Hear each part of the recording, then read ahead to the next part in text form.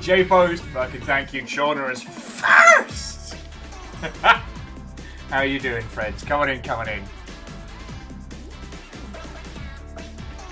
Let me update the boards while everyone's filtering in.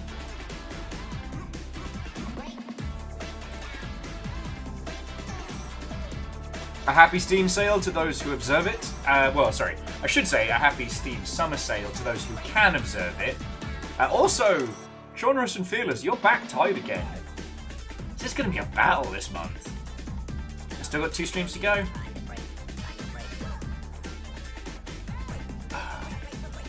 Okay. I'd love to tell you, friends, that I have been perusing the Steam sales and getting into mischief. I have done nothing of the sort. Because we can't get it to load. Weirdly, this is so strange, the Steam Deck page loads fine, but if I try and look at my wish list, Steam's like, it's real cute, you thought you'd be able to do that day one. Yeah, J-Post. Honestly, like, I've said this before, I don't need a Steam Deck, but the idea of being able to do in-person Sea of Thieves with multiple people, since Fearless and I did it like 1,000 years ago. No, actually a few months ago. Fucking time travel. And we were just kind of playing in here. It's really fucking good. Lisa Bright after you pushed into the raid. Wait, was that last night when we went over to go with some wholesome hangouts? I thought you were saying, obviously, Viking, thank you. 50 months is no fucking joke. Oh, thank you. And I hope you're doing good. But yeah, I'm not picking up a Steam Deck, obviously, but it just made me chortle that that's working fine. But yeah, and yeah, J-Post, you're not wrong, because it's like 1,500 tiles, which I should do a little bit of a crimp, and I have been. Like, titles that I was really excited by the concept and the premise, and like sadly the Steam port wasn't very good, or it didn't do the thing we were all hoping it was going to do. Like, I need to go through and have a little bit of a trim. But anyway, how are you all doing, friends? It's a lovely day in my heart. It's actually a little bit more overcast and just lightly rainy out here in Seattle, but I'm okay with that. And whilst I'm not going to be able to do Seattle Pride this year, I am hoping that it stays at least a little cool, because there's a lot of baby gays that get heat stroke at Pride, and I do not wish that for them.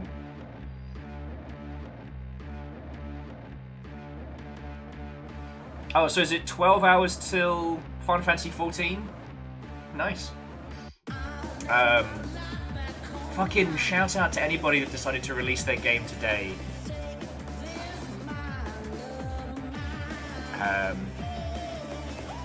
God, the homies that did Stray Gods, Chorus Stray Gods, the musical kind of visual novel among.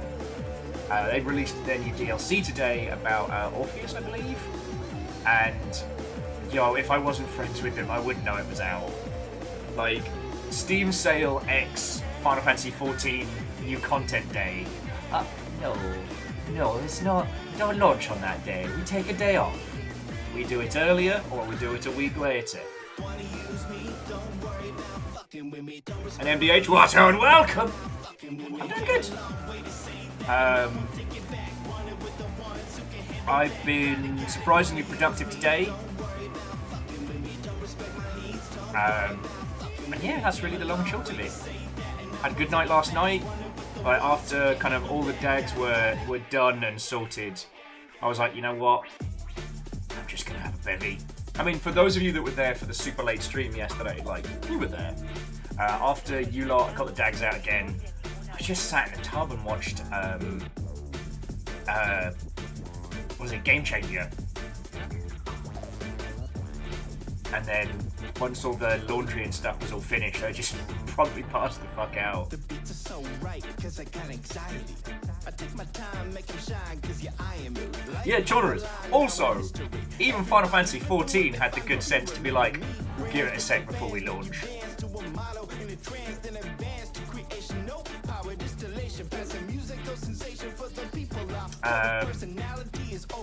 Yeah, no, launch windows are so hard, and I mean, we've talked a lot about this in a lot of different spaces about how, like, having somebody be the grown-up is good because when you're getting close to launch, hey! I applied for a job at a guillotine factory. I'll be heading there shortly. Ah! I mean, Airman, you're on this side of the revolution, so you're fine. And to a very doubtful guest, what-ho and welcome! Hello, hello.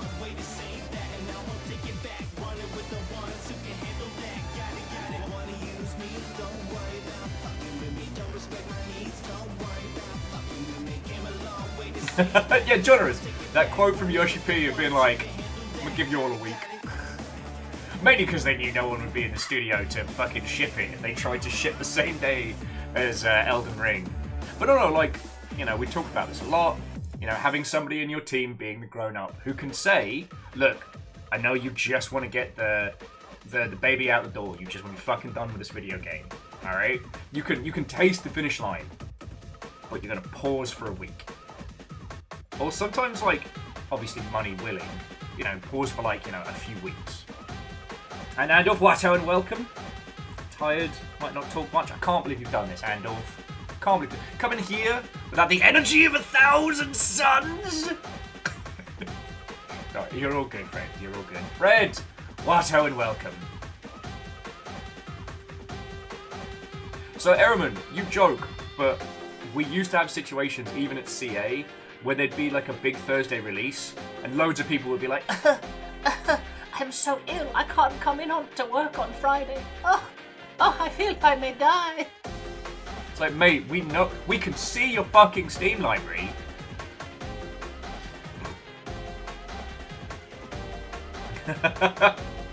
Look, Fred, I embrace the chaos that may or may not come with today, but I do want to talk about SokPop. And this is one of their newer, more action-y games. So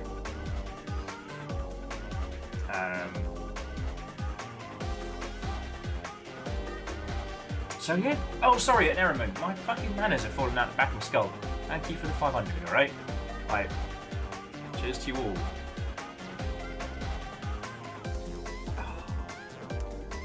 God. I'm probably not far from cutting TikTok out of my life altogether at the moment, considering how fucking terrible it's been to use. And Xanavis, thank you for the fine glass. But I tell you, one thing it has done wonders for me is, like, done wonders for my sense of not being a piece of shit human. Like, you lovely mother hubbins throw bits at my dumb face or donations. That's the majority of how I pay my bills and live, right? And sometimes that's a hard thing to pass. Like, you've seen me break down when someone donates like a large amount of money because my brain's like, I don't do enough to be worth this, right? That's where that divide by zero. It's very hard to comprehend that someone would be like, hey, Will, here's $2. I like what you're doing. You know, call it tipping, call it busking, call it, you know, whatever you will. But since TikTok ate shit, I've been exposed to some of the grifters online. And there's one person who takes $20 donations to do a digital seance? Not a digital seance, a digital cleansing. And, you know, I'm not someone to shit on beliefs, but I know a grift when I see one. And that's not even the worst one, I don't want to bring up the really bad ones. And these people have hundreds of thousands of followers. And I'm like, fuck. No matter how I may feel about myself as an individual, not fucking doing that. So yeah, hey! Doubtful, thank you. Like, thank you. No, seriously. Okay. The thing is that, in a certain way, as we live in the capitalist hellscape, everybody's selling something. but I just hope I'm super upfront with what I'm doing and, you know, I know what I am. My job is to be company and conversational, to show you weird games, and to natter on about industry stuff. One free seance. Ehrman, if I could do it without setting off the fucking fire alarm, I would, alright? That's the only reason. But seriously, that's $20, thank you. No, and Shaunerus, I know exactly what you mean. I know exactly what you mean. My job isn't to shill relentlessly. I mean, I'll shill. I will shill with the best of them, but only things that I fucking love. You know? You know, friends, if I start going like, buy this video game, it is because I fucking love it. And in that regard, whether or not you use Humble, or whether you just buy it wherever, like, that's me shilling. So yeah. However, alongside saying thank yous, I have to apologise. Because something showed up in the post today, and apparently I'm a drunk. Ehrman, it was fucking spot on. But you may want to rescind your 2,000 bits in just a second. Perios, Watto, and welcome. Because look what Drunk Will bought.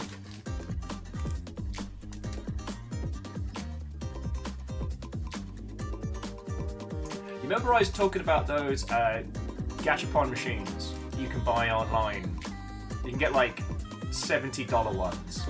And they're the official Bandai Namco ones, like the crank handle. Apparently, I spent $15 on this. It's not a printer. It's a crank handle collectible card dispenser. So the idea is you papercraft this thing together. I can't show you the back because it has my address on it. You put this together and you hit the crank handle here and it dispenses an card. Yeah, legend. This is kind of awesome.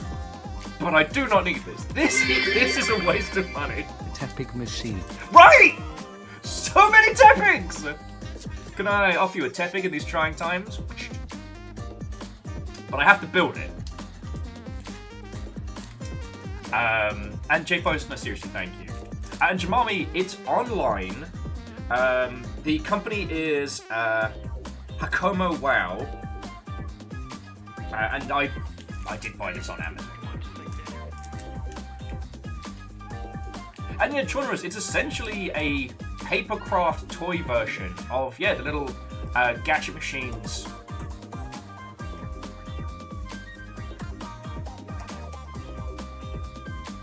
Yeah, Fearless, in the era before 3D printers.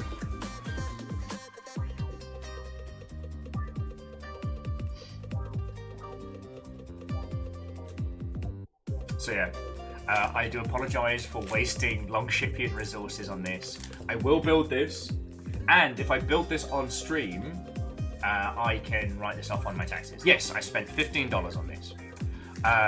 However, I'm tempted to put it here and somehow like turn it into a gimmick. So, free. Because I know what, I remembered it as soon as it arrived. I didn't remember ordering it until it arrived today, but... So basically, there used to be this arcade cabinet, which was like rock, paper, scissors, dinosaurs. Yeah, Chaunerus, we could do it as a meat point thing. I wouldn't want to do it as a paid thing, because, you know, I don't like the idea of... Outside of maybe like a charity event, I'm not a big fan of like Lootbox the streamer? Jamami, yes, Dinosaur King. Okay. Wow, I've got a lot of energy today. Hang on. Before I get into story time and arcade machine discussion, I just want to say again, like, thank you everyone for bearing with me yesterday. I rewatched some of the stream. I was clearly exhausted and just running on fumes. And you all stuck around, hung out, nattered. And I just want to say thank you for that again. Like, yesterday kind of took me to the brink. And you lot were so patient with me. I just wanted to say thank you before I got into story time. Anyway, so yeah, Jamami, the arcade cabinet is Dinosaur King.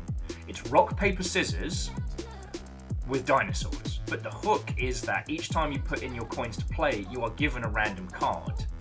And whilst, you know, rock beats scissors, there's also some stats and effects that you can kind of wiggle your way around it. Because once you've collected these cards, you can swipe them and add them to your hand. It's very cool.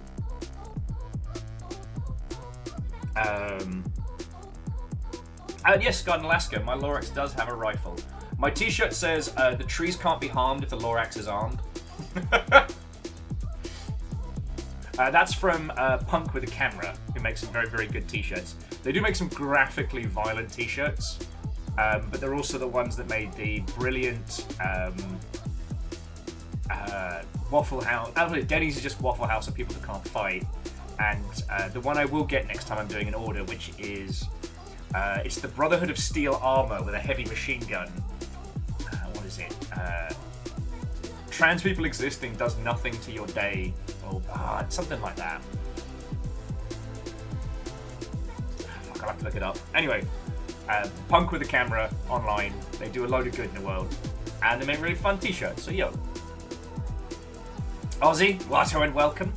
And also, I think I saw a Perio sneak in there. You fucking terror. It turns out Aperios has made far more Will photoshopped memes than I know or have forgotten.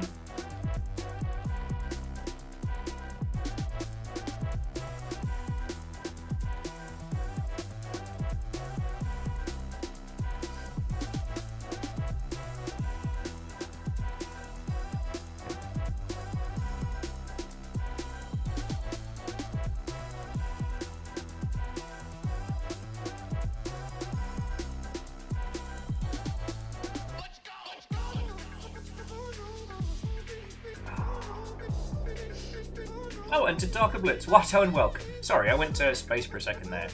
Well, okay. Sorry, a little bit multi-track drifty potato. Because yesterday was very, very manic. There's still a few things I'm catching up on, and my brain keeps whirring off in different directions. Now, you might have seen, because I was shit-talking this on Twitter, but PAX have announced their keynote speaker, or I should say, what's he officially? The Storytime speaker. And it's Phil Spencer. And that one's going down like a poop in a swimming pool right now. And some industry friends are fucking livid. And rightly so, because he's laid off entire fucking studios. Oh, and Darko, why would I be proud? You're now building... Yes! Welcome to the squad. Sorry, Darker Blitz has got into building kingdoms. You're gonna have a good time with it. You're gonna have a good time with it. But yeah, so jumping back, Phil Spencer's been announced as the Storytime speaker, and people are rightly pissed. Because the hook of it is he's talking about games that he's been around, and like how much he loves video games and things like that. The same year that he is directly responsible, or directly as part of the decision-making process that has led to studios being shut the fuck down. And like... It's bad look. It's bad look, homie. It's not a good look. Now, as I've been saying, I love PAX. And I don't mean just like the PAX of your current PAX and everything. And the enforcers will always have the utmost respect for me. So I'll joke about throwing a bottle of piss at him. I'm not actually going to do that. Though I did like the idea of hitting him with a t-shirt cannon full of glitter. Again, I don't want to do that because Phil wouldn't have to clean up the piss or the glitter. The enforcers would have to do that. But the idea of drowning him out with the Hi-Fi Rush soundtrack. And yeah, Doubtful, it does feel like he loves video games, but really hates the people who make them. Don't think I'd want to stand up in front of, you know, the Seattle crowd having let go multiple studios. And yes, I know the reason that Tim Sweeney wasn't at GDC is because they're freaking out about all the stuff that's happening with varying court cases and whatnot. But again, was kind of telling the year that shit tons of people have been let go, the management was strangely absent.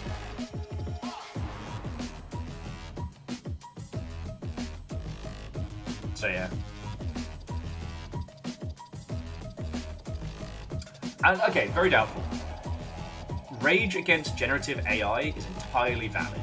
However, the good news is it's not going to last. So I'm trying to wreck everything I touch, crush it in my clutch, no respect for no act, really game in my city, get back. I ain't broke. okay, so here's my thinking, alright?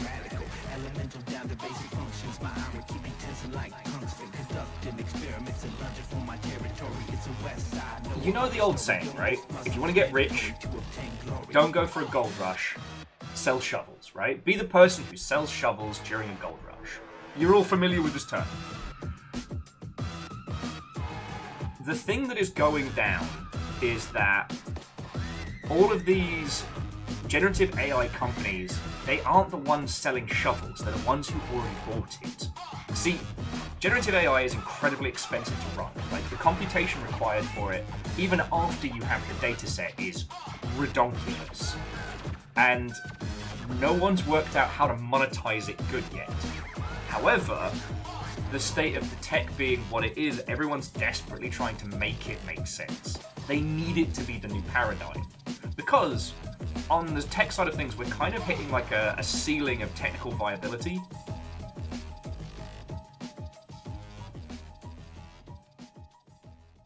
And Jackie, calling it generative AI is not marketing BS. Marketing BS is just calling it AI. And we do need to provide some context that allows people to follow along. It is annoying when we have to use terms we don't like in these kind of conversations, but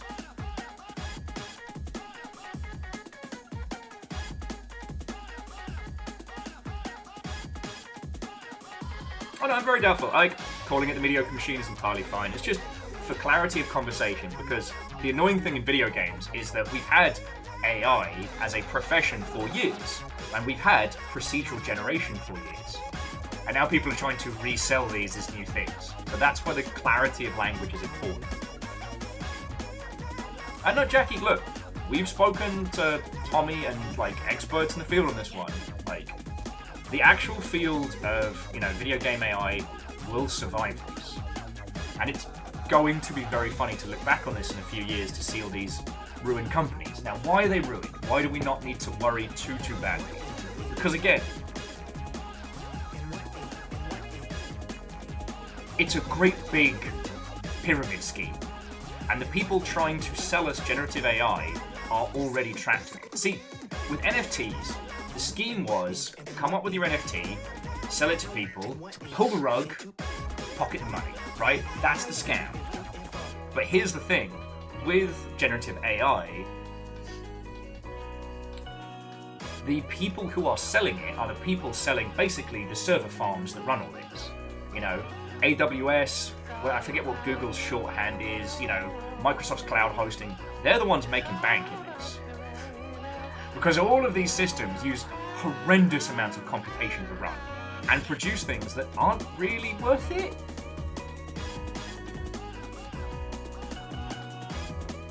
And Andor, thank you. So what is going to happen is that with this desperate rush towards what's meant to be a new speculative sphere of tech, that they're so desperate for this new green pasture, they've basically trapped themselves in a very expensive, mostly useless kind of scenario.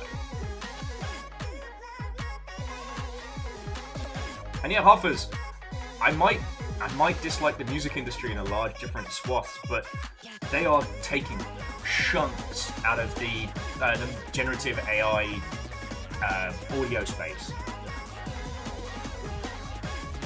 Oh yeah, no, Fearless, Nvidia's making fucking bank on this.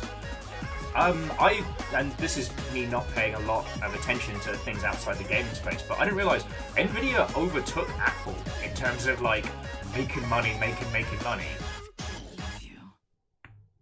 Well, and so Cold Ankles, it's more the case of these huge companies trying to push this. They're basically trying to make a more expensive than hiring a person solution work for a lower quality product. Now, we can talk about how, corporate bastards hate creatives like ourselves because we are unpredictable. you know, again, I'm telling you stuff you already know, but, you know, business people like simple line. Oil in ground. Take oil out of ground. Sell oil. Profit. Planet be damned, everyone else be damned. That's the kind of through line. But creativity is a nebulous plot, right? You know, what do? You put money in, creativity happens, and either you make a little bit of money or you make all money. And sometimes you make no money when you thought you were going to make all money, and you make less money when you thought you were going to make nothing. Like, we don't work within the easy, predictable, publicly traded company space. And they're trying to remove the stickiness of working with creatives. And it won't work. Like, because the soullessness of what is created can only emulate what came before. And what do users want? Users want the next big thing. And you can't generate the next big thing. You can't. So, anyway. I really, really, really hope that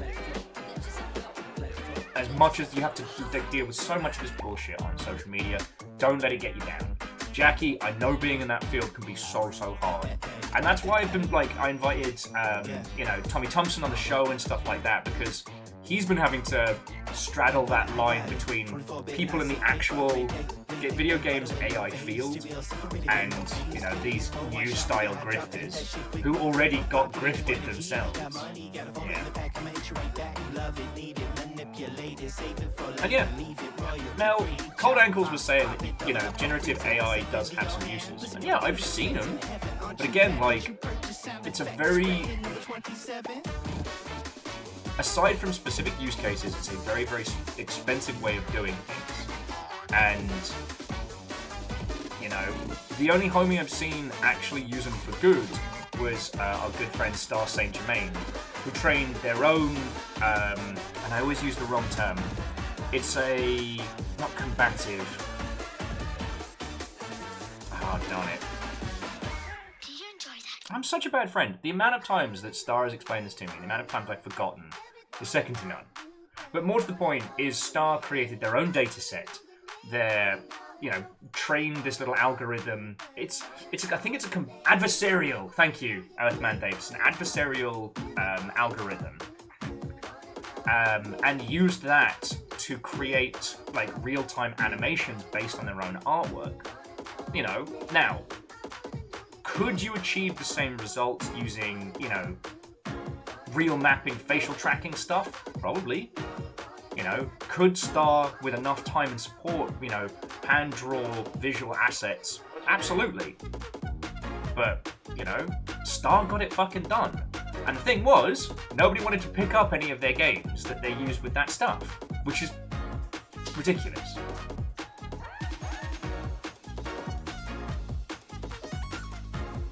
I know, and Hoffers, what I would say with a lot of that stuff is it's not even so much that they don't understand. They're so desperate for us to take this up. Because here's the thing. Every single use of, like, generative AI nonsense is burning them money. Right? Like, the more that stuff is online, the more it's hemorrhaging cash. And if it's doing nothing, then fucking we...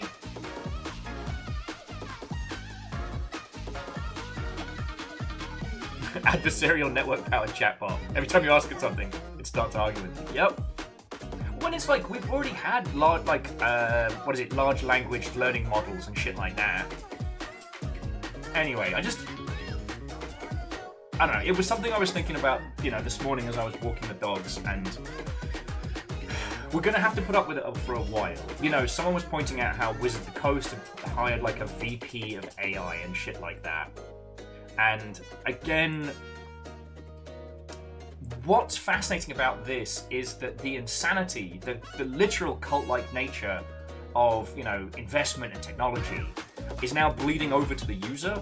And back in the days, these two groups were kept separate. Never the twain shall meet.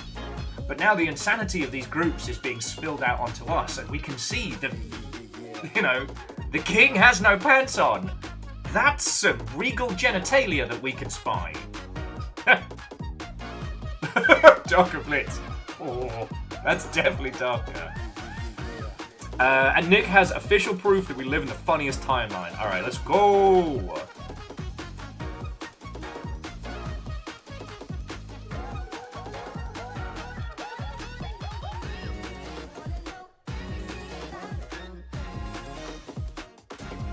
The Honkai Star Rail developers just opened a fusion reactor in real life. They worked out how to turn waifus into energy? Fuck! The power that anime has known for all this time! A large waifu collider.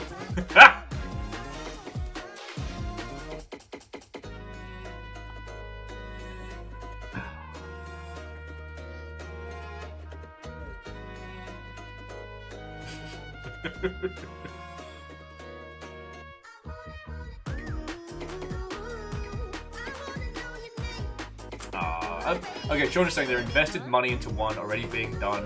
Okay. It's still funny. It's still funny.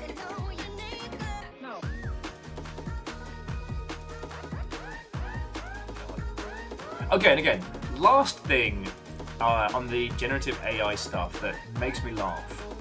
Like, so video games are a very profitable industry because unless you're running something that is extremely complex, there are no physical overheads. Yes, there are power constraints, and in certain cases there are server constraints, right? But ultimately, if we as the Longship get together and make a video game, once the game is done, the game is done. We can patch it, we don't have to, but it can just keep selling, right? New users find our game and go, oh, I like this game, and they spend $15 on it. We had to do no additional effort and spend no additional money to facilitate that transaction. I mean, we're giving some cash to Steam out of our cut. That's not the same thing. You know, with a lot of these supposed like AI-generated projects, you're adding a massive burn rate when you don't have to. Because like the thing that no one's been really talking about is with, I think, was it Nvidia's AI stuff is supposed to run local? It's not going to. So anytime you interact with an NPC that uses that kind of language model, you either have to have, oh, and Toby, Watton, welcome. You either have to have a massive amount of data on the user's computer, or you have to reference something that is off up in the sky. That is cost. So they have taken one of the best things about video games from a purely villainous capitalistic mustache-twiddling point and taken it away. They have added an inherent cost, and that cost is increased the more users play.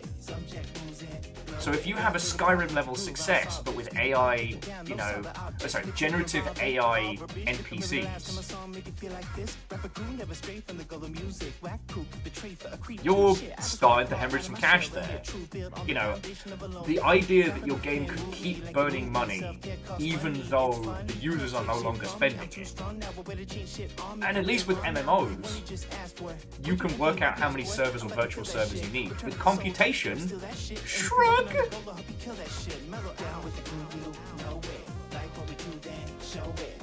Anyway, what I will say is most of the homies I know who tried using like generative AI stuff for creating game projects have abandoned it because it's more expensive than trying to just make it yourself. It's more complicated and it's a huge pain in the ass. But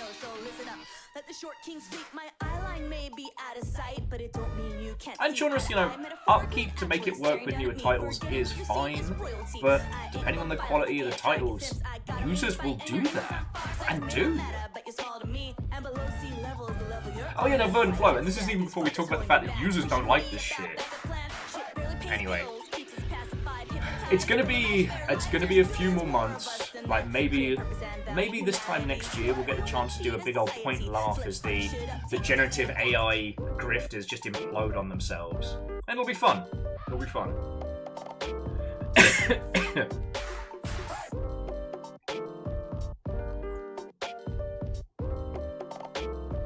And Velo,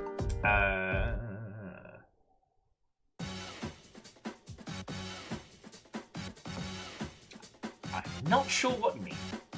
But anyway, we don't need to go any further down this rabbit hole. I really hope that you keep hope in your heart with all this, because, you know, there have been a lot of people in power saying a lot of really fucking stupid things, and considering the state of social media these days, it can feel like, you know, that the very art of making art is under war. Yeah, the craft of making art is under siege. Those are the words I'm looking for. But I'm hopeful. I'm really hopeful. And just like, so we're gonna be playing a whole bunch of games by SokPop today. And Fred, I know, shocking. People in power saying stupid stuff. Well, okay, because the quote that infuriated everybody was one of OpenAI's management saying that, you know, if AI replaces creative jobs, maybe those creative jobs didn't need to exist in the first place. Now, fucking stupid thing to say out loud. And Hookshot, Watto, and welcome. And yeah, Toby, I know I'm saying some shocking stuff.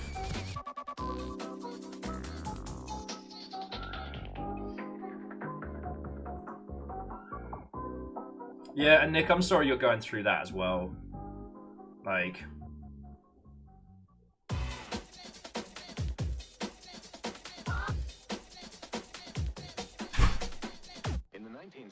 But, sorry, the reason I wanted to cap this off was that one of the fascinating things about video games is how a spark of creativity can light a beacon, right? You know, if you follow the path through, even of what have become our huge AAA spaces, very, very few of them were constructed in isolation in these scientific bunkers to be moneymakers. Like, okay, Call of Duty is a big one to point out, along with the sports games. But again, even COD started life as a reaction to something that hadn't been explored properly. Hell, Modern Warfare was a revitalization of the modern military shooty gunbang that did things narratively that nobody else had fucking done. You know?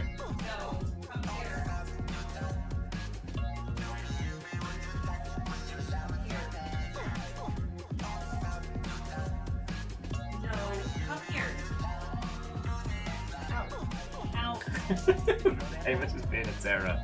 It's because I had him sitting in here yesterday, so I could stop him chewing his paws. Oh, you're still getting the kind. Well, okay, so Wolf, you know what? That's a really simple way of putting this, which is like, you know, if you ask... See, the quote is, you know, if you asked people what they wanted, they would have said a faster horse, not a car. Generative AI is, at its core, incapable of conceiving a car. It can only conceive a horse with a fuckload of legs. It cannot create. It cannot articulate. It cannot inspire. No. You can't make Vampire Survivors with generative AI. Hell, even like good old fucking Fortnite could not have existed. So yeah. I know, DJ Coil, and I do agree. And what's going to be fucking fascinating about it is how it feels like the last leg on this impossible tower of dominoes that should have fallen over with, you know, the fall of cryptocurrency, but didn't for some fucking reason. But yeah, alright.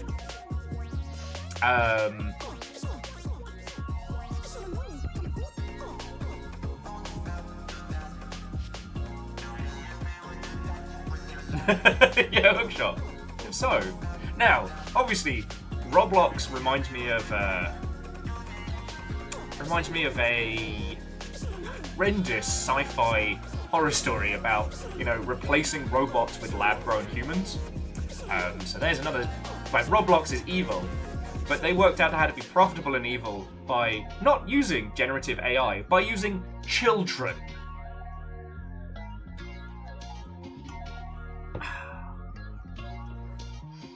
Anyway, I'm sorry, friends. I didn't mean to bring heavy topics in. It worked for Gundam. Fuck. I mean, you're not wrong, but at least the kid's got a cool robot out of it.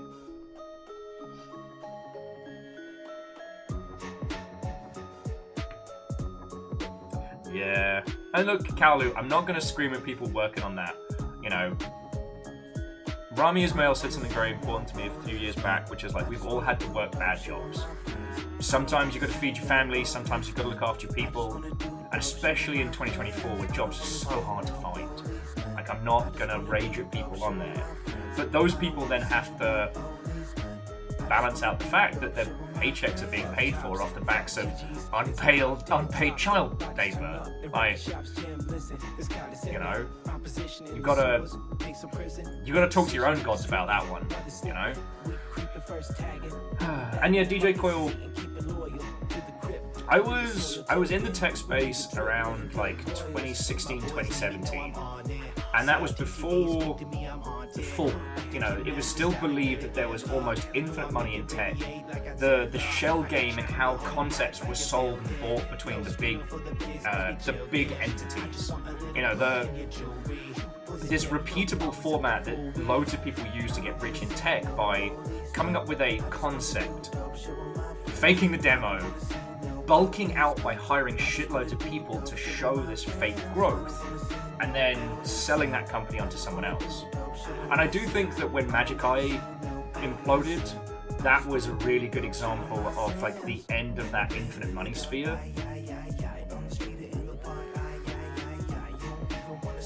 Oh, and Nick, I'll add that to the list. Thank you. Also, I'm glad you enjoyed Witch from Mercury. As I said, one of my favourite Gundam shows, hands down. Instant Jam! Spell cast by a witch.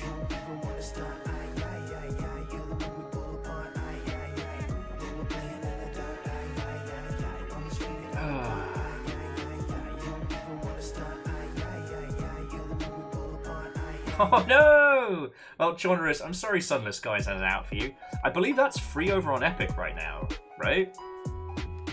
Oh, cool! My fucking wishlist finally loaded 42 minutes later. I don't know if I actually want to...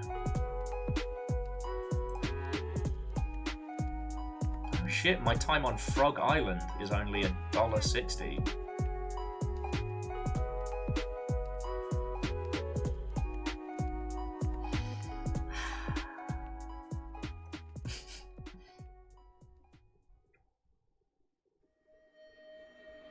Hell no, we ain't done yet. We riding out to the sunset. The garage is like every. No, and Fearless, I completely understand. I completely understand.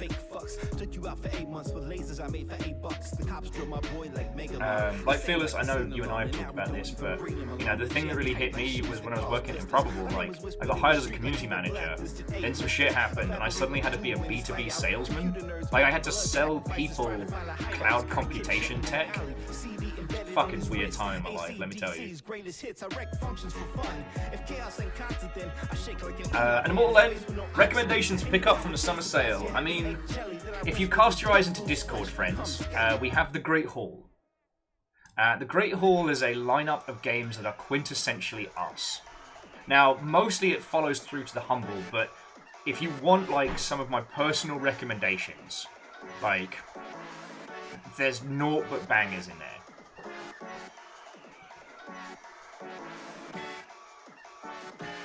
Well, Toby, if whatever you want to know, that's what I'm fucking here for, right? You know, one of the things I will say is that, at least for me, working on video games and coming to understand them and love them did not detract from my love of them. It does unfortunately mean that when you get frustrated with a certain part of the game, and you're like, whoa, I can't believe they've done this. When you find out why they've done it, you're like, I can't get mad now. That's the only flip side, you know? Like, I can't get mad at, like, day one server woes for an MMO or something, because I'm like, fuck, I know exactly why. I know exactly why. Please.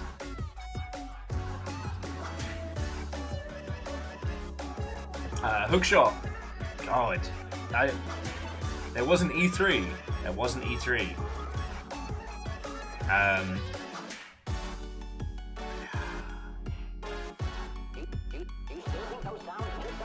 And yeah, you can't get mad about day one launch day problems because networking is hard, as Nick was saying. But what I will say, Toby, is that most games are a fucking miracle they even exist. And the more you learn about it, the more it makes you love and appreciate the games that are already important to you. So, stick a while. Stick around a while, let me tell you some stories.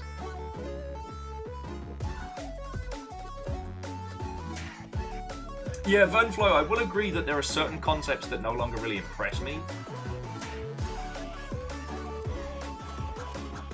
Like, I'm trying to think of a good example.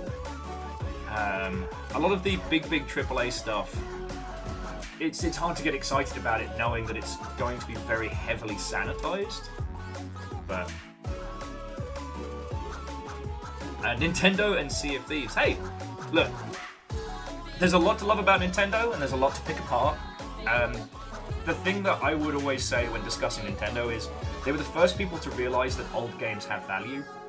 And yes, it does mean that they do sell old Zelda for $40, even if you've already bought it.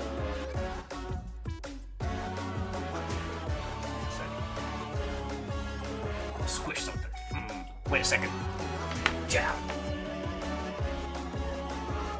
Sorry about that.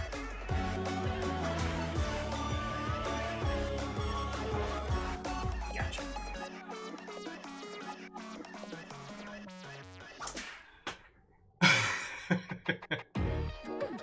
Also, Nintendo's business decisions are about 10 years behind everybody else and much more careful, which is why they tend to have more success. So, like, when the mobile phone, when the smartphone craze hit, rather than trying to rush to market, they took their time, and they've made a lot of money because of it.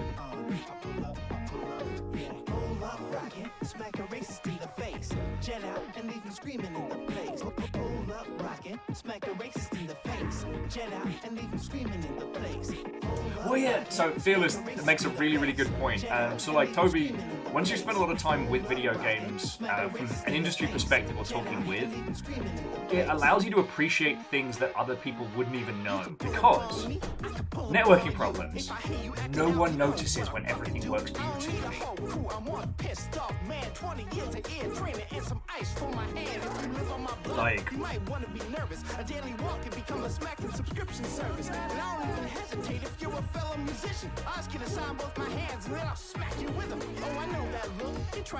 Like, I'm sorry, I was just trying to think of a few others. Like, God, seamless loading? Holy crap, seamless loading to this day still impresses me.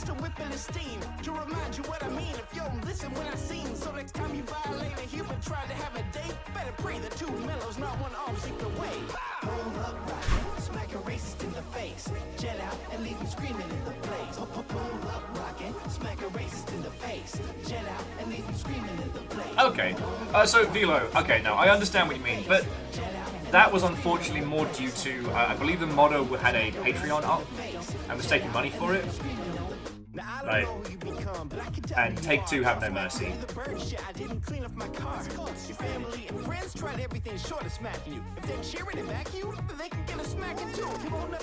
And Fearless, this is from Two Mellows, Future of Tokyo Toe album. Let me just get you a link. Why was YouTube link so ugly? Two Mellow is the most Jet Set Radio person since, you know, the big man himself. Has done 3 albums inspired and they all slap. Pun intended.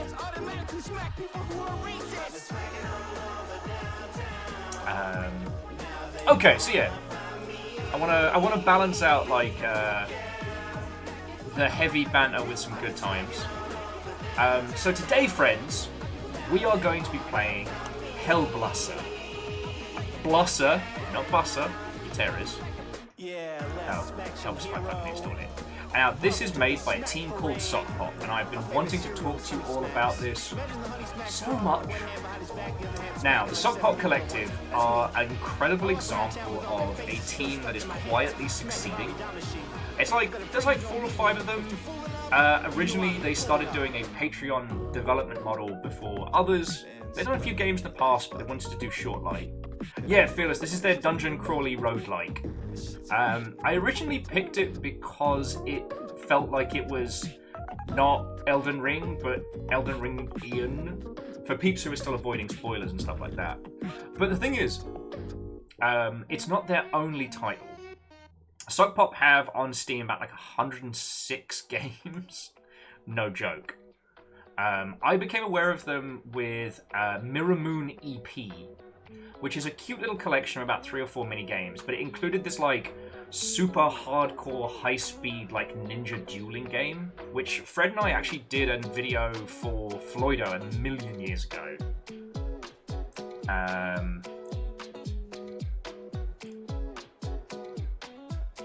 God, yeah, I know how like old playframe. Good old, was it Will and Fred's Excellent Adventure? I'm gonna get the video because I want to.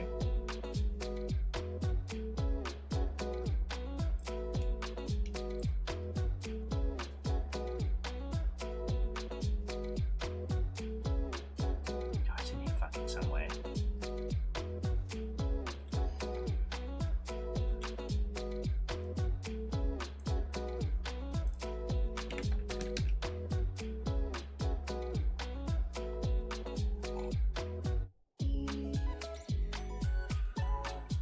Bamboo EP, there we go.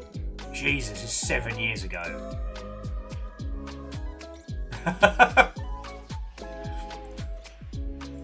So yeah, hang on, I'll post it here and I'll throw it on Videodrome. But yeah, this is from a million years ago. And so this is when I became aware of SokPop as a group. Mirror Moon EP is another really, really good example of making small game projects, putting them together in a wrapper to make something larger, allowing you to flex and experiment and make smaller games while still making something that's viable for Steam.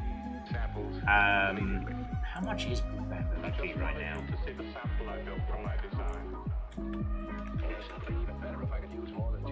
It's $3 on Steam, down from $6. So they put out Mirror Moon EP. It does good. Like back in 2016, I obviously fucking loved it. And then after that point, they opened up a Patreon and did the system of, for each game,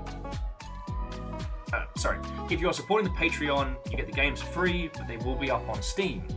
And this was so smart. Because again, they're making small games that, you know, you might spend 20 minutes on them, you might spend maybe a couple hours. Each of them gloriously weird and different, predominantly using this like untextured, cutie patootie, chunky poly style. But some of the games they put out in this ended up doing gangbusters. You might have heard of Stacklands, the what if cultist simulator wasn't made by a piece of shit man. Hang on, let me grab you the link for this one. And again, it's a dead simple game. You put stacks of cards together. They have little timers on them that either generate resources or consume them, and that is used initially to be like, oh, you're trying to keep a bunch of little guys alive, and it unfurls into this glorious story. Like by the time you finish the base game of Stacklands, it's so good, and that's got 22,000 reviews on Steam, overwhelmingly positive. And I mean, you'll want to know how much that might have made. Do you want to do a Steam calculation or?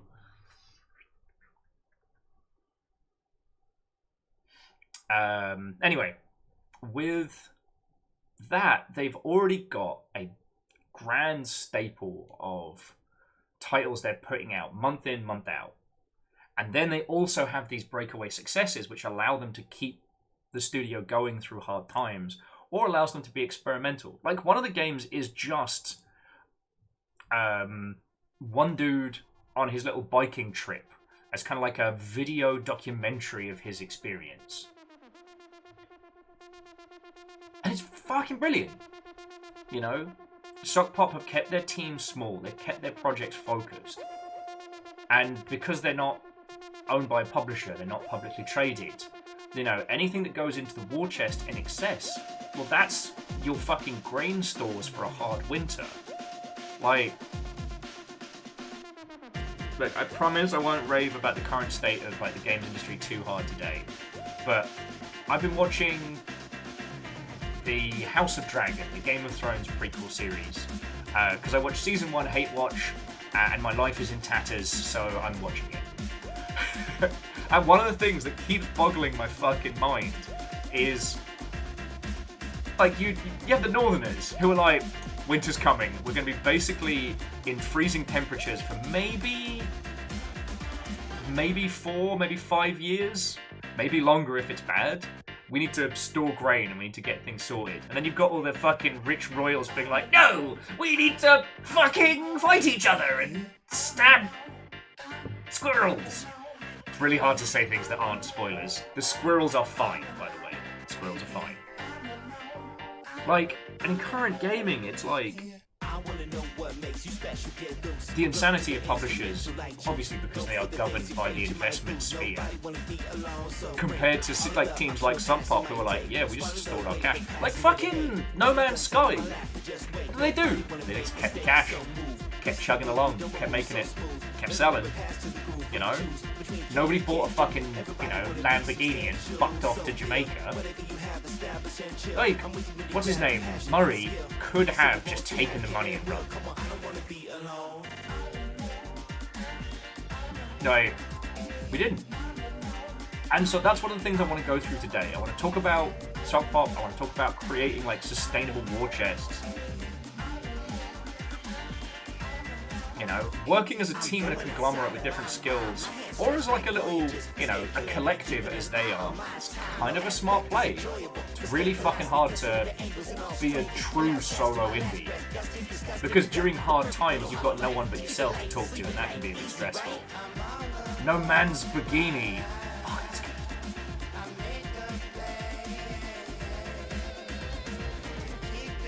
Because, like, not everything that SokPop has made is amazing. There's a few that you can see the concept they were going for, but it's just not fun. Or there's things that are, but they're just not ever going to take off. So like, they made a game called Papa Park, and you just play a dog in a dog park. You've got 20 minutes in the dog park to do whatever you want, and it's so cute and fun. But you can just, once you've played it, you kind of get it, you know? Yeah, Fred, I know. And this is where, like, our shamanistic understanding of the video games industry makes it seem so painfully obvious. But again, these fuckers are so disconnected. You know? As Fred's saying, the mismatch between running a sustainable company versus running an economically efficient investment vehicle, right? That what we, the community, or, the users, the consumers, what have you, we want sustainable companies. We want either continued additions to games we love, continuations of franchises, or the studios that we care about being able to continue to make the kind of games that we really enjoy, you know? Like, imagine if BioWare was still just making cutie patootie little, D20 system RPGs. And Coffee Time, what and welcome. Aww. Coffee Time, love to you too, friend. Because every time is coffee time when you're here. Thank you. I'm doing fucking loads better today. So, yeah. And due to the fact that Steam was struggling earlier, I haven't biffed any money on the Steam sale.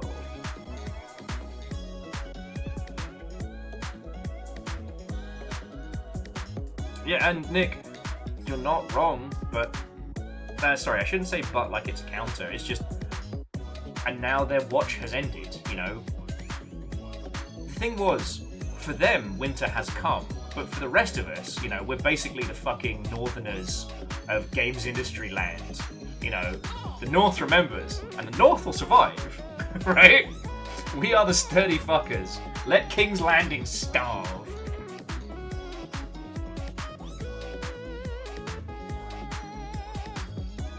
And Genres, again, you're not wrong. Like, the Square Enix ridiculousness, the way EA used to blow its marketing budget to justify, to try and, like, create, like, an infinite return on investment, like, God. And all again, so they could say, number go up. And, Fred, you're right that people running the companies are playing a different game than us. And it's just their their strategy is failing hard.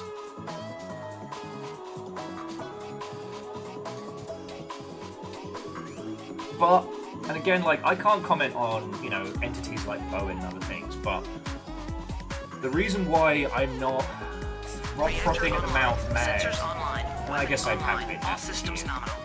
Wolfcred, thank you. What hope? This is also number go up, but different. It is. But the reason why I'm not, you know, like, I haven't transmogrified into an angry internet individual is because games are doing great. People still want them, people still play them. This isn't the Atari crash. This is a failing of Giganto Supercorp. And as they die, other potentially sustainable entities will take their place. You know? And it's Fred, it's like, well, they're so hyper-focused on their meta, they haven't realized that the fundamental game has changed. You know?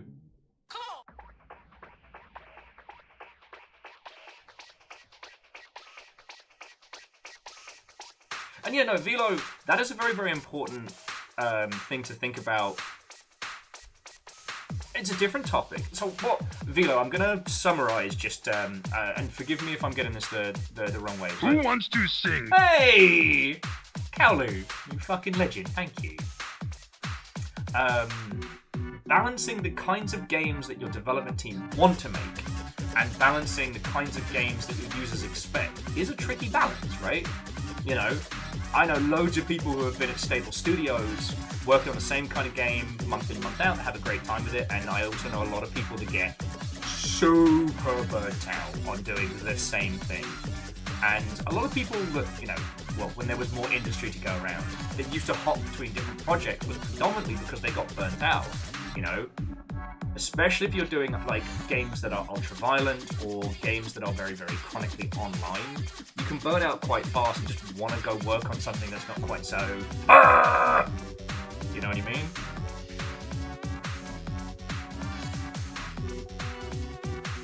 Aw, Kaolu, thank you for the investment. I will see if I can find your bazillion dollars somewhere. I think I had it under the desk. I'll have to look into that one.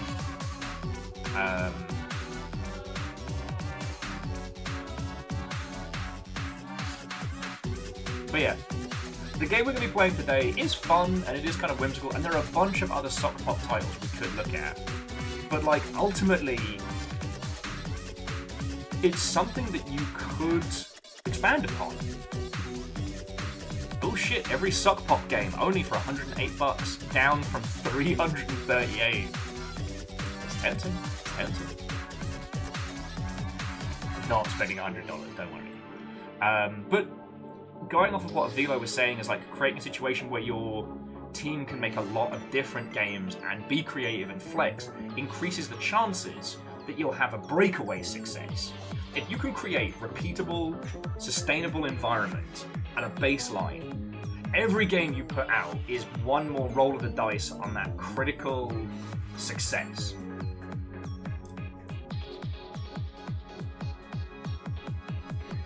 Yeah, Wolfgrad, it's super easy to misplace $1 bazillion. I'm sure it's around here somewhere. Although all I've found so far is this picture of River and Evis.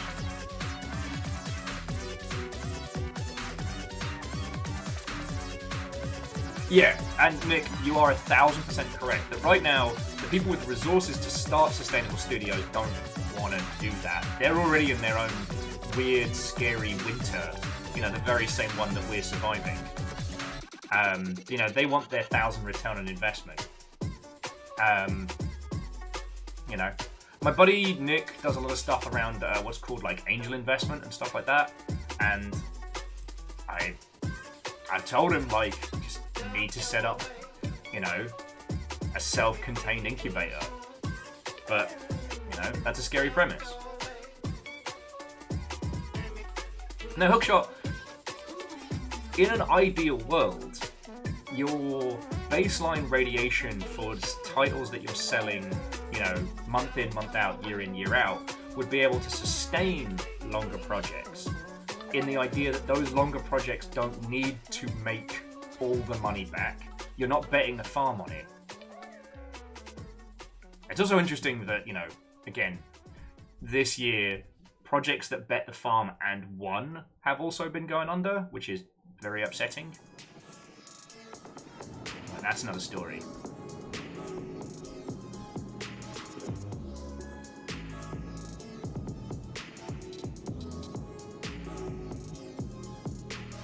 Oh, and also, friends, yes, SokPop were the ones that did the rock, paper, scissors MMO that we did with Laura a million years ago, and a bunch of others. They did like a little Souls-like third-person game that was really well done, and predominantly because it, like, using like a heavy Silent Hill 2 mist combined with this like slow-paced, haunting aesthetic meant their cutie patootie art style became less adorable, more like Muppets in Labyrinth. Does that make sense?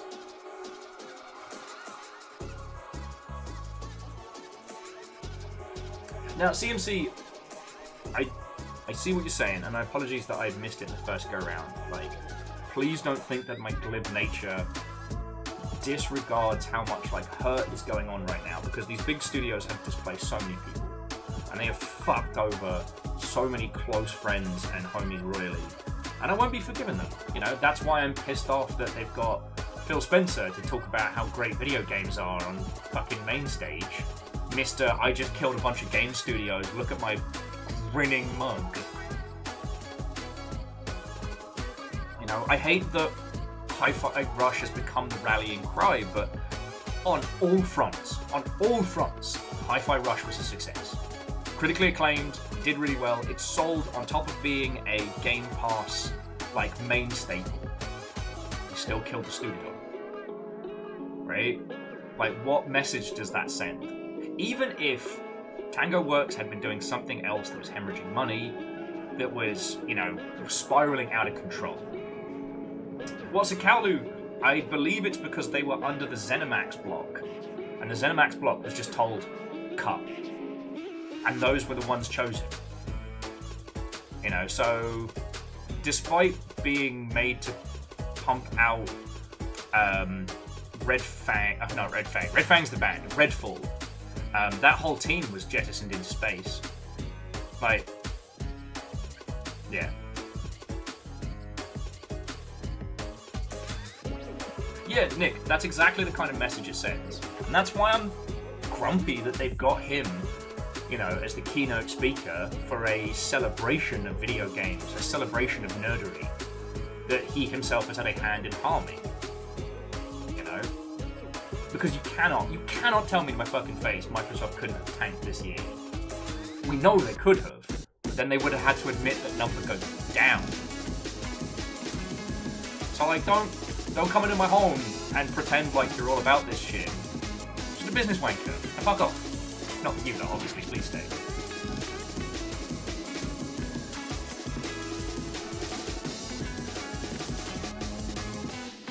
Yeah, and Shauna is... I mean, the main guy, I believe it was Shinji Mikami, but don't quote me on that one, who founded Tango Works, had left about 6 months prior. So it could have been there was some trouble behind the scenes. But then, why not slim down the team? Like, if Hi-Fi Rush was produced by a segment of Tango Works, and the rest was just spinning on their wheels and going, whee! All the time. Well, you fire the fuckers who are doing diddly squat on wheelie chairs, and you keep these lot that just put out a banger. Because, like, look, sometimes dev studios are fucking incompetent.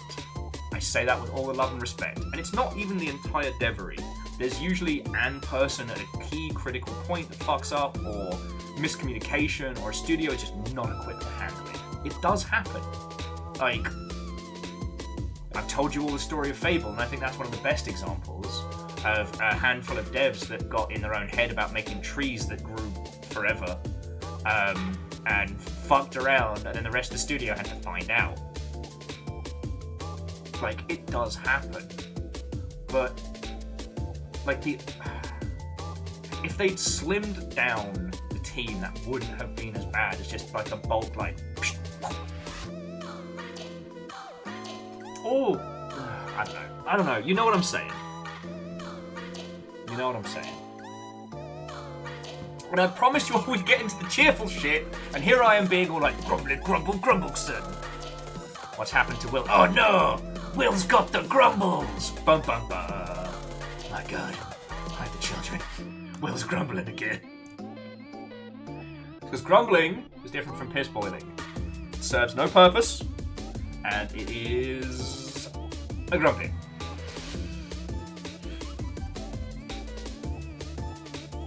Anyway.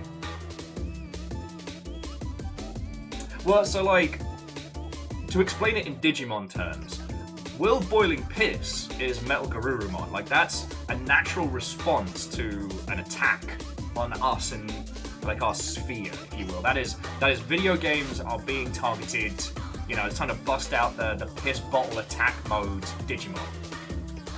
Will's got the grumbles is that weird skeleton when they tried to force like a digi evolution and it got weird.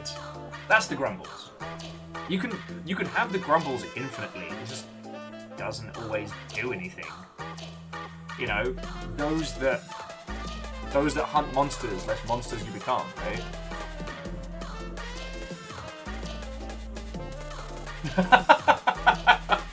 Genre says apparently from this stream, from watching this, we seem to have summoned a bunch of cantankery, eldritch horrors in sunless skies that emit the aura of complaining about the weather. God, I love both the sunless games.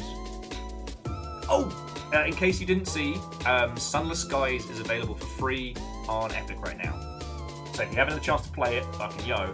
Or if you want to pick it up on Steam, I bet it's really cheap. I think I can check now. Is there a Will equivalent of Omnimon? I pray we never see it. Yes, I pray we never see it.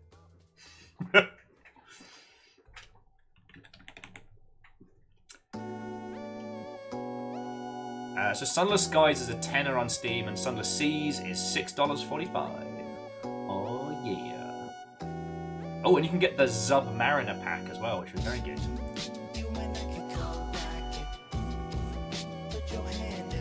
Ah, see, Moose. There we go.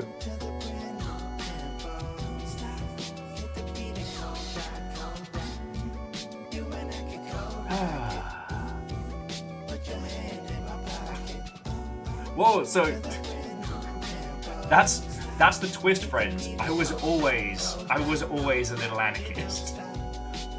I was very fighty in my youth. I was very fighty.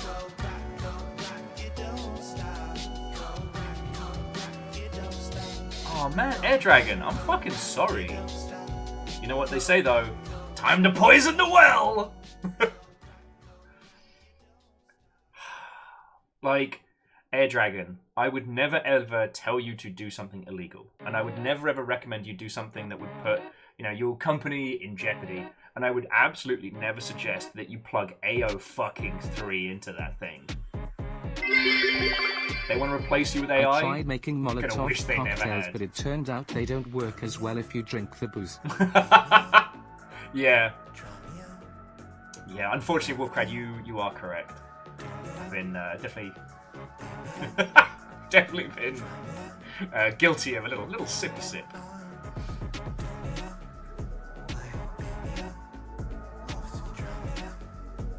God. Eraman, I had to read that a couple times because I froze, but I was like, yeah, no, that would... I think Rami would basically wield me like a sword. I think that's what would happen. And I do agree with Nick that Air Dragon might be time to train this AI to have a crippling porn addiction. I keep repeating benevolent overlord as a phrase, hoping it picks it up. Oh. Yeah, Immortal N, what happens when you introduce this AI to the Omega-verse? It wants to be trained on humans? Let it know all that humanity has to offer. Let it see the darkness in the heart of the internet. It might actually be worth looking up, like, what different kinds of techniques work with whichever particular kind of AI you're being forced to train.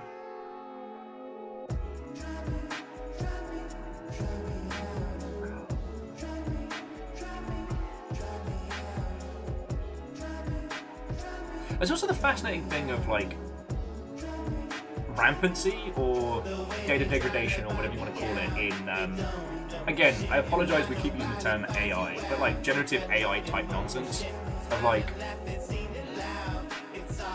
generative AI will always be reliant on a steady stream of new data from users, because if it doesn't have that, it will consume itself and then think back and think back and think back. One of the fascinating things is, how many of you remember it was like the Infinite Seinfeld channel that got dropped when it started being a transphobic, racist, fucking piece of shit machine. So I tuned into it, was it last week?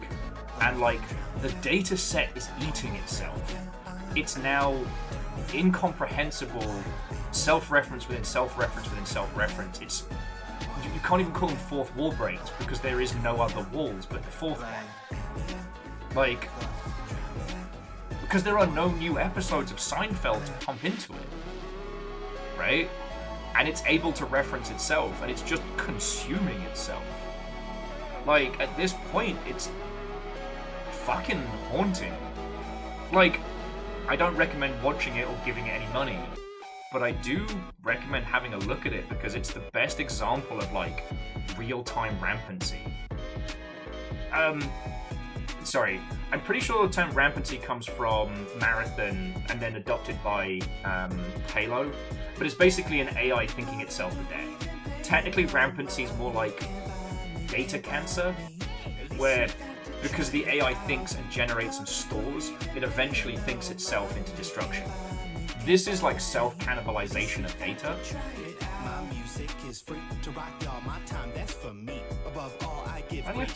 Real Human. I like that I'm having this discussion with someone called Real Human, trust me. No, this gives me so much hope. Not a robot. Real Human. Okay, sorry. Vern's already got Endless Seinfeld on Blu-ray. Not a robot. Seriously, I have a little tick box that says it. No, that one says bribe me.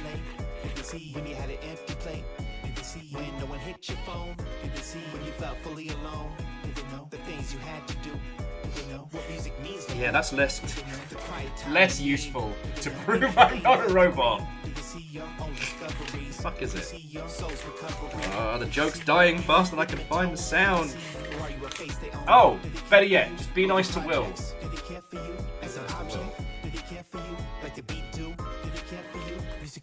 Morland says you're saying that rampant Seinfeld AI is going to turn against humanity. No, that's just rampant AI. Rampant Seinfeld AI is just gonna die. Like, it can't sustain. Not a robot. See, I have official papers. Not a robot. No, you can't be mean to me.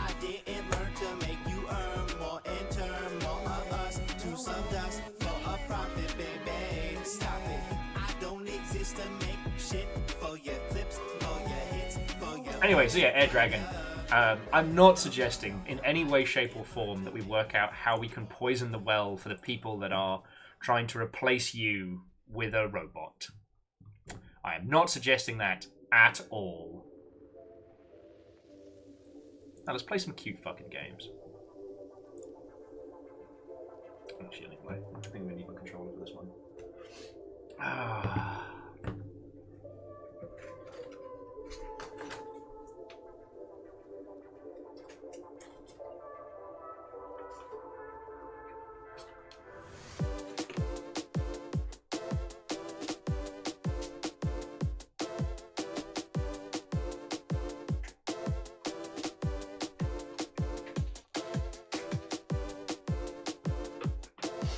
Okay.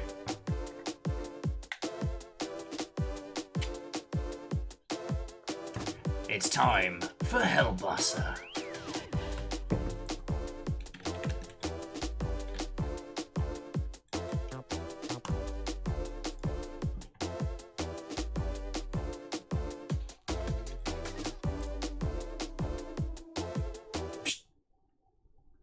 Haha, love those buttons. No. Although I did know I was going to have to deal with these jokes today, so. It says loading. Thanks, take a while. Hell, if we get bored of this, honestly, I might reinstall Mirror Moon EP. 1, just to show you, and 2, I want to see if I can still do it.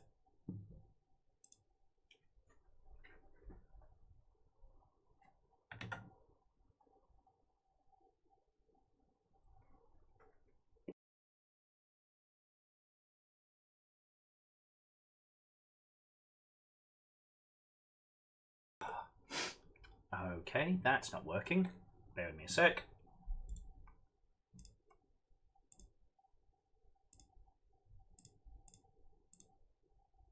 There we go.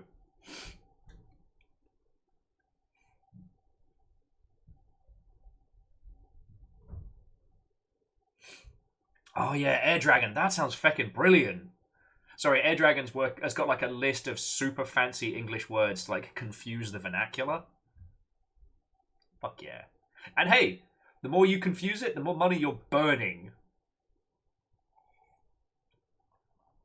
Well, so Wolfcrad, this team was doing this style well before Baba. Like, if I had to guess, I'd say this was definitely an influential element. For the past centuries, the moon has been sleeping. Fucking lazy moon. Fucking moon. Fucking tell thee. But evil is at hand. And she has to wake up. The moon. As far, far below her, a big fire is spreading. Man, I just want people to hire me to be the dramatic wizard at the beginning of games. The moon sends a champion. And young arrogant prince. Oh, a young arrogant prince. That guy, you know, prince guy.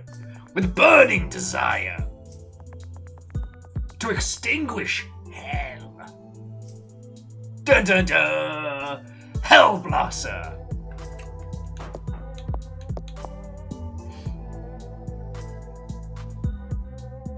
All right, DJ Coil, we'll do the spirit bomb for your cover letter.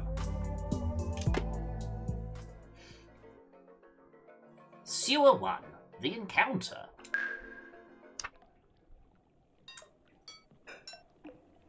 All right, fire is dangerous. Absorb it by holding left trigger.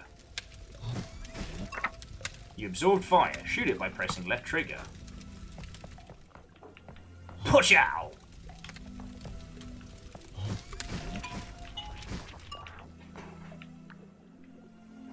Let's not go back. Friends, we can't go back. The code says they have left Longship a new meme template in general. Why? Can I Alt-Tab? Can. It pauses the sound. I want to know if I need to worry. Fuck you guys. No! Fiona! What? Nick's bullying me! Good job, Nick! Fuck it! You know what? I did that to me. And Proud of you, Nick! I have no one to blame but myself.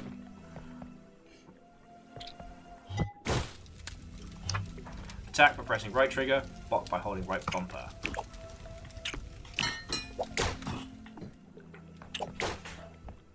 But okay, so friends, like, this title, like, nice, simple geometry, like, simple effects.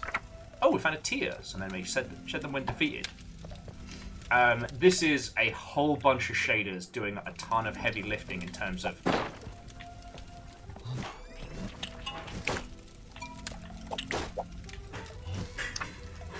You can only hold 3 fires. Shoot some.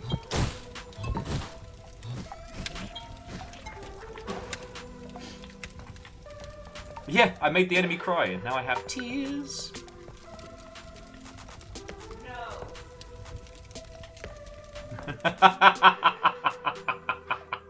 Damn, Nick!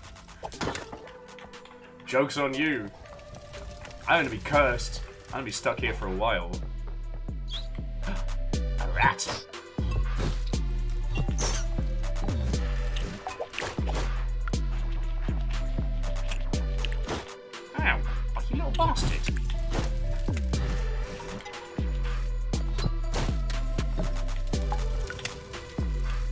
I'm not doing good at this.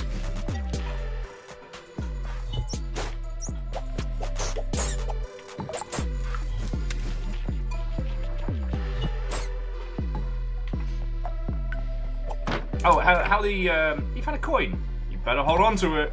How's these sound levels, friends? I realised I got stuck into this and I didn't ask.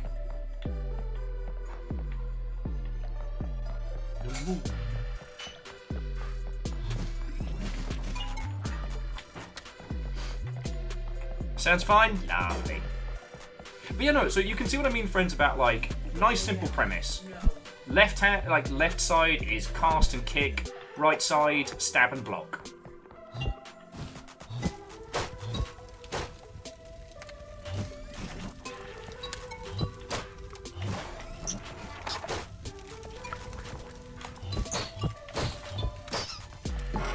Yeah. Almost dead, though. So, that didn't go according to plan at all.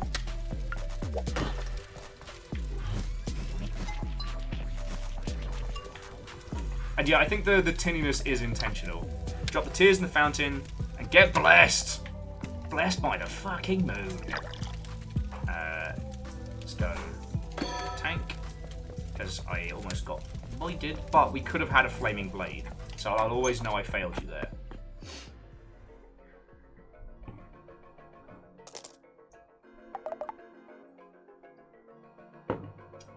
And I don't know, friends, I hope you don't think that I'm basically trying to bully you all into making a video game right now, but I know a lot of people, for a lot of you, that is a thing that you want to do.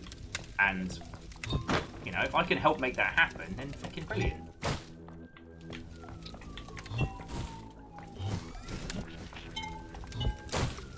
But also, shit, EA found me. Ow, spit on me. But also, like, now really is the time to consider doing it.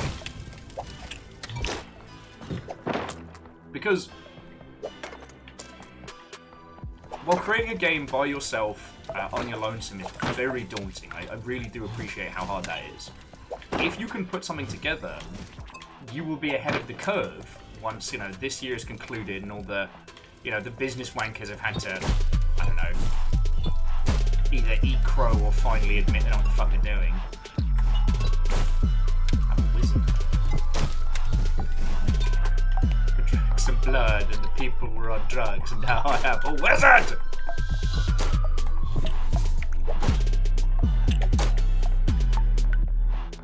Which is not going according to plan.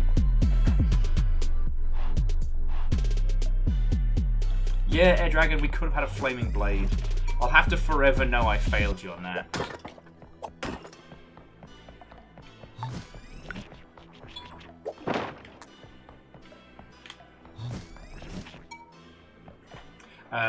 Nick says they're looking forward to 2025. We got our first tranche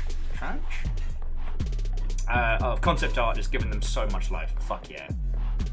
I'm real happy, friend. You're gonna get stuck into some new goodness. That's a elongated way of saying new goodness.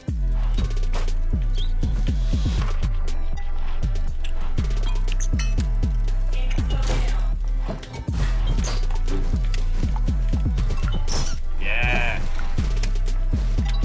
Pyromancy for the win.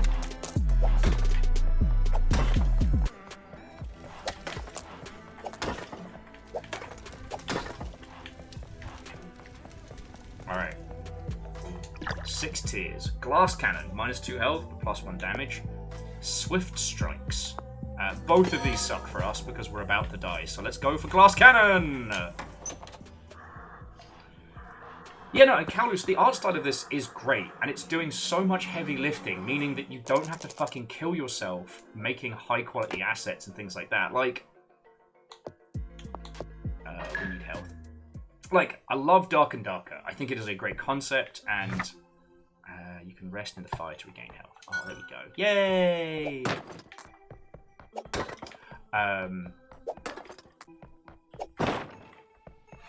But I do think that with, you know, titles like Dark and Darker, you know, one of the big choke points is going to be asset creation.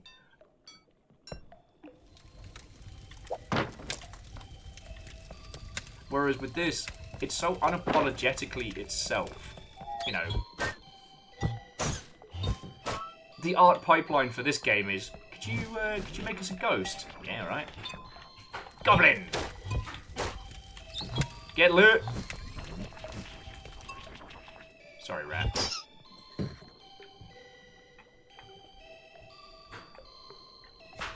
Yeah, DJ Coil, that is another really interesting thing off the previous topic, is that the idea that, you know, the thing that's fundamentally holding these projects back is, you know, is art skill. No. Because, like, look at this! Like, there is a really interesting game that I do want to show you all when I get the chance, just called Supermarket. And it's an absurdist British point and click about not Sainsbury's. And it's really good. Now, you've got to know a lot of the Britishisms about it, but it's fucking brilliant. But here's the thing. That thing is it's not even programmer art, it's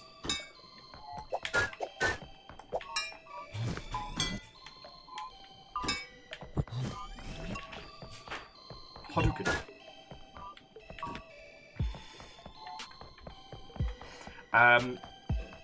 Angelos, if I had any ties with The Hague, I would inform them of your crime.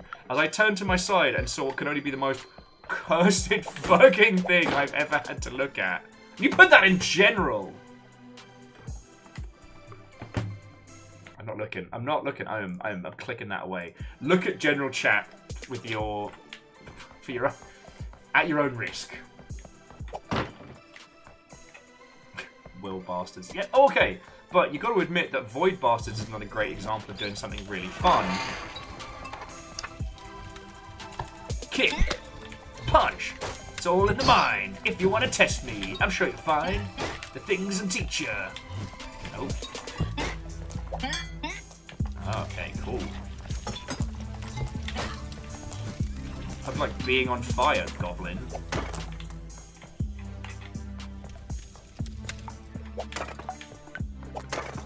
Well, and Savilo, one thing that's really interesting about video games as a whole is, like, you know, we do call it like the PlayStation style, but, you know, predominantly.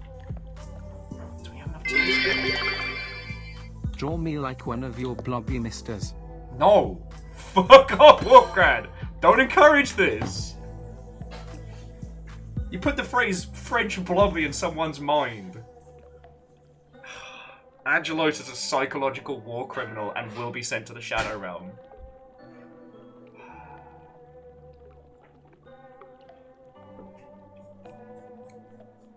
You're a blessing and a curse in equal measure. I don't even remember what it was I was trying to say. You weren't even watching the stream.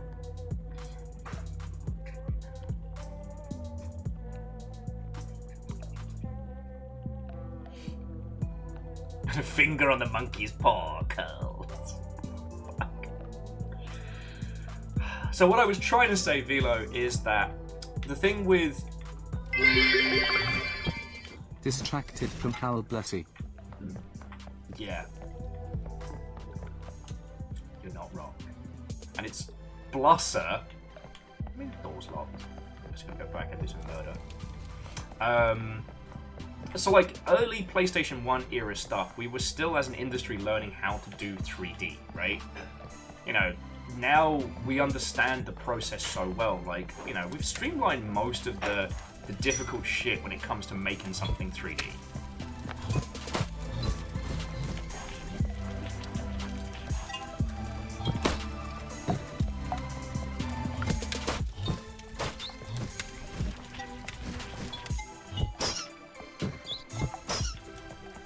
I feel bad, I'm just wrecking tiny rats. So what we're able to do is we're able to use new techniques to emulate old styles. And that's where a lot of this, the goodness of things like this come in, right? You know, it's worth noting that even the tiny chunky models, you know, that have now been talked about so much in Final Fantasy VII, those were cutting edge at the time.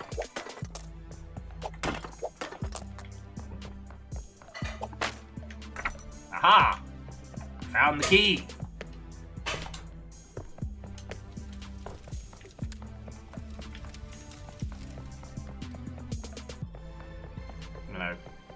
we're able to emulate the art styles of yesteryear, but the technique we use to create it is drastically different. And I know there's nothing unique about that to games, but... Also, DJ, not just like the 3D model onto a 2D background, you know, the pre-rendered era. I mean, like, little chunky cloud running about. And then chunky cloud in the overworld, and then fancy cloud in battle. Like, that was cutting-edge stuff. And if we decide to emulate that now, we can do it using modern techniques. It's an artistic choice now, not a creative... Yeah, it's an artistic choice, not a creative limitation.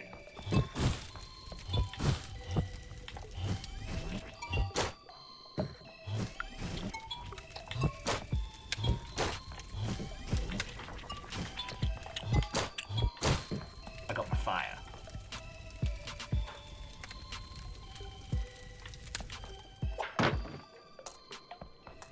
Oh yeah, no, and so DJ Coil, you know, it's very much worth mentioning. Like, thank you for bringing it up. You know, the fact that they worked out how to make huge fancy environments by, instead of like having the whole thing being live rendered, pre-rendering it. It seems so fucking simple now. You know, but if you chose to make a... Oh, hang on, I lost my man. Came from there. Check out this way. If you choose to make a pre-rendered game now, that's your choice, right? It's very much about the art style you want to create. Not that that's the only way that you can create that big experience without killing yourself. You know? We've talked a lot, you know, as both the Longship and as the industry, about, like, the curse of fidelity. How, like, a quest towards... An infinite quest towards, like, the highest possible fidelity available will only ever lead to ruin.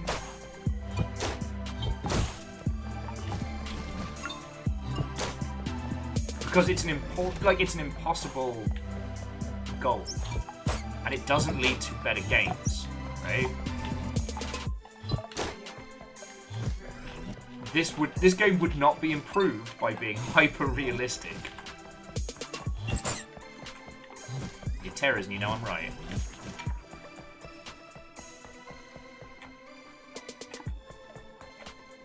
Yeah, well, so Velo, the Unreal Engine and things like that are fascinating because they give everybody access to, you know, far more expensive looking assets and engine techniques and things like that.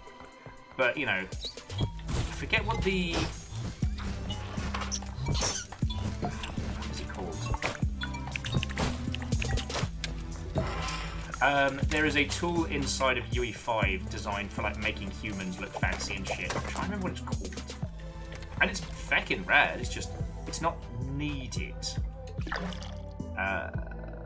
Wildfire. Bigger explosions from attacks, or +1 to all fire attacks. Yeah, let's go sorcery.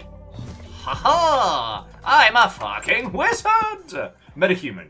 Verdant, Nick, Fearless, thank you. Like, having access to Metahuman is fucking cool. I'm glad we have that. But you don't need it. All that is to say is, like, it's very difficult to make every asset that same level, so... Anyway. Let's do some shopping. Alright, so we've got Sneaky Cloak, 10 coins. Explosive Ring. Explosive Ring. Enemies explode when defeated. Yes. Charge Blade. Drain Blade. Okay, what's the difference? So what's a Charge Blade? 20% chance to gain 1 fire when defeating enemies. Fuck yeah. And lay on a Sneaky Cloak. Enemies have slightly more detection. Oh, I'm a fancy wizard!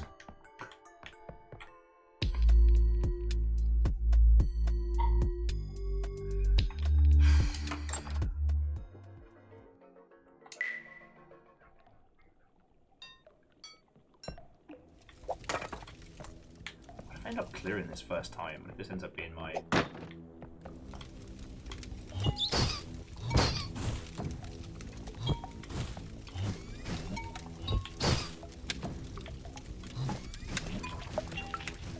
Okay, so I've basically created explosive death rats. Am I the baddie? It's just... I made it so that rats explode, and now they're my greatest weapon.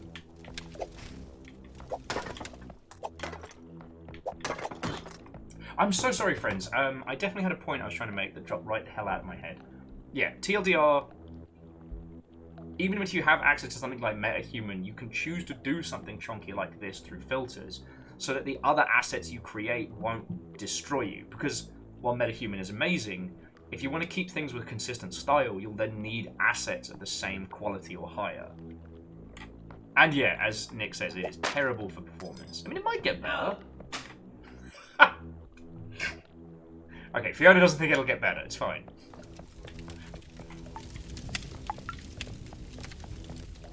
Alright, so we have a key.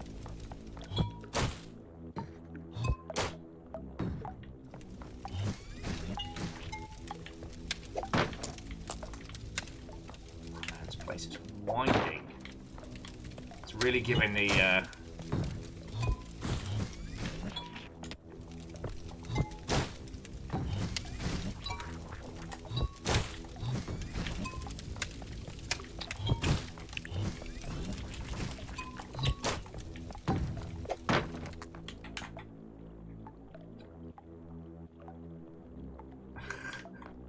'Sorry, Cowley said, Dishonored called, they want their karmic rat system back. The record show, I think rats are neat.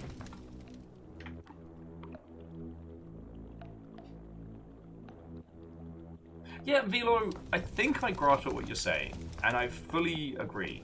I also... fucking turned myself around, okay. Alright, this is the central point. Just... and that's where we got the coin. Alright, so we'll chop out the fire. This way we know this is the central point. I think this is one... no, this is getting complicated. Okay.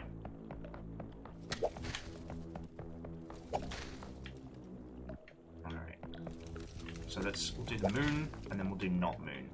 Sorry, I had to work it out for a second there. And yeah, as part of the creative process when making video games is learning how you want to make assets, how you want to put that together. You know, when you're starting out, that's actually fun, at least in my humble opinion. But...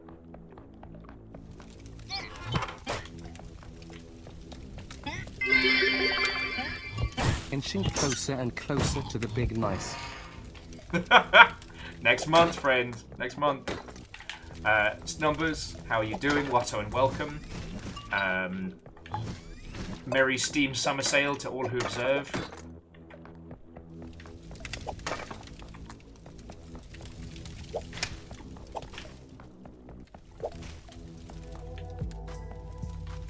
Tears. Okay, so I could bounce now, but we're going to head back so I can get more tears. There we go. So the style is giving you vertigo. Interesting. I mean, that is something to take into consideration.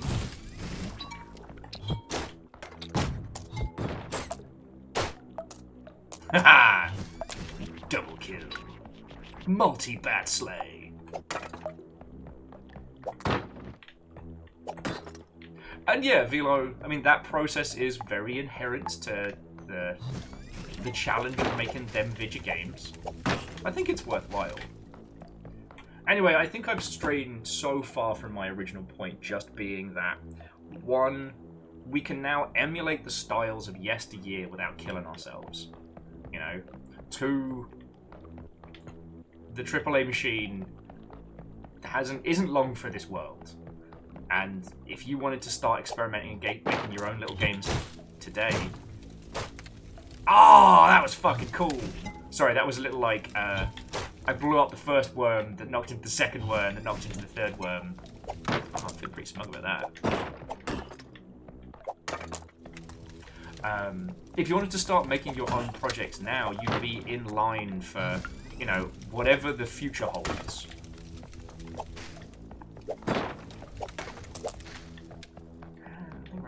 Tears for this. Right.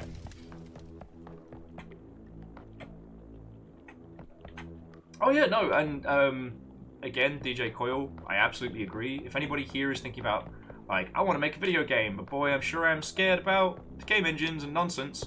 Twine, Game Maker, fucking RPG Maker. You know? Damien has made honest-to-goodness, like, successful bangers with RPG Maker. You know? What was the game we were talking about? Choo Choo Charles was made entirely in what's called Blueprint. And Blueprint is basically Unreal's drag it and drop it flavor of nonsense. And it's like, with just a little bit of planning and a grasp of art style, like, you two could fight this rat.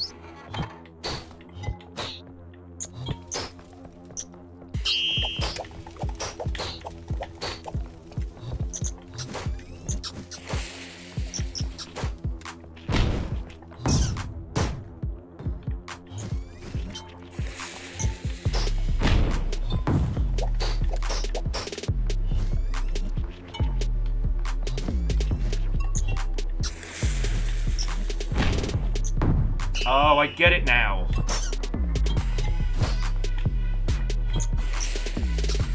We have to use the cannons to hit him.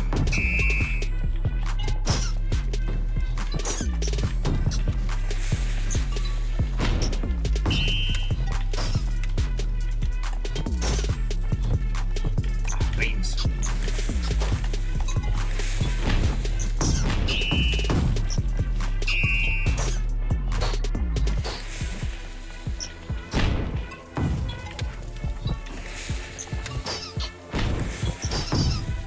There we go. Hoisted by his own cannony petard. I win. 15 tears. I didn't get many tears. Woohoo.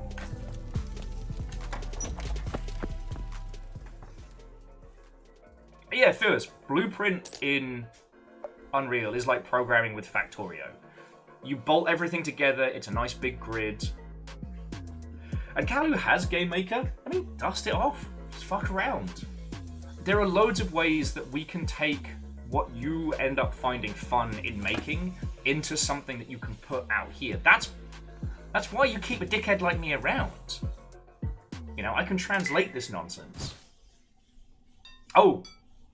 Okay, so apparently what we were doing earlier wasn't an official dungeon.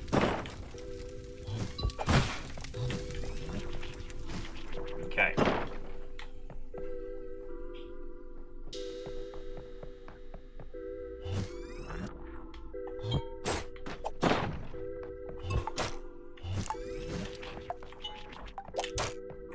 Oh, we have no way of dealing with these bastards.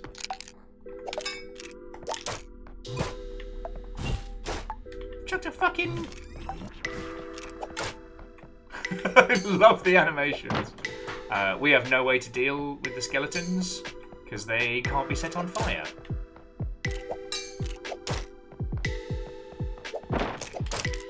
So I actually have to buckle my swash for a change. Fuck. Bones! Dead! It's not subtle. But again, like, friends, you look at what this is and how much game there is to a simple project, and you start getting onto some real fucking winners.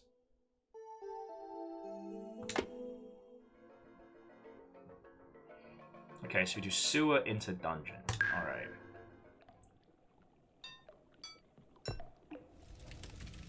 And again, friends, like, the great thing about video games is that it is all about the user's experience. And so the thing with Choo Choo Charles that's so brilliant is how the regular people are just... Oh, right. I don't have my explosion powered back. Ow! Bagworm.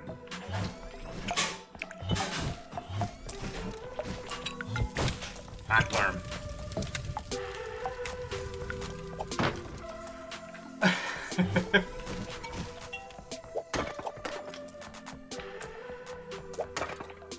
There are loads of ways that you can come up with reasons inside the title for the way things are that users will go, oh, that makes sense.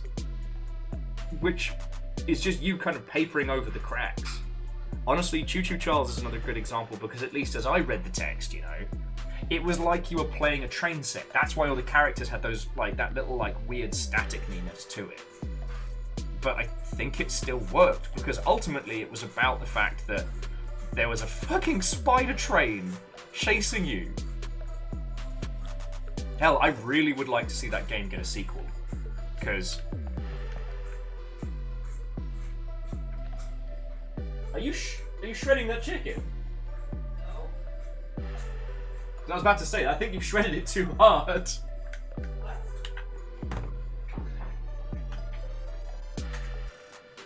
I was hearing like a... I was worried you got down to the bones of the chicken. Like... It's scaring me, man. It's all... Glad that's not the case. It's not chicken bone dust. Nick, what have you done?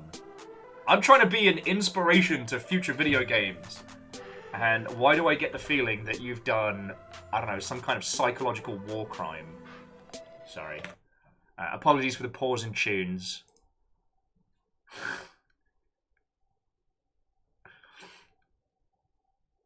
Angelos, Sarah, friend, why are you like this?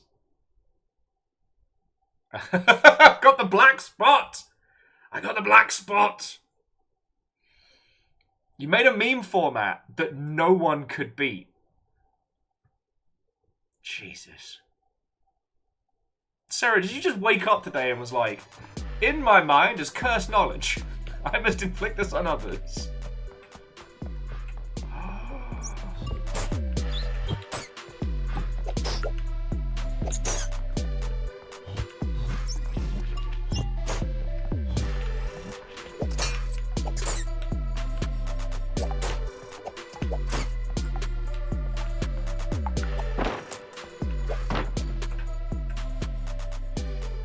Okay, so Angelos was literally doing the UE5 tutorial and then saw the exploitable meme. God. How have we fallen so far?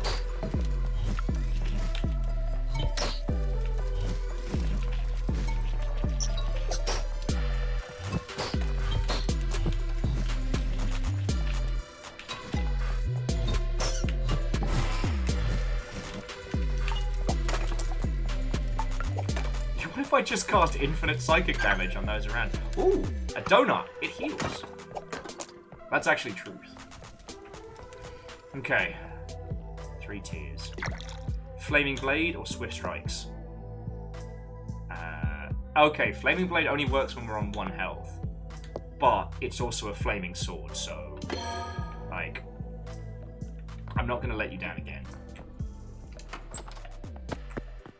Yeah, Jackie, welcome to Elden Ring 2. I'm not actually supposed to be streaming this. Mr. From Software just sent me a build. Just don't tell anybody.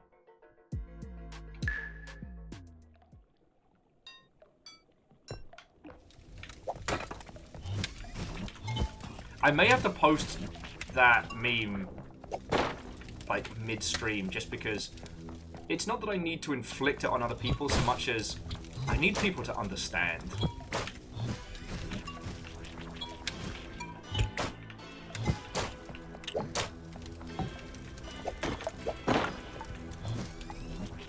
People need to know what it means to do this job. The psychological cost. Caffeine water and welcome. We were just talking about that.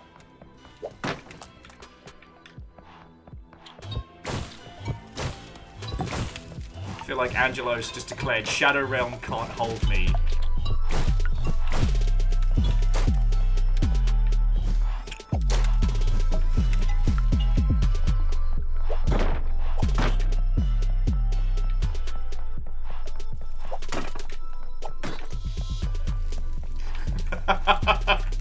Angelos yells, and I quote, "I made only cans. I am the Shadow Realm." Yeah, you have served higher powers. You have seen greater darkness. Ow! No bitey. Big hamster breaking the bitey no bitey rule.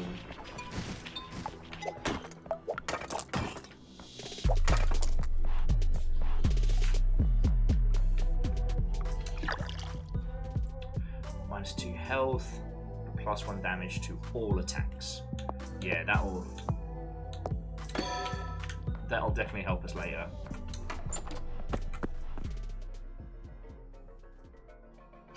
Angelos! And again, I quote, said, I have sat in a voice call while Zalavir made sex noises. That changes a person. Okay, if you haven't played it, it is free on Steam. The game is called Only Cans. And it is a game where different non-branded soda drinks make horrifying sex noises at you. Also, I kind of like the way this says, ready, set, rest! Like me trying to relax when I'm having a fucking panic.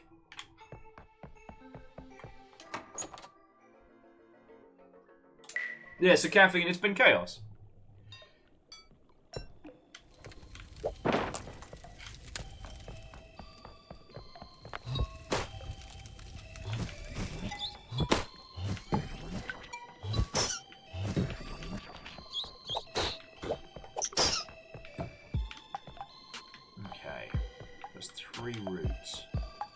So we'll go...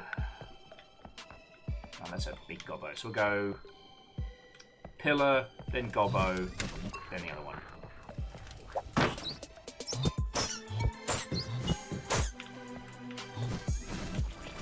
I'm not sure where that bat leaped in the way of the fireball there, but... I can understand it. Oh, yeah. Those little guys are immune to being hit in the face. Just be a very useful power. But again, everything's weak to fire. Yeah, numbers. It's called Thirst Only Cans. Thirst Date. Oh shit! Guess who was fucking smart? Put a bottle of water in the fridge like a genius. Oh man, I'm on it today.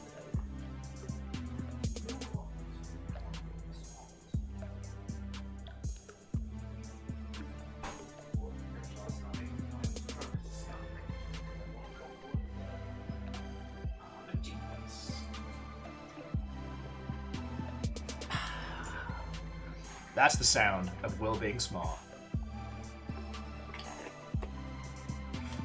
Anyway, where were we? Okay, so I'm going to try and turn this horrendous nonsense into something vaguely useful. The one thing I will say about Only Cans is that aside from its ridiculousness, it is a really good example of a simple concept that strikes a chord.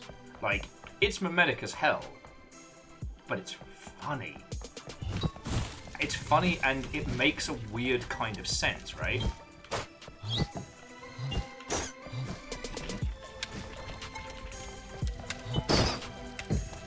Like, as dumb as it is, you can kind of understand a dating game, but it's cans of soda. Even though it's not really a dating game, per se. It's its own bizarre flavour of nonsense. But it makes sense. And, you know, that's really heckin' cool. Now, creating a variety of different titles, so in the event that you hit upon something mimetic, you can expand upon it, is a sensible way to make video games, in my humble opinion. Ferric, Watto and welcome.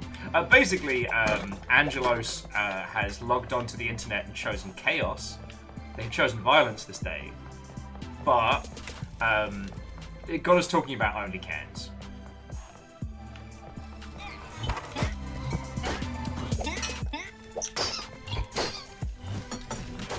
Ow! Oh shit. Threw a fucking rock at me. Which, you're right, I still haven't played on stream. I'm saving that for a special occasion. 9 tears. Oh. +2 to melee attacks, -1 to fire attacks. That kind of counters it, but resilient can exceed maximum health. Now, with that, we can counteract the whole glass cannon effect.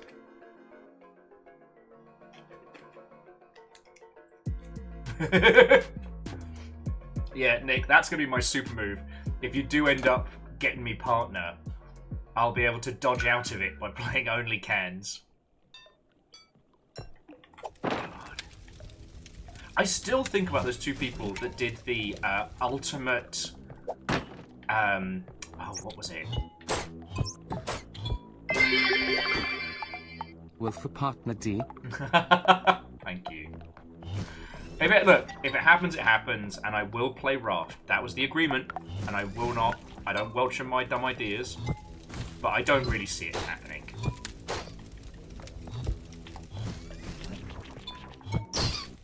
I like to stream weird. I like to stream far too long, and I'm not independently famous. So, but no, sorry. Where are my manners? Ferric Phoenix, thank you. 42 months is, I mean, the meaning of it all. And I really appreciate that. But no, sorry, just because I was talking about it with somebody in the pub the other night. The most dangerous game of Splatoon ever played, where both players were streaming, and each of them green screened their color, and beneath it they had playing like hardcore pornography, so that you were not just fighting to win, but fighting to keep the other person from getting you permanently banned. Like, that's high stakes poker. Too spicy for my blood, you know, but I appreciate its unhingedness.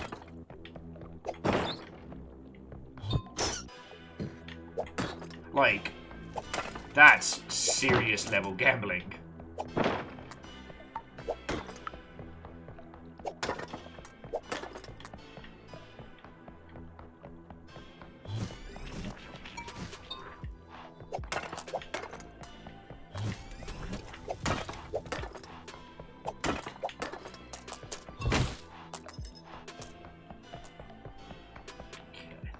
This area? Alright, cool.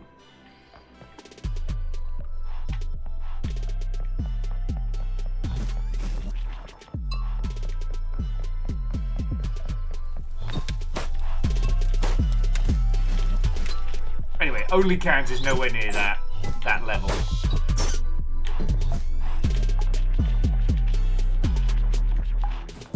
Sorry, I'm trying to be a cheeky sorcerer, so this way our max health and then start hoovering up donuts.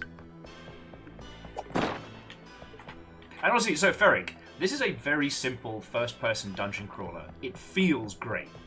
I know Numbers and some peeps were having trouble with the art style, and I do respect that. But like, this is a very simple game as part of SokPop's whole ass collection, and a great place, an absolutely great place to jump off, you know, talking about sustainable game dev.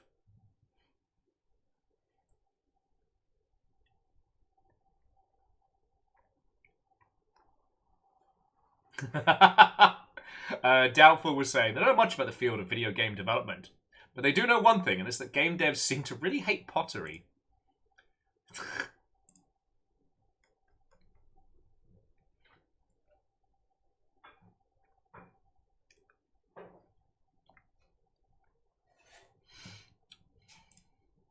Sorry, I'm just checking Discord and wishing I fucking hadn't. Sorry, apologies for the break in tunes. No. Okay, there we go. Ferric says, they tried Dark and Dark the first time, saw pots, broke them, was rewarded. Your hypothesis has so much data. Yeah. Okay. Game devs hate pots on a spiritual level. We hate ladders on a fundamental level. Out of fire. There we go. Ladders and stairs. Ladders and stairs.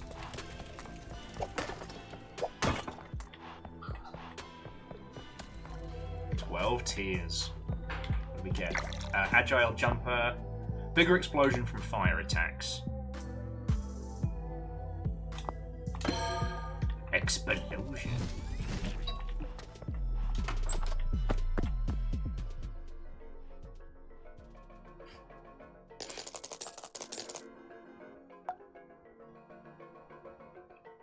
Well, I think that's why, especially in Elden Ring, one of the loveliest characters is themselves a gigantic pot. Them knowing that players would have this okay, what have we got? Explosive ring. Okay. So this was the charge blade. And this was the 10% chance to deal damage when defeating enemies. Okay, so with this, plus the... No, you know what? I'm not going to waste money on the sneaky cloak. So we'll probably get something fucking cool so we can survive. So with this, we'll be able to potentially push our health, like, right up. Yeah, Ferric. Zelda has basically taught us. Smash pottery, don't fuck with chickens.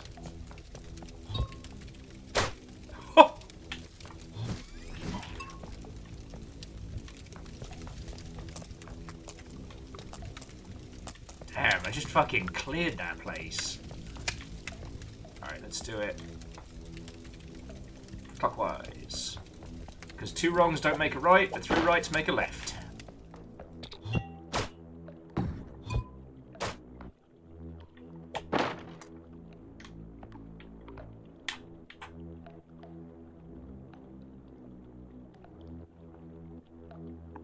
Oh!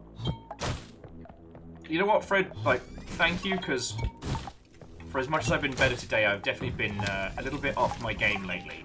So Fred was saying, like, I always have a reason for the games we play. Why did I pick this one? Well, predominantly because out of SokPop's collection, this is one of the newer ones, and this one is 100% video game, right?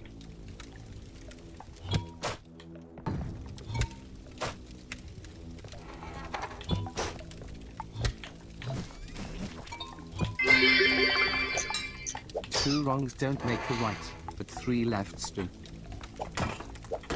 Thank you, Numbers.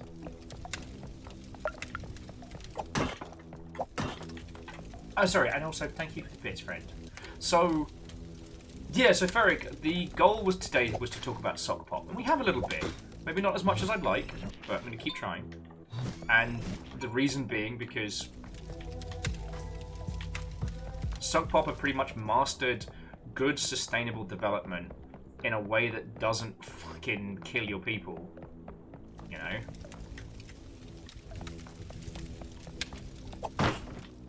They make a plethora of fun and interesting titles.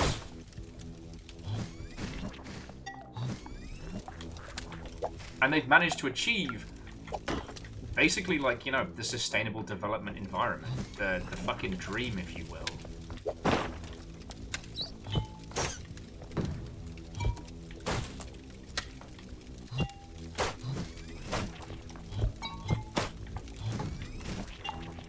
They're able to make a plethora of really interesting and creative titles. They're not limited to one genre, although they do predominantly tend to use a similar art style, I will say that. But, I mean, if your goal is to be able to make lots of fun games, it's really fucking cool. Yeah, they do iterate through a lot of their projects, they do reuse code and ideas, you know. They make it work, and I will always respect the shit out of that, you know? A lot of, you know, working smarter, not harder. That's just cottage cheese, Jackie! Who hurt you? Who hurt you?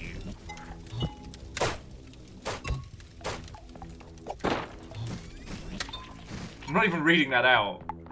Of course, what will happen is I will forget until the end of the stream, and then feel very, very grim after.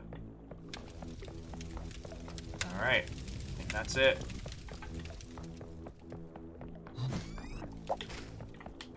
You'd argue that's ricotta. Oh, my apologies. I chose the wrong kind of, and I quote, milk with pulp. I wasn't going to say it, and then I did.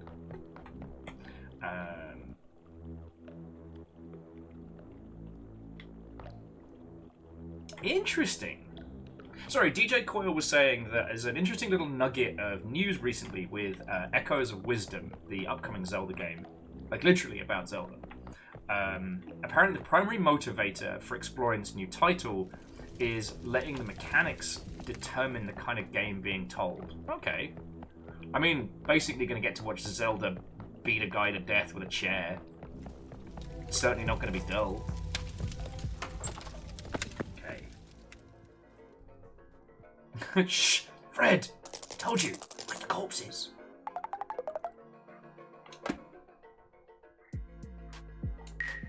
Alright, is this Rat Boss again? Because I do now know what to do with Rat Boss.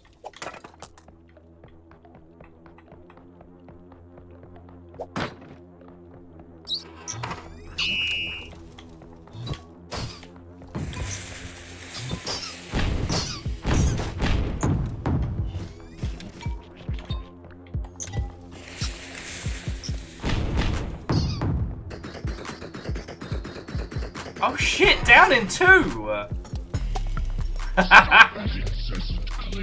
How's that for a slice of fried gold? And, Jackie, thank you, even if you are being very weird.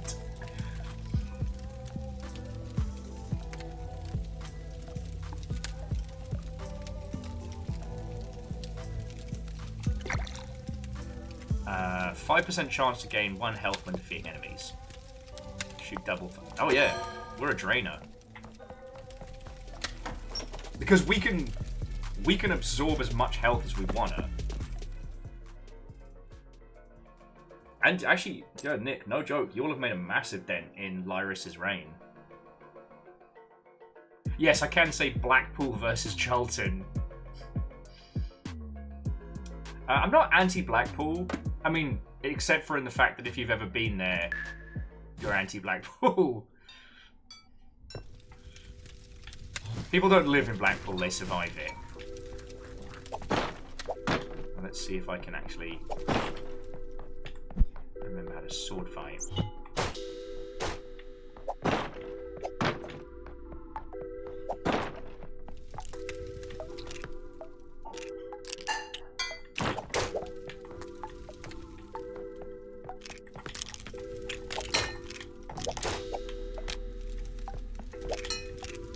Ow. That's my carefully stolen health.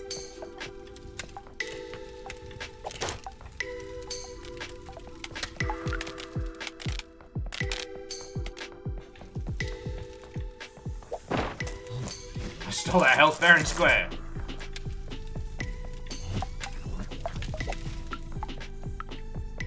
Sorry, I just gotta make sure I'm stashing all of the goodies. Because I think we can actually make it further into this dungeon. But sorry.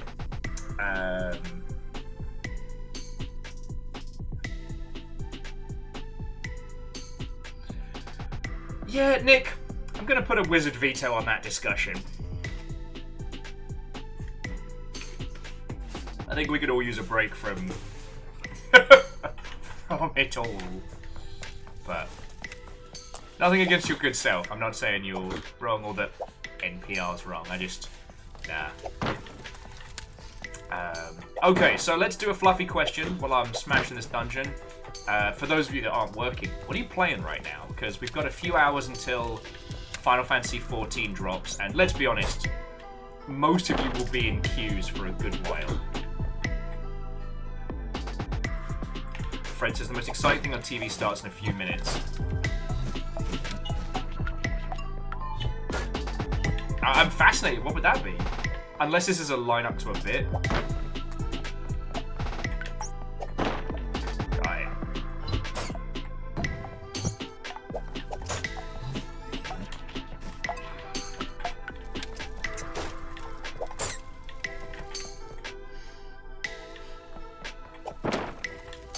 I'm definitely going to call a wizard veto on that one, Fred, because... Alright, here's what I'm going to say. we're all about to go through one of the shittiest years for social media on so many different fronts. Look after yourselves, lovely homies, alright? If you have to deal with if the onslaught of everything starts getting to you, log off, pet the guinea pigs, like, build a Gundam, drink, whatever you need to. You don't have to be plugged in every second of every day. It's a marathon, not a sprint, you know? And you can't protect your homies if you are too in the hole from, like, social media. I don't know. I'm trying to think of the very way that it can erode your soul, this unending, like, setup. Hey, Will. You see that meme going around that says, "What's up, babe? You hardly touch the advice that you give others." What, me? No, like, it's literally me. It's literally me. That needs to go on the placard. What's up, babe? You've hardly touched the advice you give others. Look, I've given up on TikTok. It's just a miserable hellscape now. You want your pasta? I'd love a little pasta, yeah. Thank you. And Nick, might be a lot of them. Might be a lot of them.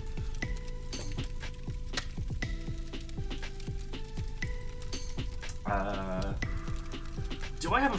Alright, Vern was asking, do I have a favourite joke that exists in a video game that couldn't exist outside of games?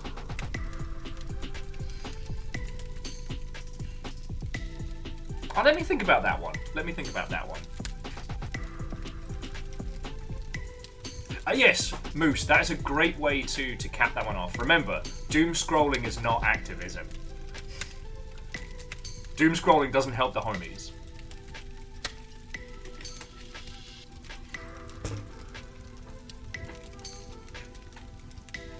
I don't know, Nick, what do you call a wizard with 12 eyes?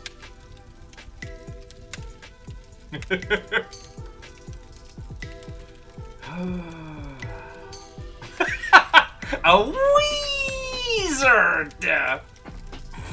Fuck.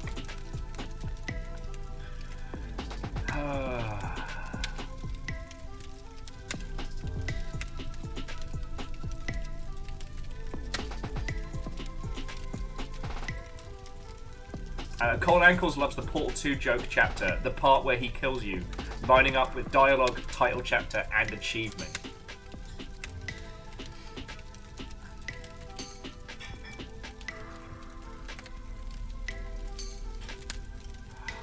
I mean, mainly because my brain's in like 5 different places all at once. The first thing that springs to mind is every game that has a 451 achievement.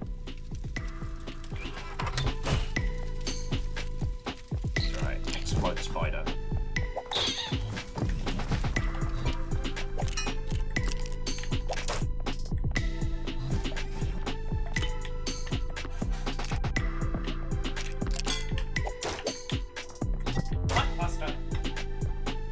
Fighting a skeleton.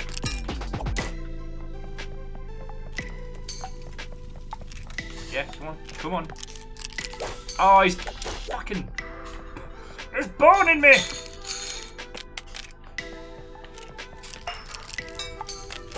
Ow.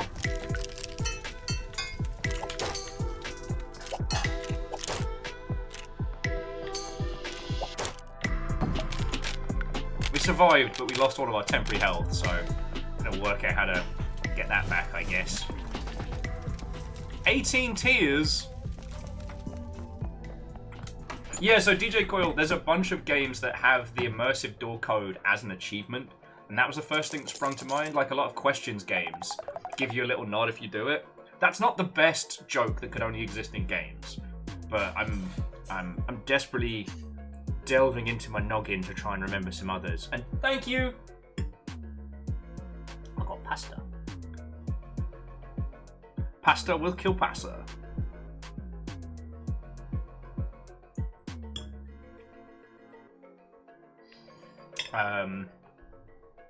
Nick says, for games, beat Stellaris and I installed it. Right now they're all waiting for Phantom Brigade to finish installing. I mean, you will enjoy Phantom Brigade. I haven't been able to get it working for stream, so that's why we haven't done more on it. But like, it's simultaneous turn-based time travel giant robots with so many classic influences. One of my favorite ones is, if you get the opportunity, send out a lone robot against an overwhelming force and tell me what you see. Because if you're really, really good at XCOM-like situations, you may not end up in a situation where you have one mech versus overwhelming odds. You know? But if you do, you're gonna have a great time. And you know, DJ Coil, you're right. All of the Stanley Parable is humor that couldn't exist anywhere else. The 8, 8, 8, 8.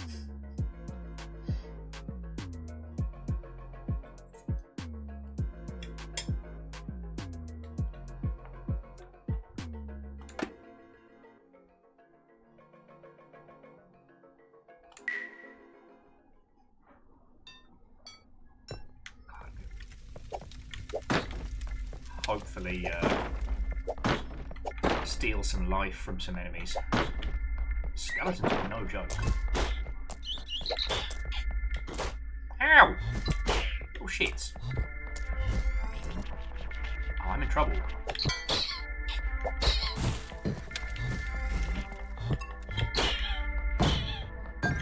Woohoo!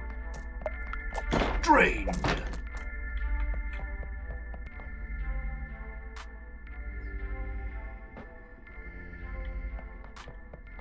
And Pacific Drive does have some brilliant comedy writing in. I just, like, Verdant was, like, stuff that could only exist in video games.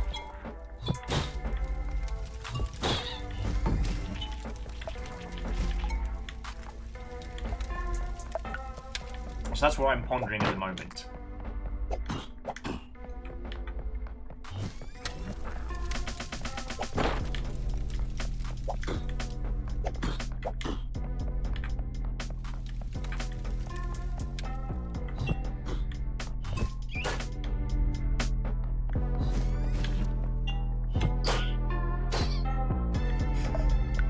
I will say, I do like getting the cascade effects going.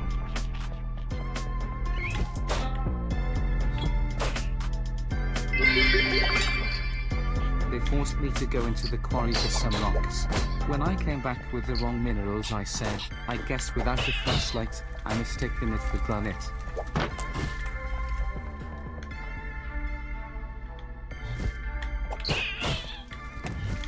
Mistaken it for granite. I fear your joke has gone over my head once more, but... Kira Zero, thank you for the 500. How are you doing, Watto, and welcome! Come on in, friend, come on in.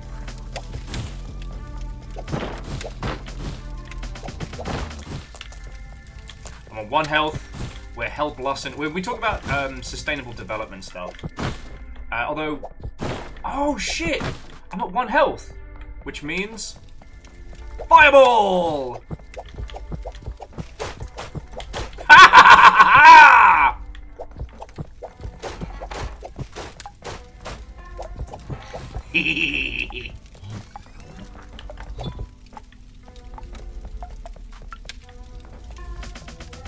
Okay, 18 tears. 3 health when regenerated to 0 health. It triggers once. Abso-fucking-lutely. Although with infinite fireballs, I think we're untouchable.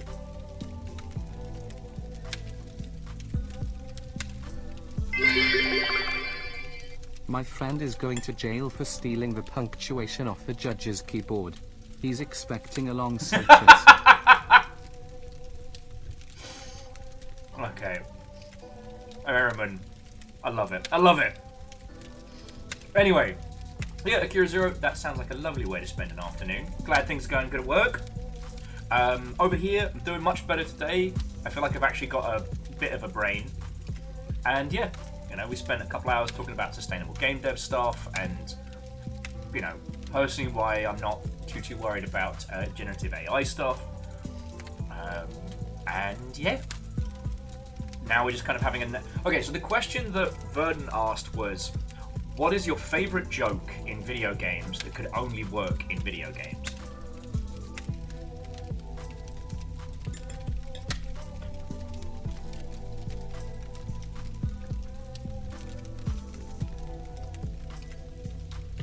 Dustin, that is a very good one.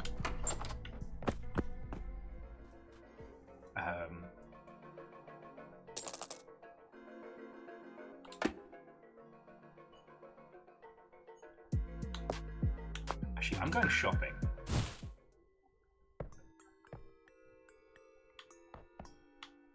So, a wild bracelet creates an explosion when jumping. Well, we know how that fucking ends. Charge blade we already got. Fire blade! Shoots fire when attacking, lowers attack speed. That would mean that we would be spitting 2 fireballs all the time. Alright, let's just quickly check to see what this is. It's a sturdy cloak.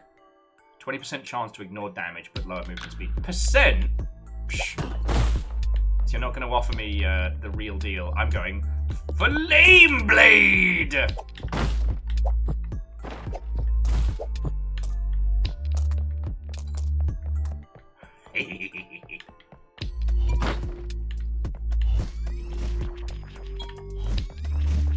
And we could generate as much fire as we want.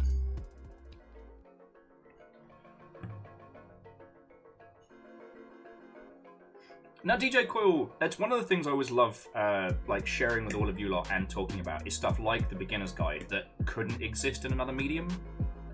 You know, I think you could maybe do like an art house movie where the director's commentary is part of the movie, even though you've never seen it.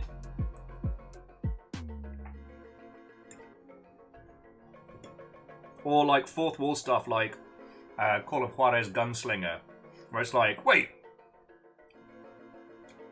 gang members? I thought you said they were Indians. Oh yeah, no, I did. And it completely changes like the area and the layout. Because the guy's so drunk while he's telling the story that he's just talking shit.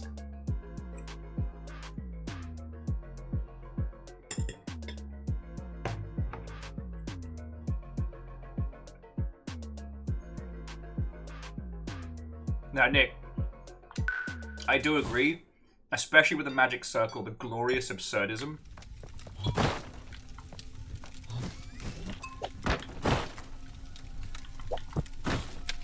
So Nick was saying, like, the absurdism in the magic circle when you can create, and I quote, a railgun-toting flying mushroom army to attack Ashley Burge.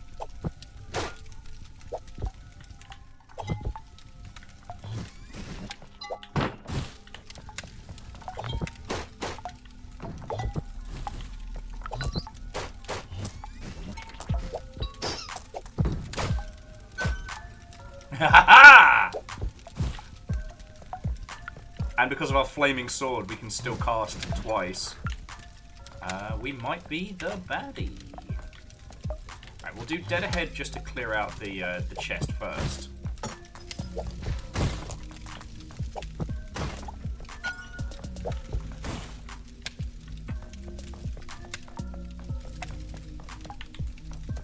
Right, we came from that route. Sorry, we'll do left then right.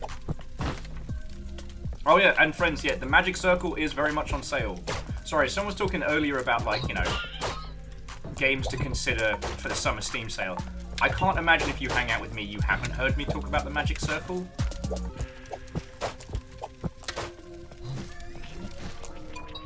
But if you somehow haven't, pick it up. It is one of the greatest games about making video games. But basically, the trilogy for me is The Beginner's Guide, the Magic Circle, and then the Hex. But because they each have a very, very unique perspective on, like, what it is to actually make video games, you know?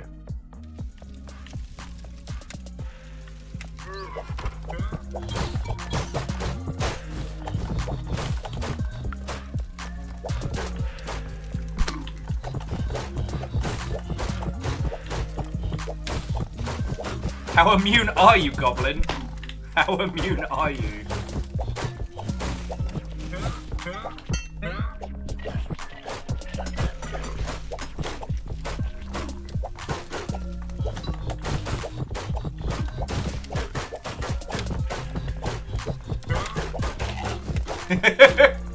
He's immune to fire, but he still staggers. I think I did a crime to that goblin. I think I'm the baddie. I'm just gonna say it. Angelo says they haven't played any of these. Yeah, no, so Angelos, the beginner's guide is a poetic meditation on the two sides of artism. Artism? God, I am so sorry. I didn't mean that like that. What I meant was like the two different facets of creating art.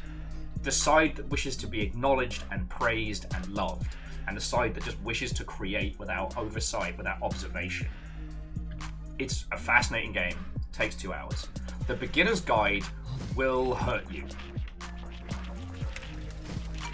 Because it is one of the most honest games about being in video games. To the point where one of the boss battles is an E3 demo, an E3 stage presentation, and contains possibly one of the most uncomfortable monologues of all time. It is brilliant. Like, the beginner's guide is all about this auteur from the 90s called Ish, and he is the All-Father. He's a stand-in for, like, Garriott and what's his name? What's the ballback? Ken Levine, and those kind of, like, named characters who had this huge successful game in the 90s, and then the sequel was hyped and hyped and hyped, but it's been in... I do mean the Magic Circle, Nick. What did I say? I'm so sorry.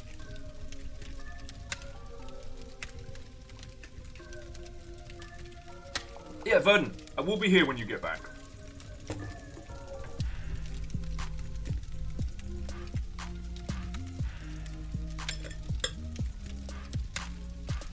Thank you. Yes, I did mean the Magic Circle is the one about the 90s game dev. I get in, check the Discord, and I'm presented with a very cursed image of Blobby Will. Longship, never change. Yeah, apparently Sarah felt that none of us have really hurt enough today. So, but yeah. So the Magic Circle is all about this game from the 90s that was hugely successful, and then there was going to be a follow-up, and it's been trapped in development hell for like 20 years. It has cost untold marriages and money and everything, and this is its last gasp. The Kickstarter money is out. There is no more funding. There is no more publisher money. Like, this is it, and that's the point where you join the project as like an unnamed tester, and it is very real. Also, the voice acting cast is incredible. The guy that plays the auteur is the same guy that plays Rusty Venture, who I always forget his name, but he's an incredible performer. Ashley Birch is in there, and the person who plays like the burnt out bitter vet producer is also incredible. But again, get fucked, wizards!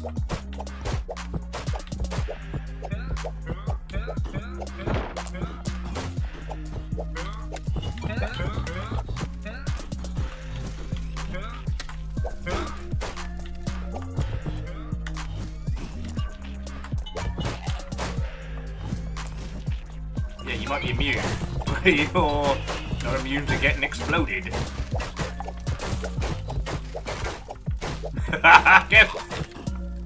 And that, friends, is how you break a wizard. I'm immune to your magic. Are you immune to getting kicked in the face?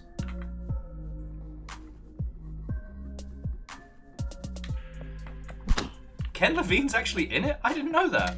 God, I played through that game loads. But yeah, so Sarah, I highly recommend the Magic Circle. Also, the gameplay style is all about taking NPC behaviors and combining them in weird ways. You know, it is a game about making games where your goal is to break the game. And I won't say any more because it really is something special. And the last one is the Hex. Now, the Hex was Daniel Mullins' project before Inscription.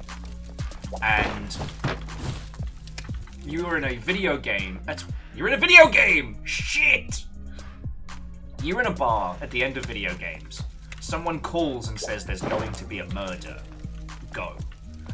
Basically, it's a bunch of different video game protagonists all standing around a bar, and you take turns playing as all of them.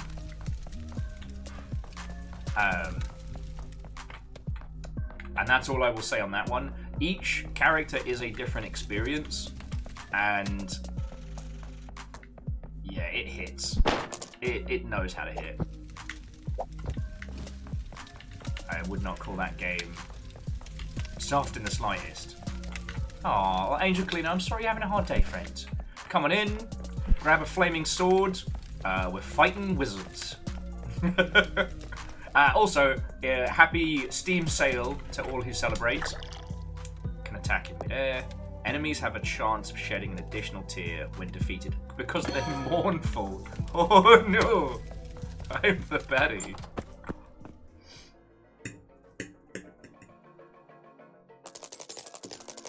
And technically, the hex does feed into inscription, but only in some small ways that may or may not freak you the fuck out for the rest of your life. What?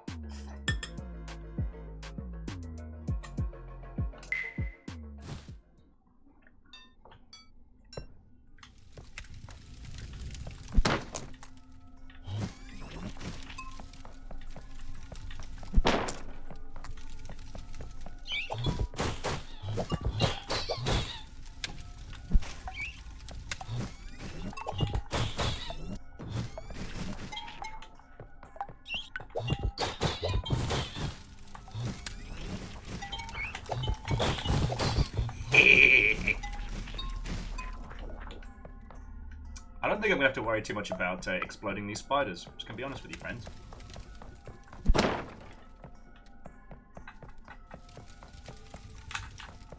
Oh, actually, Morlen does make a good case. You might already own the Hex if you got one of the previous, like, what was it? The itch.io's bundle for racial justice and equality.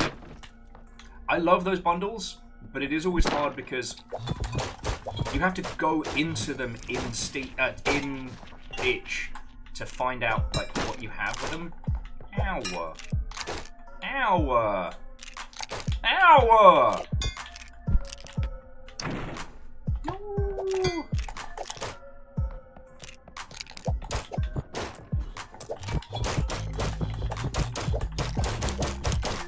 Fucking die!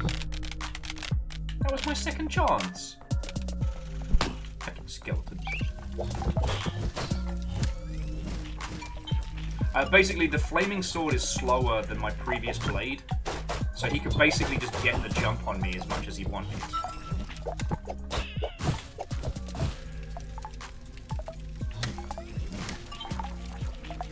Yeah, so I don't know what's going on, Nick, with Phantom Brigade. I actually haven't had a chance to talk to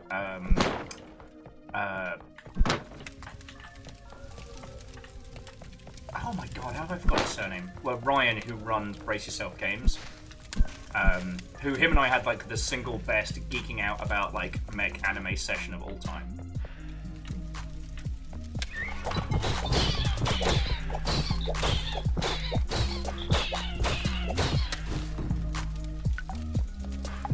But yeah, I haven't had Ryan Clark. That's it. I haven't had the chance to talk to him about like what's going on with it, but they're definitely having definitely had some technical difficulties with however that thing is set up.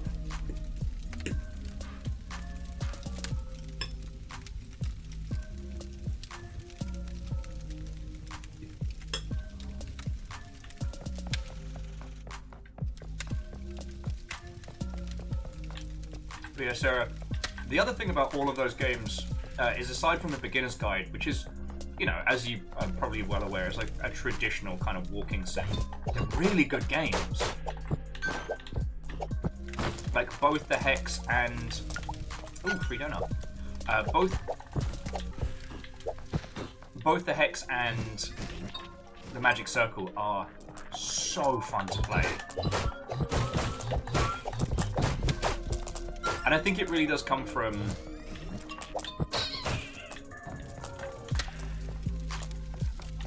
the Magic Circle is such a...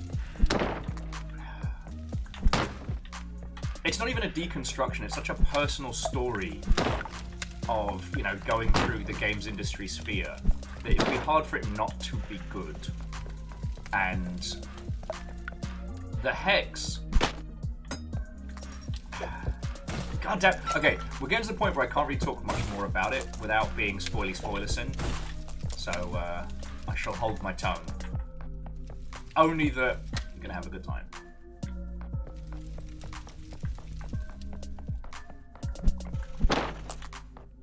And I'm pretty sure the magic circle and the hex are on our, like, are on our list of. Ow! Fucking wizard. Fucking wizard.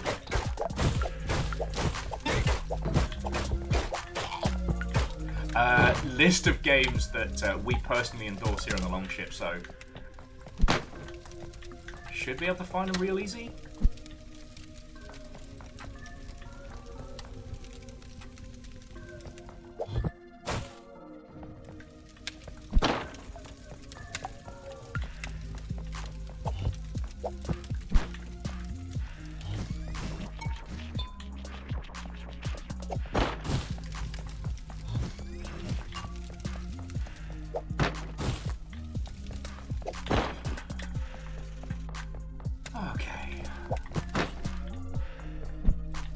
Plenty of fire, we've got plenty of power, got enough to get ourselves another blessing. Man, this is all going so well. I'm sure nothing can stop us.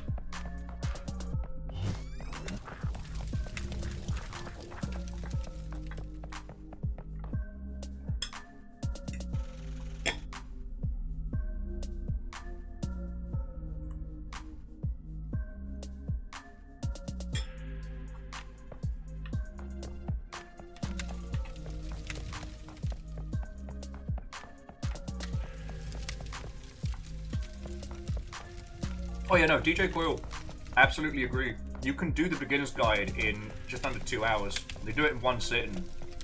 And it's a... Strike swiftly. Ooh, more likely to find donuts.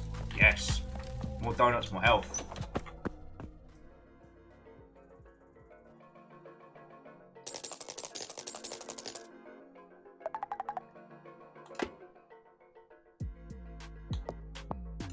Let's go shopping.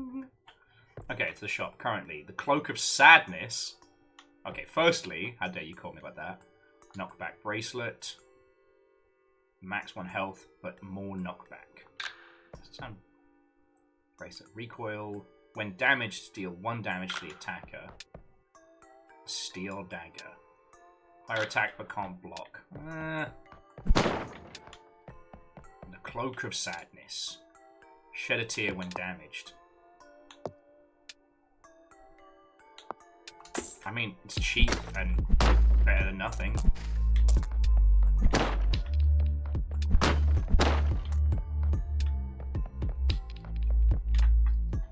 Let me just scoff some more pasta while we're hanging out here. Well, so DJ Coil, the beginner's guide is one of those things where if you've never had the same kind of internal struggles, it's a really good way of thinking about it. And if you have had those kind of struggles, you know, the need for validation and perception versus wanting to just be able to make things for the fun of making them, you know, it hits hard. I'd say for creative programming, it's kind of, or just, you know, for those of you that make games as an everything individual, it hits like a brick.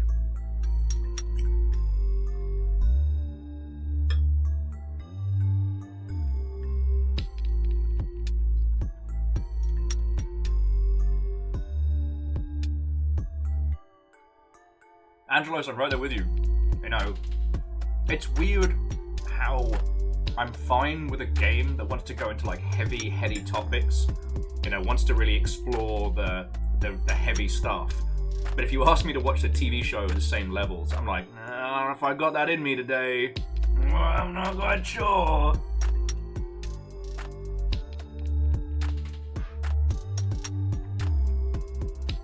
And Verdant, Watto and welcome. I'm kind of curious if anyone has made a really good game about burnout in game creation. Because I'd say that's the last, that's not the last, but it's one of the facets of making games that I don't think we've creatively expressed.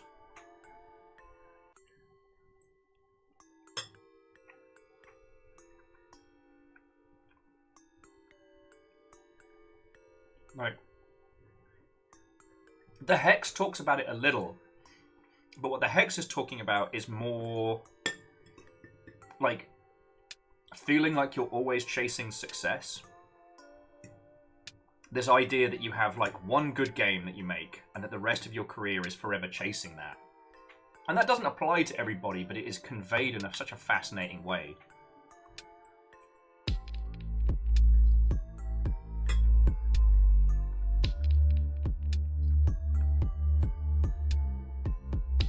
So, what I will say, Angel Kalina, take a breath, take a beat, make yourself some tea. I fully understand that spirally feeling, because I was fighting it a lot, you know, last week, this week. And, you know, I'm not saying, I mean, whatever it is your kind of like, take a breath, have a break, whatever is your equivalent of that is what you need, because you're in this state where the best analogy I have, unfortunately, is also video games. But when playing rhythm games, Guitar Hero, Rock Band, DDR, what have you, when you start missing notes, you're in this mental state of playing catch up, right? Whereas what you need to do is stop for a few beats and then lean into it. And I find when it feels similar to how you're discussing, I find personally that that's the best maneuver, you know? I'm sure you're sort of like, I was not in a good space yesterday, but what I did is I did what was counterintuitive to the moment, which is I stopped. Now, I did drink a whole bunch of alcohol. I'm not recommending you do that. You shouldn't use alcohol to solve your problems. Don't do as I do. I am not a good example. But I had a bath. I watched a whole bunch of, what is it? Game Changer. Like,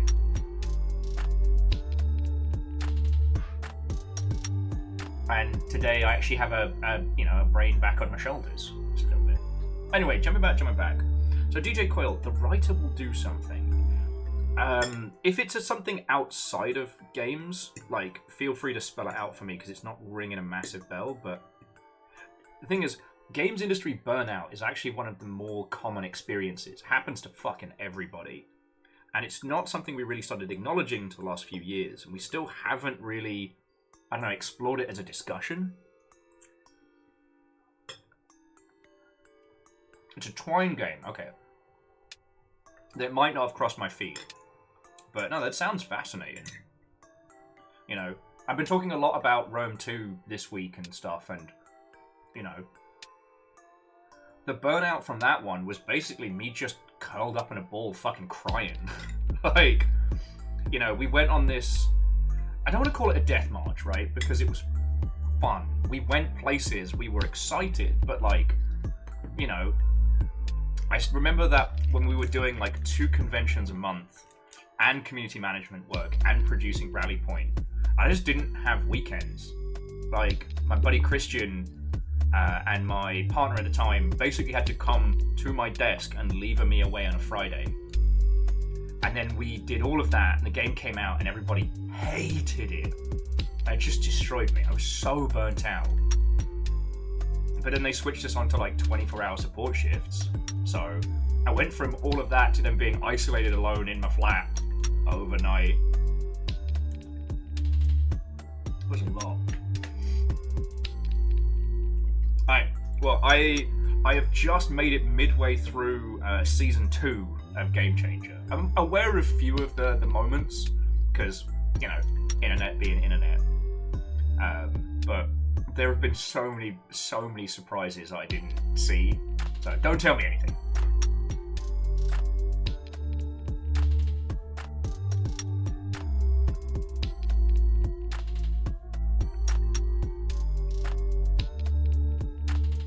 Oh yeah, actually, and so Angel Kalina, this may work for you, this may not, but you know, the Tetris effect is real, and games that are guaranteed to put you into a flow state can be very good.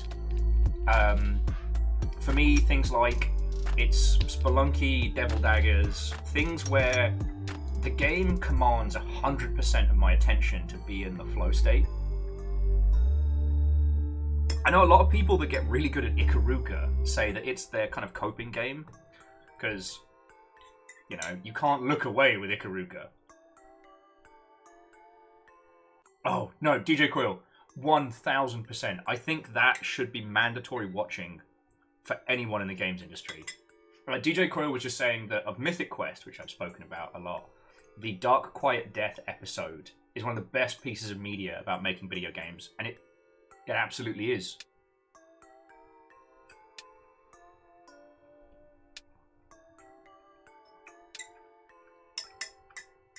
I mean, okay, but also, so Sarah and anybody else who's industry side, if this is the first time you're hearing about this, one, Mythic Quest is a comedy show about making AAA games that might as well be called Ubisoft Montreal The Show. It is from the team that made It's Always Sunny, and it will hurt you in a way that no other piece of media has, because it is so painfully accurate, and none more so than the episode about Dark Quiet Death. So, like, when I saw it, I drank myself near blind that night. So I didn't know what else the fuck to do. Missed the last pre-plague sober me. But it will hurt you because it is such a honest and accurate depiction.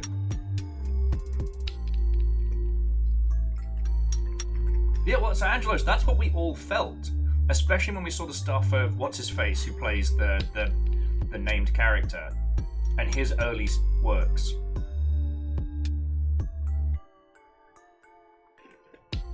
But the writing team either have worked in games or spoke to everyone that has survived it, and it's incredible. Anyways, fight some fucking skeletons. Now, one thing I do want to watch with all of you lot when we get the chance that will hurt you, I think it's called Hero Mode, and it is a movie about making video games that will fucking haunt your dreams, because it's awful. Unfortunately, it's What's-His-Face who played Samwise in a show where a AAA video games company is going down the crapper, so they bring in someone's kid to just save the day.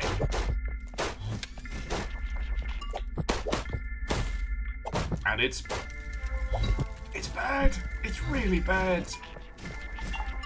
It's like the I have a nephew that could do that.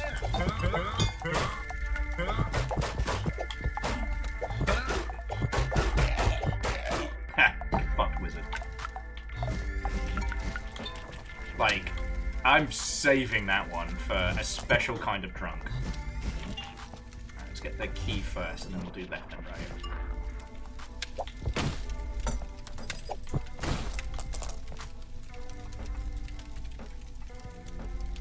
Oh, no, actually, so Angelos, I haven't finished that.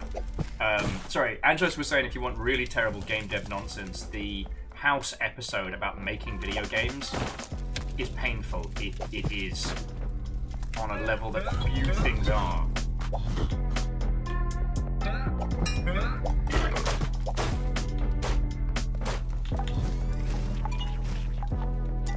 Better run, wizard.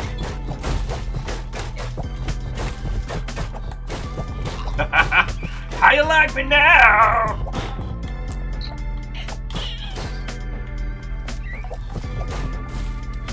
Was it me or did that spider make an uncomfortable noise?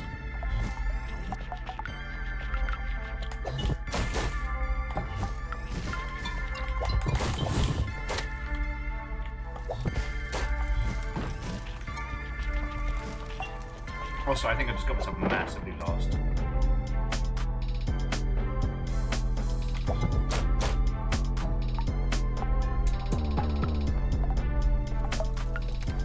Sean Astin, thank you, numbers.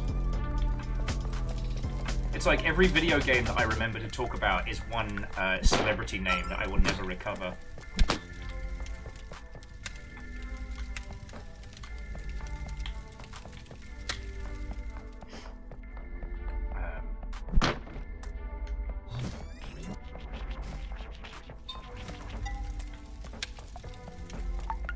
I will say, what was it? Free Guy? That one was not as terrible as I thought it was going to be from a game dev standpoint.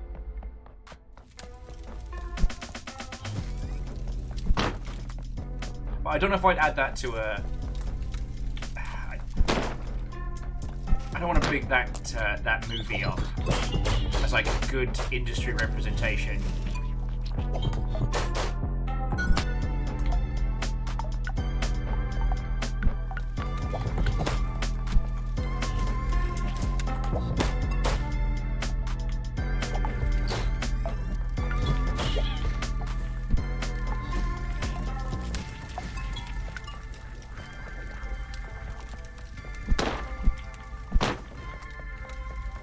I don't know if it's intentional or otherwise. Oh, of course it's intentional. What am I talking about? The amount of fire on each level.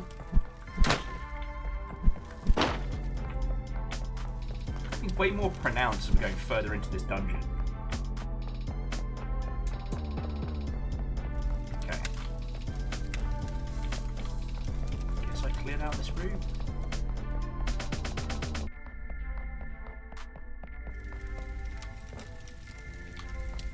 Oh, okay, so we came from this way. Alright, we're going this way. Cool.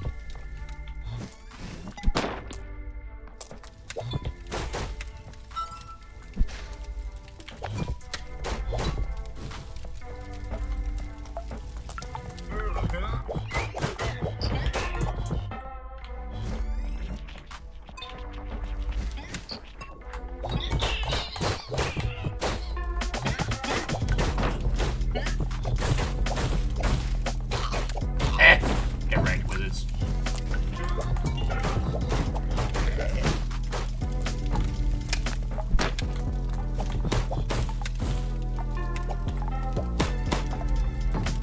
Okay, sorry about that.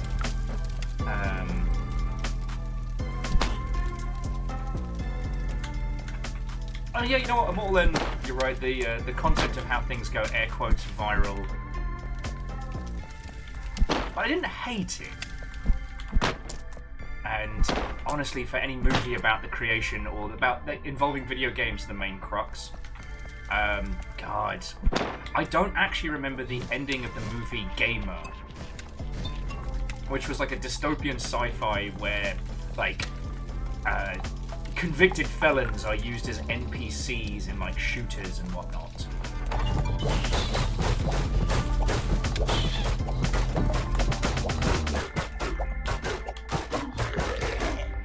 I do not remember the end of that movie. I know I've seen it, but I got so horrendously drunk watching it because it was that fucking terrible. 20 tears. Spray. Shoot double bit stronger. We'll go for tank then. Just because right now our fireballs kick ass, and they're our biggest strength. Yeah, it was Gerard Butler being piloted by a local esports pro. And it was... Vernon Flow, there you go, see? And that is why Roblox makes so much money. They realised, why use felons when you can use children?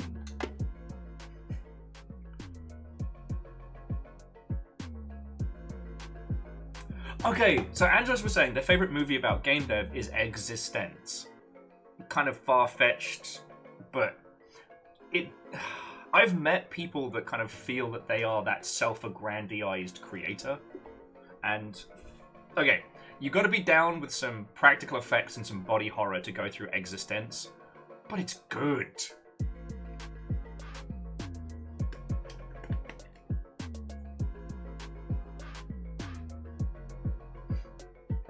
So Garrett says, oh, the end of Gamer, they let him off the chain and he clears his name and kills the bad people. I'm shocked and surprised by this turn of events. And Angelina, nachos. They have healing powers.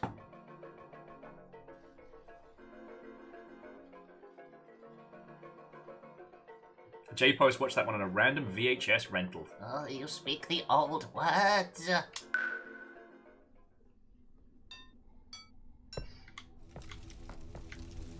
This is only our second dungeon run, by the way. This is going... not going to finish that sentence. Okay. So last time we had to use a gimmick to defeat somebody.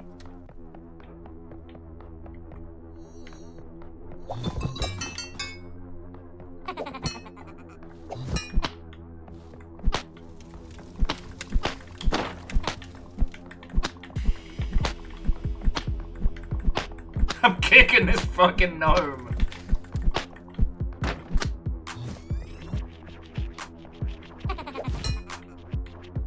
What you got?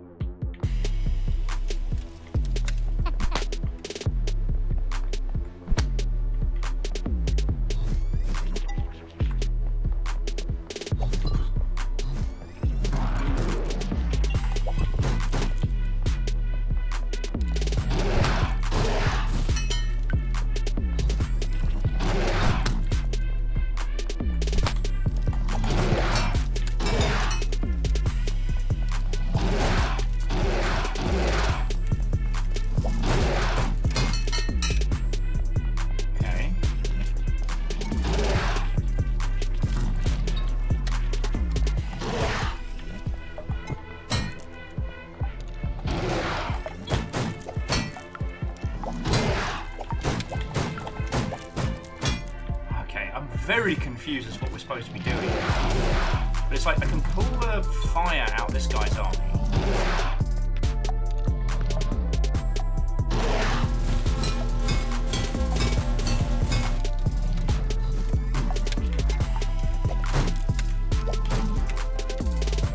It's not hurting him.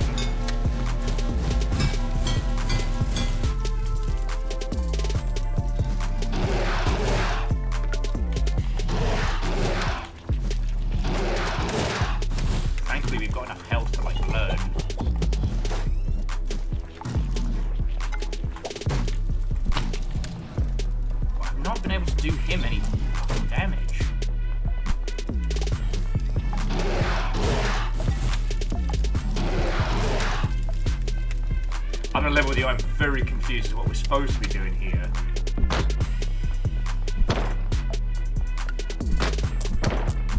Kind of thought it was more fun than I was kicking the crap out of that fucking flying gnome. The gnome seems immune to all forms of damage. Oh, I think I've got it. Alright.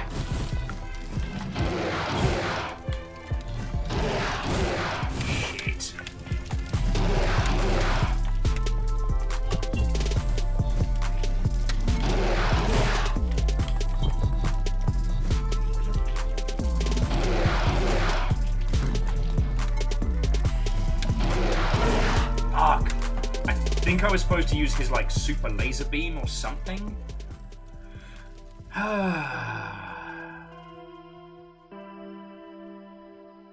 1 hour and 2 minutes.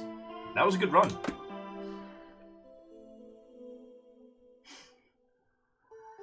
So Stay Alive was the you die in the game, you die in the real horror movie.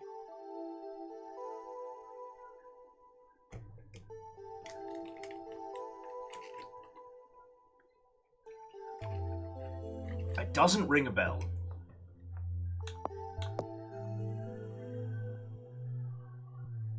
And you're right, Immortal N, I was doing well. I started to feel confident, and as we know, confidence is a surefire path to success with no downsides. J-Post, go get some sleep, friend. Alright? Because I've been wanting to rewatch, what was it, The 19th Floor? Kind of like a sci-fi movie from ages back. But that's not streaming anywhere, and I haven't had the brain power to try and seek other means. Alright, forgive the pause.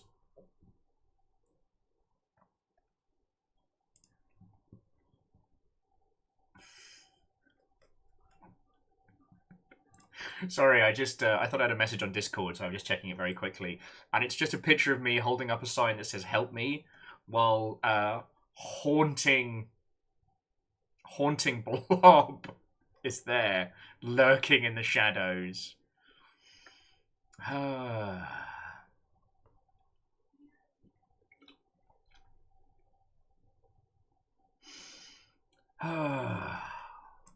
mean, it's the least horrifying of this new wave of blobby nonsense.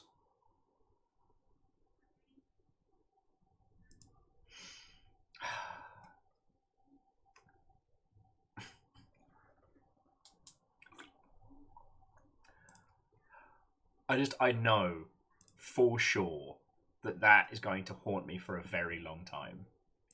And there's nothing I can do about it. Feckin' terrors.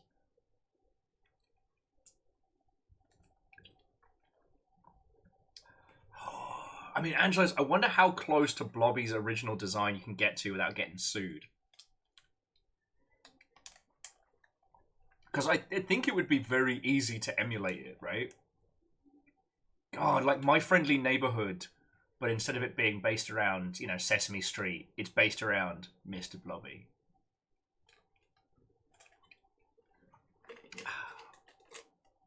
Yeah, that was me drinking water like a smart person.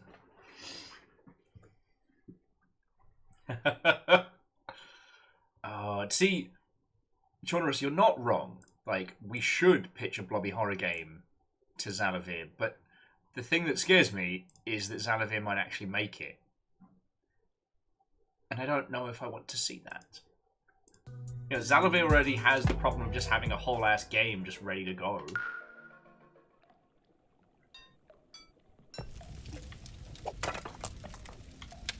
Okay. Wait, why is he down here?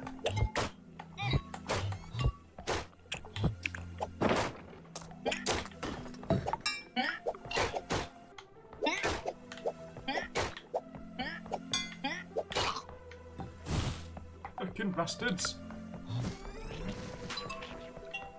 Yeah, I think what I was supposed to do with that skull was pull the fire out of its eyes. But then I wasn't quite sure if I was supposed to use that fire, or if I was supposed to, like, redirect the skull.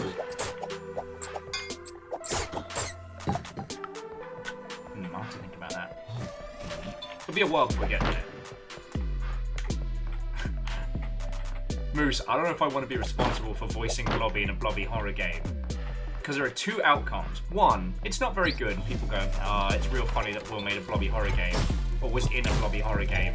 Or two, it's too good. And I have to answer for my crimes. On it.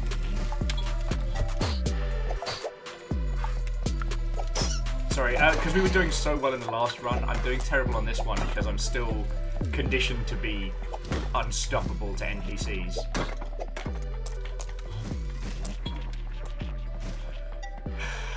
Is this it? Angelos, is this how we make our millions? An unlicensed Mr. Blobby game to start?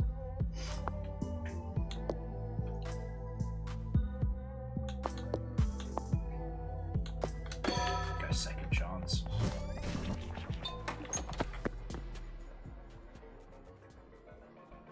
Unlicensed Mr. Blobby shitpost horror game.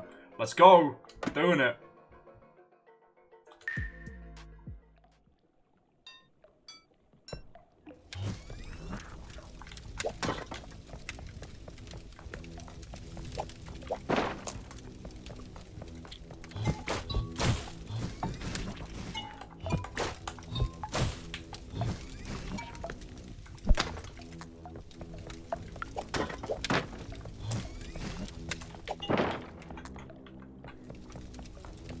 Zone. Slash and burns, I'm in the zone.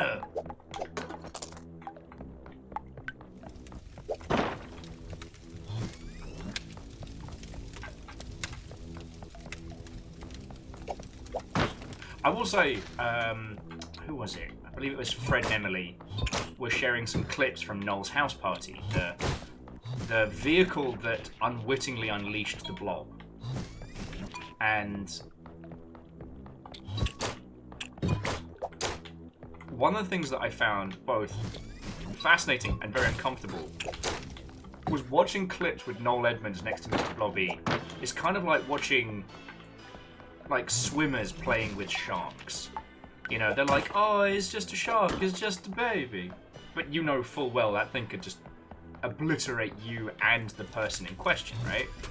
Except for, you know, sharks ultimately are still creatures. You know, they adhere to the laws of nature. Blobby has no such qualms. Blobby is not of this world and never was, never will be, and anyone that hopes to command them is a fool, a madman.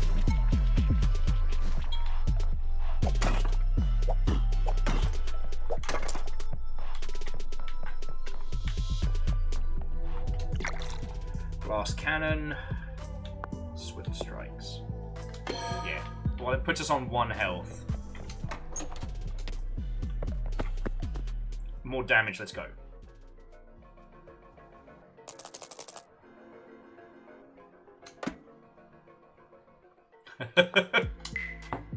Sorry, it's just, is it 7 o'clock in the evening? Oh, I think it is. It's time for numbers to talk about Animorphs. No, and I'm not mocking, it's just, it's one of those things that's come up a lot in conversation, is how fucking brutal that series was. Like, it shaped a lot of minds and broke a lot of brains, you know what I'm saying?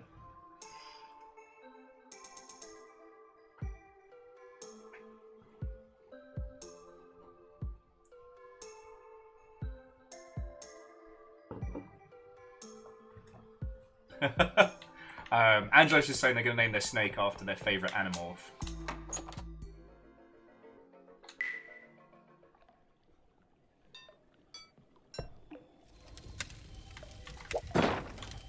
Actually, so DJ Coil, one of the things that's kind of fascinating is that the cover art for the books definitely betrayed how fucked up the premise of that was.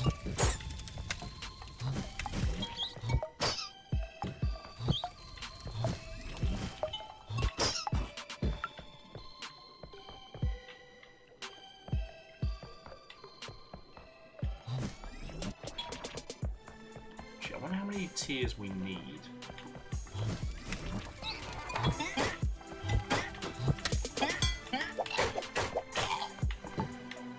Because we might be able to just get the next bonus while we're here. Oh.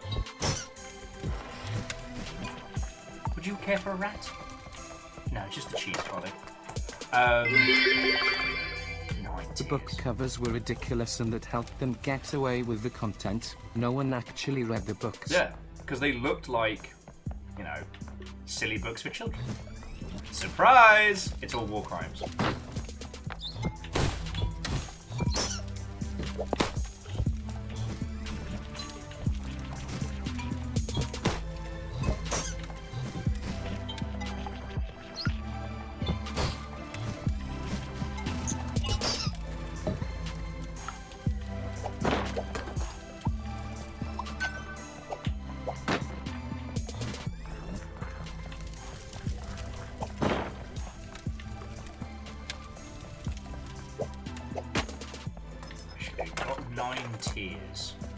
So if we go back to the start and maybe we get the increase your health beyond the max, and then use that while we're hitting the rest of this dungeon, which will be good enough. So one thing I will say, there's a few things I've definitely lost patience with when it comes to roguelike, and one of them is essentially the timer per stage. Like, I get it, I get the premise. I loved Risk of Rain. Oh yes, so there we go. Resilient can go past max health. So now if we get more donuts and or like the vampirism stuff.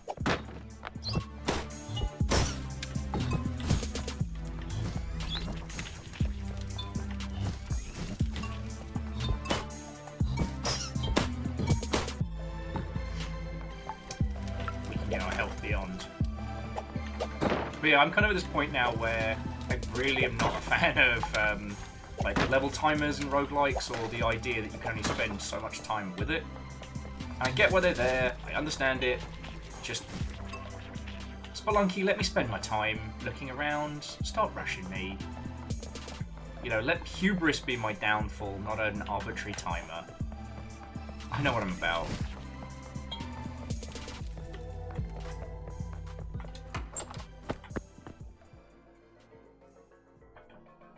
Also, I would, back on the Animorphs chat, the kids' show being terrible also probably helped it get away with a lot.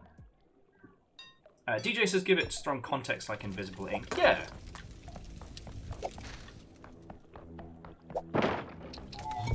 But again, this is a personal thing rather than something I think should be the norm. It's not. I think timers in roguelikes are bad per se. I want to take my time. I don't want to have to rush anymore.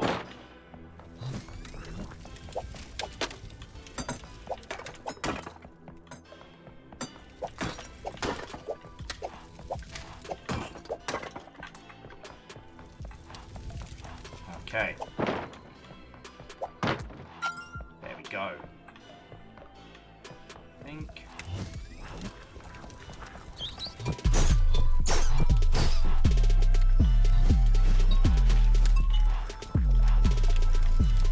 I'm sorry, I do play a lot of roguelikes, and there's a few things about them that... the repeating pattern of it all gets very frustrating. So, like, I haven't finished Spelunky 2, but it's... because it's got that pattern again of, like, you have to get the right items at the right time by X part of your run, otherwise your run is trash. And I know it's not the only game to do that, it's just... if you're reliant on RNG giving you a certain tool set, it's not really RNG, it's like playing the lotto to get to try and actually finish your run.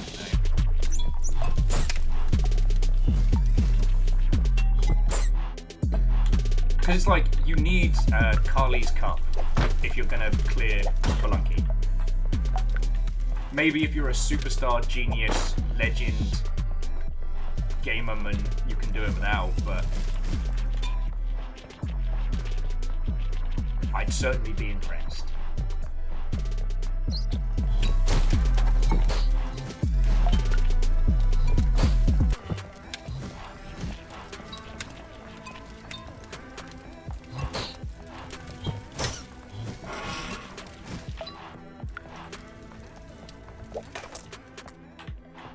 DJ says, Dead Cells always frustrates me for its optional timer. Oh, the rush if you want to get the good stuff. Understandable. Okay, 12 tiers, 12 tiers. I am hungry. I find donuts. Alright, I'll take it. Again. More donut equal more good stuff. Those timers, I just don't like them. I mean, Varials, you made a very, very successful roguelike that doesn't have that, which is lovely. And I'm very happy about that.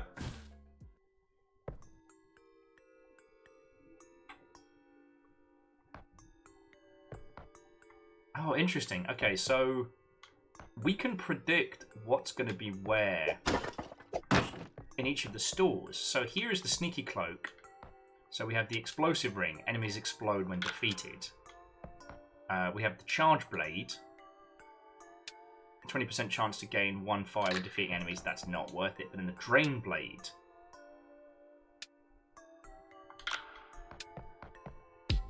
So we'll do the explosive ring and the drain blade. I think we have to murder them to make the drain blade make sense.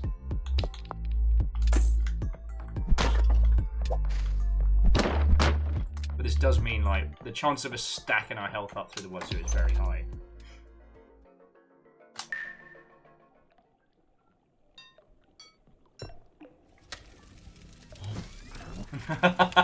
And Varials, you are correct. You don't need any specific items to win. The Void Rains Upon Her Heart, critically acclaimed video game, now 25% off in the Steam sale. Seriously, if you fancy a good roguelike and a bullet hell title, Varials' game is The Void Rains Upon Her Heart, and it is very good. I like it.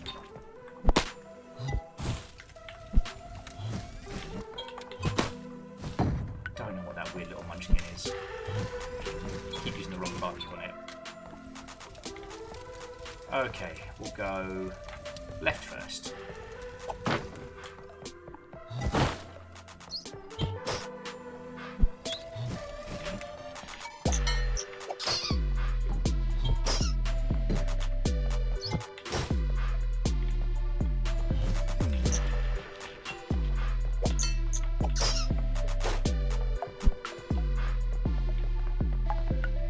Explosive power is such a wonderful room clearer.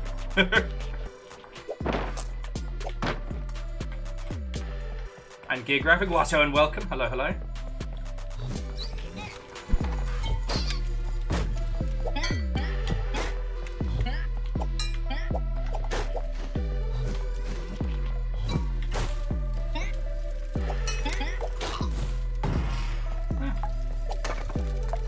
managed to steal any of his health, but it's all fine.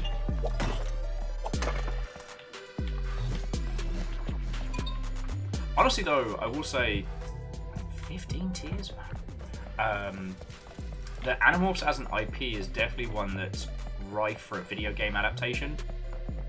How you would go about that is something you have to ask somebody who knows the lore far better than I.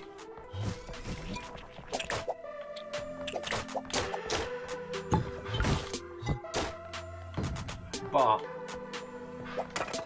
I do think it could work.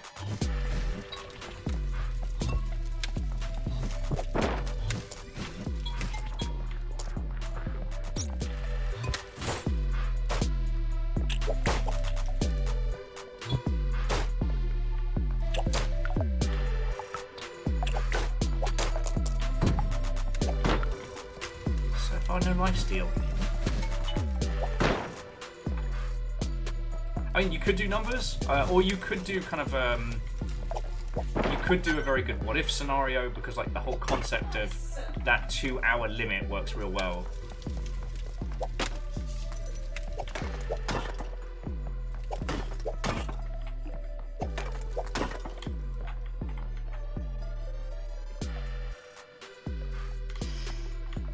I mean, Angela's was saying, I don't know how much Kay Applegate knows about being a bird. I mean, we know the answer. It is probably peyote, or whatever the cactus hallucinogen is. But I don't know if I'm allowed to say that. I would imagine, sorry, absolutely beloved author has not done rampant hallucinogenics. I would surmise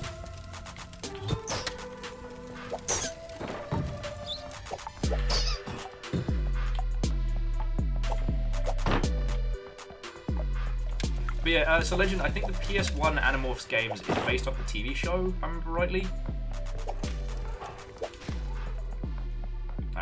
Thank you, unprovoked tiny motorbike. No one asked you.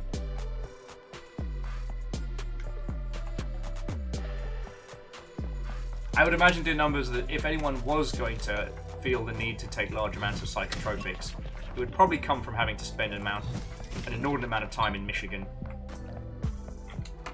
I will say, this is making me want to go back and play more of Blood and Dream. But I'm going to wait until that game is fully released before we stream it again. Because it speaks to me on a fundamental level.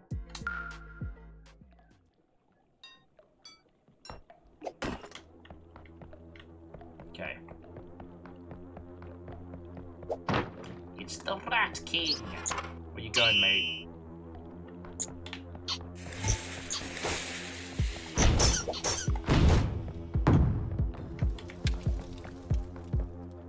I feel like if I could play this clever, I could farm the rats that he would throw at me.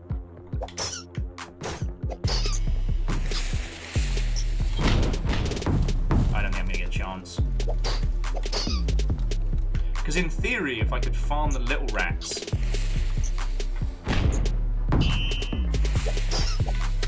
with life drain,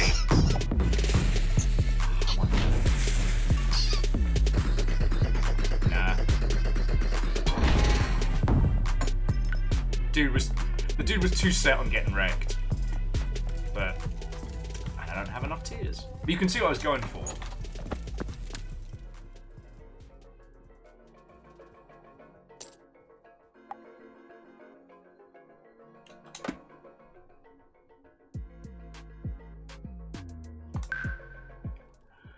Oh, sorry, let me take a breath. But yeah, so like, in terms of how you would structure an Animorphs game, you lot would be the ones I would ask about it. You know.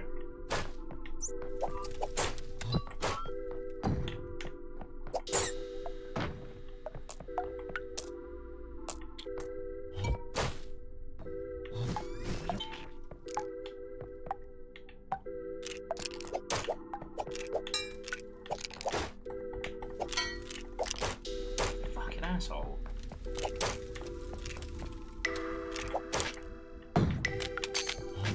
All that hard-fought health gone. Like tears down the drain.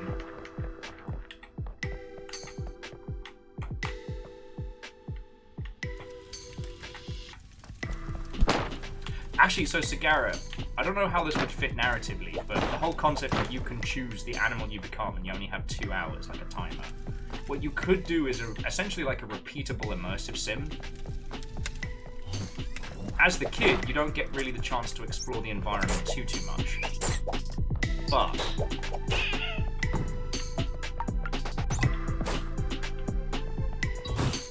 however, you essentially get to explore it as a, you know, fucking bastards.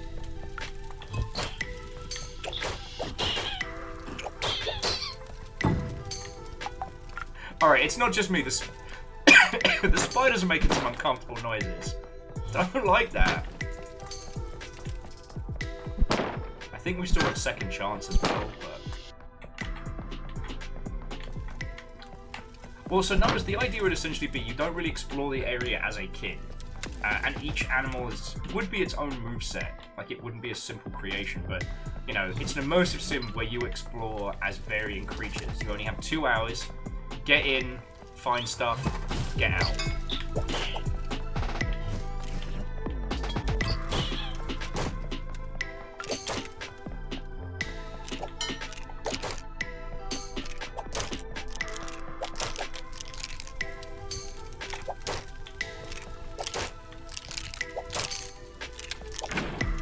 Balls. Get fucked, skeleton. All this health stealing abilities, and we have stolen no health. This feels personal.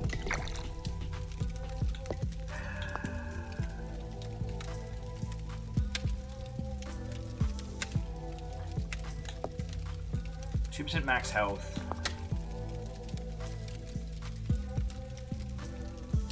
Items in the shop are cheaper. Well, we need, you know what? We need more lifesteal. So, like.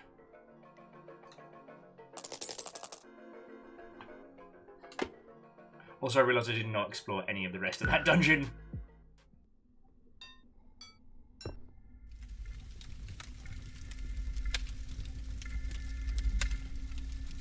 Okay, Angelos, that's a gameplay loop that makes sense to me. Angelos was saying that and I quote, the Animorphs comes with a gameplay loop baked into the mechanics of the world. You have to acquire the morph, learn how to control it, and then you have to stealth and scope out, you know, what the Yerks are up to. And then you go kick ass. Yeah. It makes sense to me.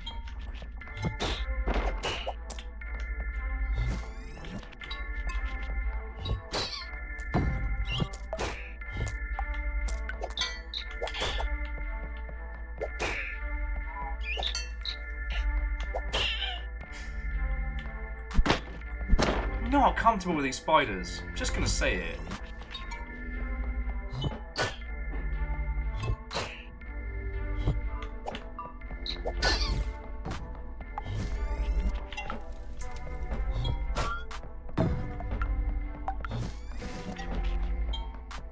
Oh, Phyllis, have a lovely rest of your evening, friend. And I will let you know about the stuff and things post-stream.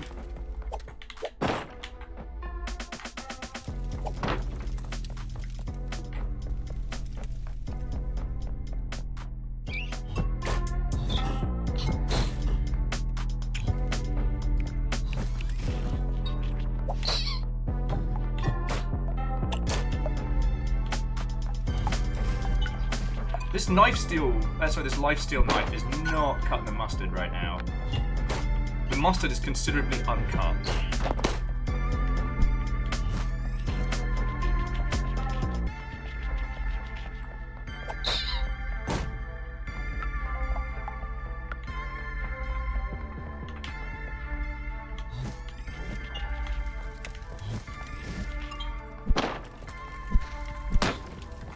Because here's the thing, if you're started working on something that was inspired by a well-known IP, I'd be more than happy to help you flesh it out into something all your own. So you wouldn't have to worry about, you know, even releasing a small slice of it. But I keep forgetting to steal fire from that last run.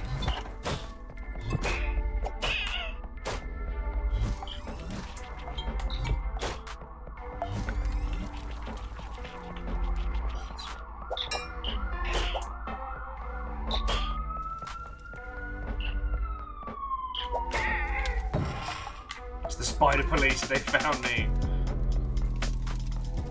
18 tears. More likely to find coins. Faster melee. Swift strikes. We're not hurting for cash. So Wolf says the mind keeps bringing up Gabriel Knight whenever you think of Animorphs games. And hey, like, a point and click would be a good way of doing it.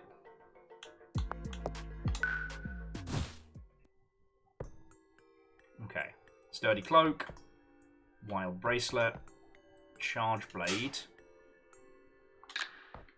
Fire Sword. And we've already got an increase in attack speed, so okay. Now we're cooking with literal and figurative fire.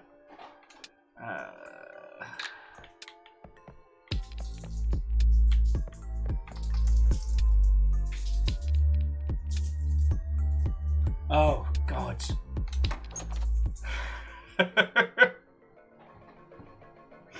I'm so sorry, friends. If you heard what sounded like water being thrown on the floor, Fiona's just tackling the kitchen at the moment. It's, from where the baby boy's little feedy was left some bloodstains yesterday.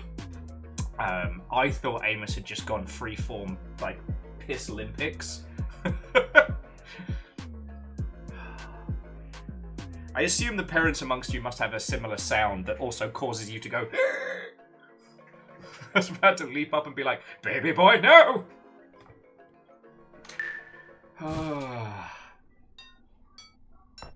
Okay.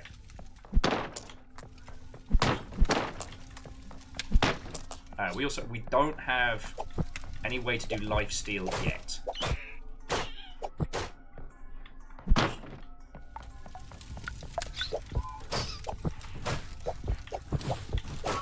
So right now we're just all about donuts and living our little best life.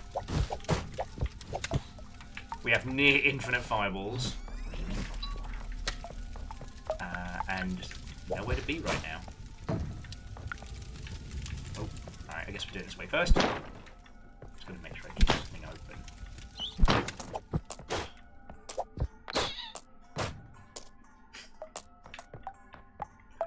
Just, what is up with these spiders?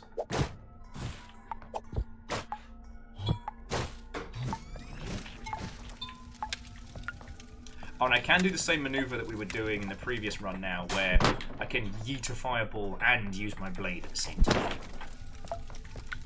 Alright, so, aside from Animorphs, were there any other IPs that you lot have been like, you know what, that's something I'd love to get my hands on? You know, annoyingly, whenever I bring up this conversation, I have to admit that I've told you all mine. You know. Obviously Discworld. Well, my big ones are Supernatural, Cowboy Bebop, and Discworld. I know those are all big name ones, but those are ones where I want to do something different. And I guess Naruto as well. But predominantly because with that one, I want to do the second Ninja War. And there's no way I would be trusted to make that game.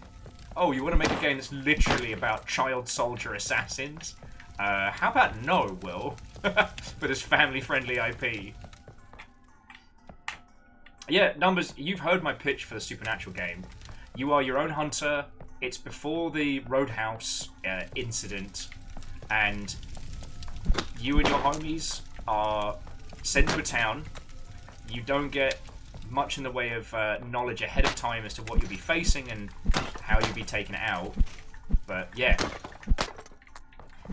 Research the monster, track it, work out its patterns, take it on, deal with whatever nonsense it throws at you.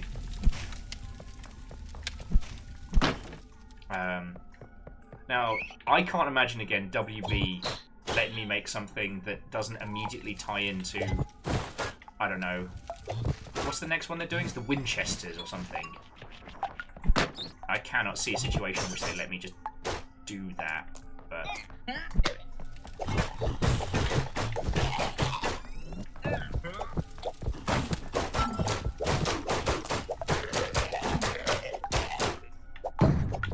I bully wizards. Oh, did the Winchesters get cancelled? Oh. I mean, I still need to finish Supernatural, so... But I just... The early concept was like a down-to-earth version of Hunter the Reckoning. And, you know, I still think that concept has weight.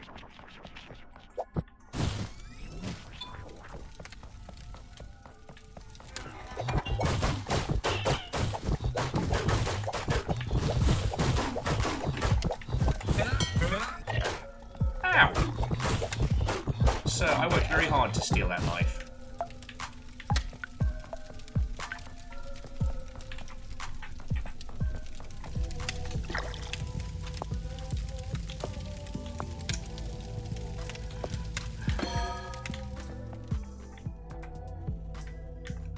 I guess we'll take the extra health. Still. Angelo says, when Alien Isolation was a thing, I really wanted to make a Jurassic Park game, and now that seems to actually exist.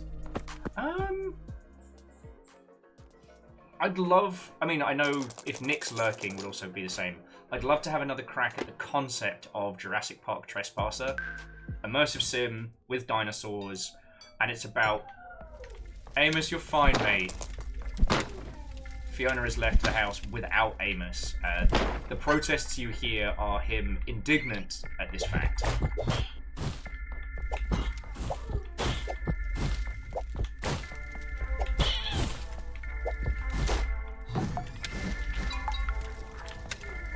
Amos, you're fine, mate.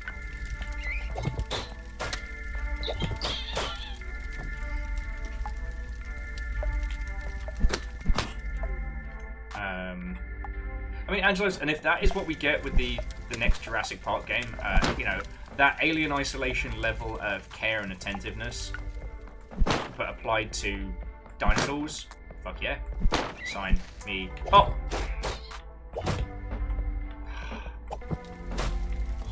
Just, look, it really does sound like the fucking spiders are getting off on this, and it's making me uncomfortable.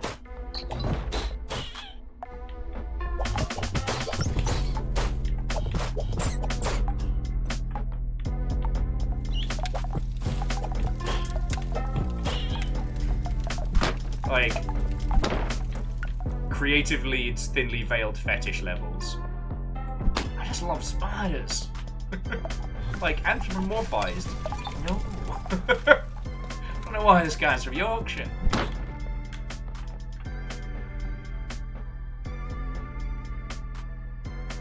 Oh no.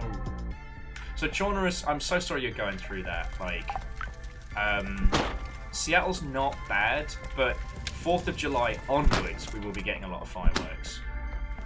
I mean, there's also the chance out here that the wind will, you know, kill that idea.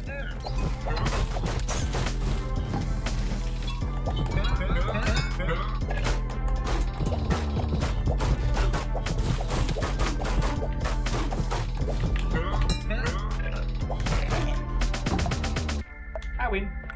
Hang on, did I explore all of the 3 rooms? Yeah, just hop up to Vancouver, no 4th of July. Amos, you're fine, buddy.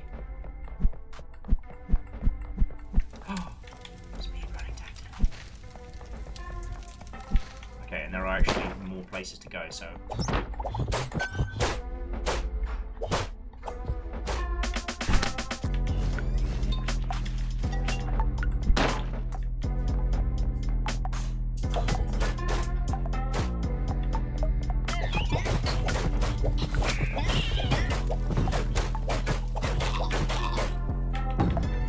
I will say, just as an aside to an aside, one of the things I'm really enjoying about this is, like, when you're on the right side of the power curve, it feels great. It really feels good.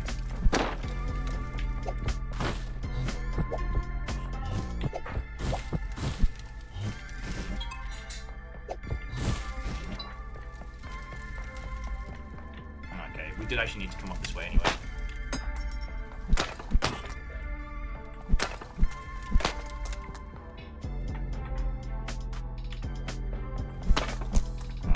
Well, Chaunerus, I hope the Poppers get through it.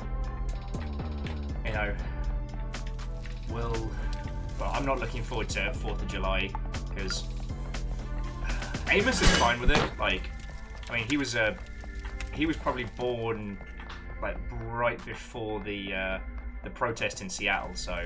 No, after. After, well, During. The baby boy is. He's not going to worry, but River does not like explosions.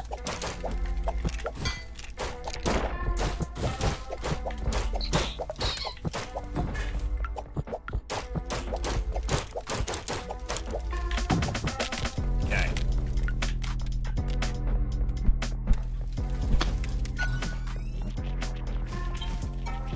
To 10 health, I'm liking this. Alright, I'm going to be a little bit of a cheeky bad word. Friends, would one of you mind looking up how we beat that fucking skull? Because I think we're going to make it to it. And usually I would not do this. But I want to win. I've taken enough L's. I want a ready-made W.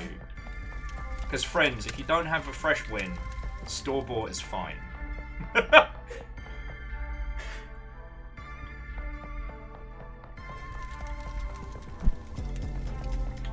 Okay. I think the exit was this way.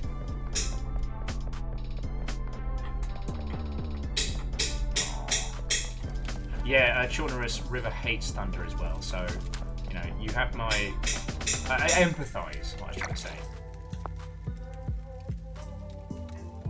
Fire explodes when collected, dealing damage to nearby enemies.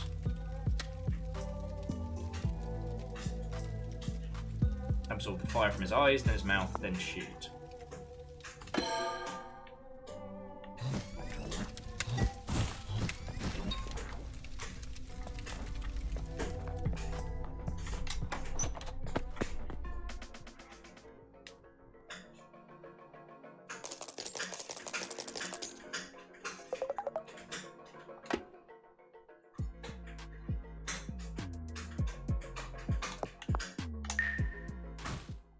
Okay. So the Cloak of Sadness. I don't think we actually have a cloak. Right, so it's Cloak of Sadness. Knockback. Recoil. Dagger. Oh yeah, aside from the cloak, there's not really much here for us. And that just gives us more tears if we get hurt.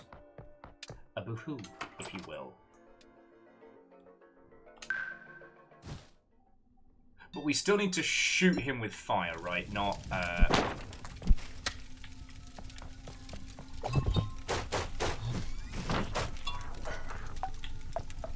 Oh, shit. Check this out.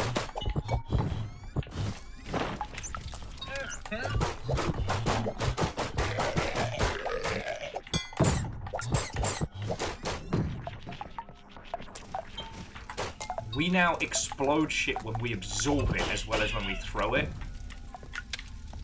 This is going to make dealing with creepy spiders a lot easier.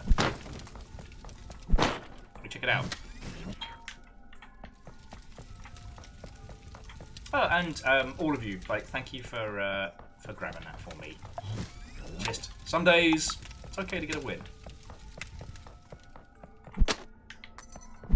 Okay, but yeah, jumping back. I'm trying to think of some other like lesser known IPs I'd love to be able to play in the space with. Problem sometimes is that if it's really obscure and it's something you want other people to experience,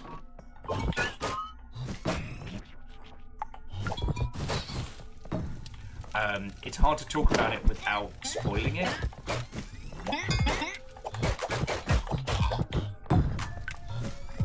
Like there's a book by China Naval? I always get his name wrong. Called Leviathan that I love.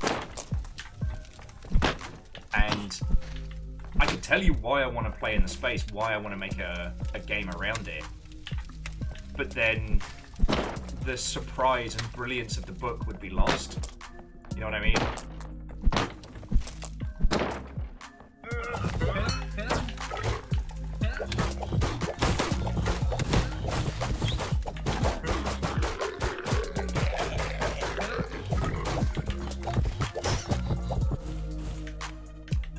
done.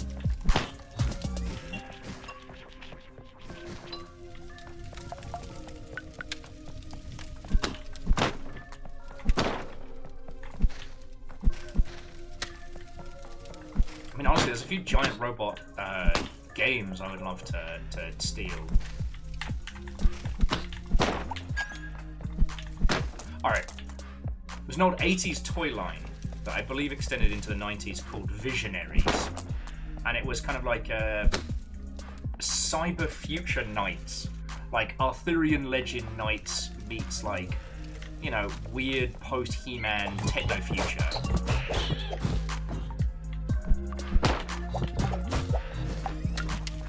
And I would love to be able to play in that space because one, it's so earnestly ridiculous. It's so cheesy.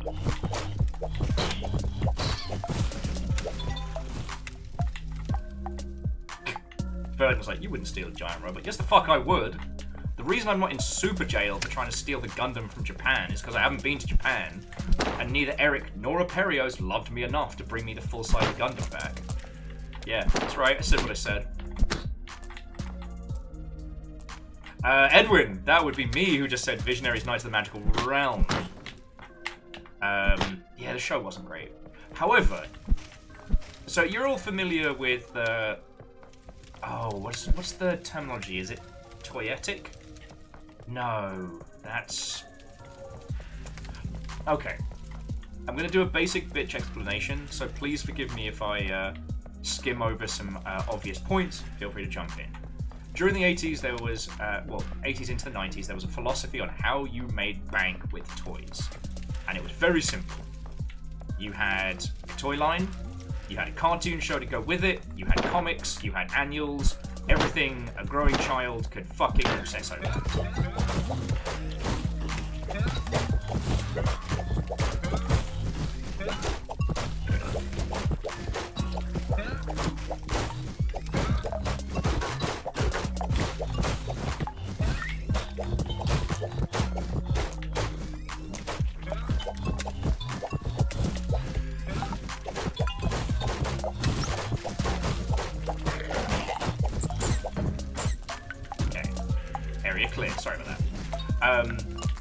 And so what this meant is a lot of the toy companies would have a standing deal with animation houses, like cartoonists, the whole shebang.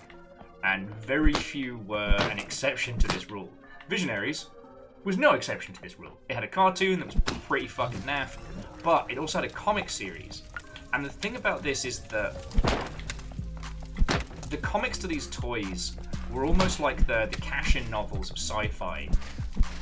Wildly varying in quality, and sometimes the comic authors would use this as a place to experiment with story ideas and flex, because the toy guys didn't fucking check, they just wanted number go up.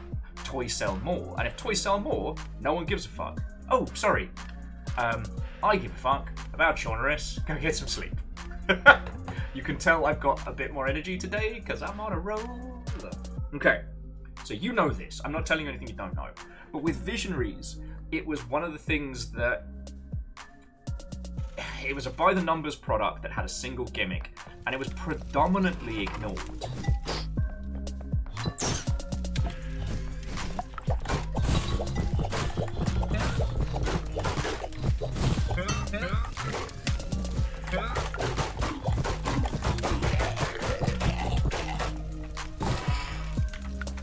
It was predominantly ignored by executives, so the team doing the additional elements, not so much unfortunately on the cartoon side, but definitely on the comic side.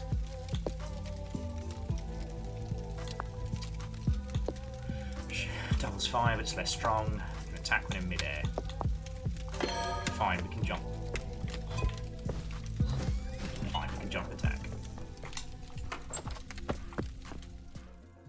And this led to the Visionaries comics having some fucking incredible concepts in them, which I am still obsessed with to this day, because they were fucking good. And one of them was the story of how they all get their powers, because they're in this weirdly unexplained, like, future past. They all have, like, cyber armor with these glowing panels and, like, semi-robotic stuff, but it's also, like, again, Arthurian knights, wizards, temples. And the story of how they get their powers is basically the best battle royale game never made. Everyone starts at the bottom, and the goal is to make it to the top. You can betray people, you can help people, doesn't matter. Each room is, it could be a test of agility and strength. It could be a riddle. It could be everyone is pit against each other. Who knows? And the mad wizard at the top assigns everybody their powers based on how they behave.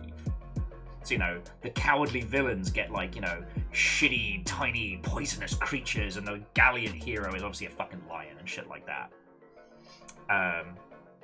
Yes, Edwin, the first 2 episodes of that had it animated, but not good. I mean, I might rewatch it again tonight, and maybe I'm misremembering it. Maybe it was way better than I remember. But I think about that from a video game standpoint, and how, with the amount of data that we collect on people when they are playing our games anyway, we could create a similar something. And how that could fold into a larger game. One of the things I love about Fall Guys is how your opponents can become friends when you're suddenly working together. And how the concept of teams can work very well when, foes must align each other against another faction. Ultimately the good and evil factions do end up spawning. One guy bullies a bunch of others into being his friends, and the other tries to lead everyone valiantly to safety. I forget what the MacGuffin is that they're trying to get at the top of the temple, but it honestly doesn't matter. Because, I've played so many variations in the Battle Royale format, but very few of them have thought about how it feels. And yeah, no, Edwin, the 80s syndicated cartoons can be very hit or miss. You will always guarantee the opening thing would be a banger. And we've been going... God. Sorry, I'm time traveling again. I've been going back and revisiting just single episodes of a lot of them, because while they weren't necessarily good, their bizarre, unrestrained creativity to make toy fit created some fascinating concepts. Another one that I love is Jice and the Wheel Warriors. I don't want to adapt that to a game. I don't think it would be fun, but creatively, it is the Odyssey by way of magical Animu boy with magic ring, whose best mates are a fucking wizard, his younger sister, and a robo-squire with a lance. How do they fight evil? With cars. Also, the villains are all plants. Commanded by the mighty Saw Boss. They travel across the stars while Jice is looking for his dad using his magic ring. There's a power that comes from deep inside of you. You could hear the lines of theoretical cocaine going up noses while they put this together. But ultimately what they put out was very well animated in places, and kind of makes me think about, especially when we're dealing with, the indie game space, how we can just smash ideas together, make it make sense. Right? We can get really creative with it. I haven't finished it, but I've been playing a lot of Blood West, which is stealth cowboy versus Lovecraftian horrors in the bayou. Well, okay, it starts off in the Old West. Then you have the bayou, and the last bit is in the forests of the PNW. And these strange, part cryptid, part Lovecraftian nightmares that you have to gun down with a combination of wits and stealth. Wait a second, hang on. We're an undead cowboy fighting Lovecraft monsters in the Old West. How's that for a slice of what the fuck?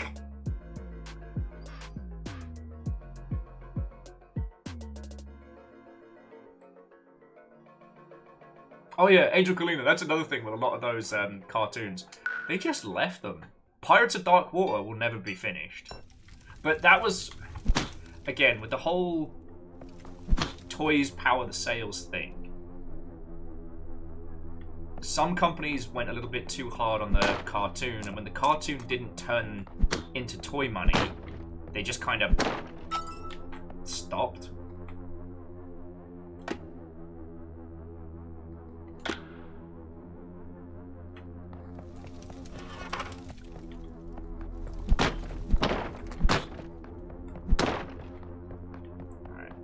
just in case one of these drops a donut. What's up, nerd? I know you're gonna start some shit.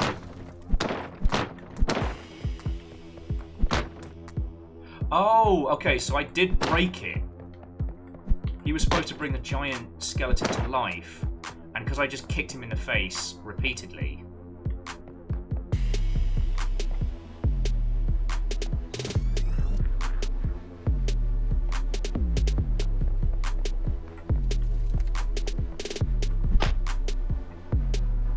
You gonna do the thing, or?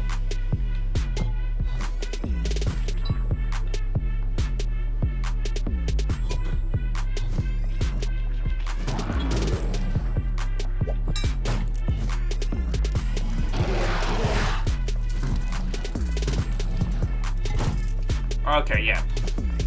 I have to hit him specifically with the magic I pulled in his eyes.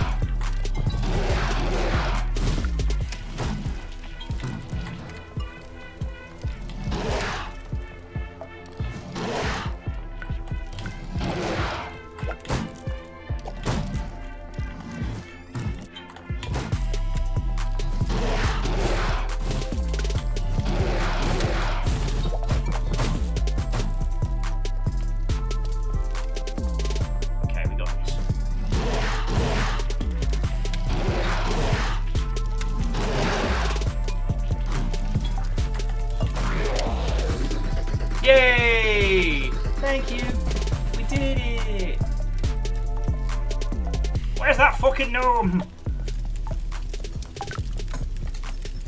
These gnomes need an ass whooping. Gnome kicking.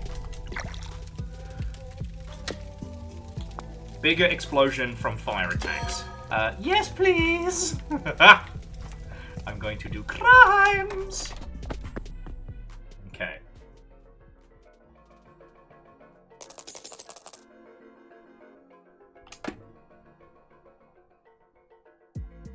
Oh, cool, we're in hell now. I love this for us.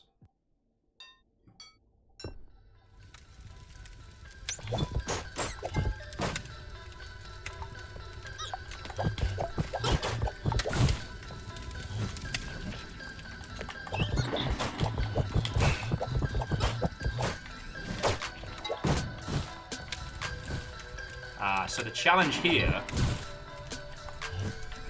Oh, hate that. The challenge here is going to be trying to keep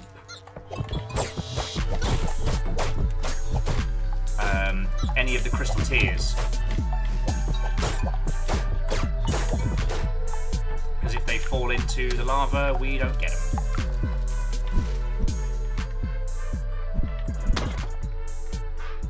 I guess the obelisks are what we're supposed to be breaking? Okay. The ground has eyes. The ground is eye people. And I hate this.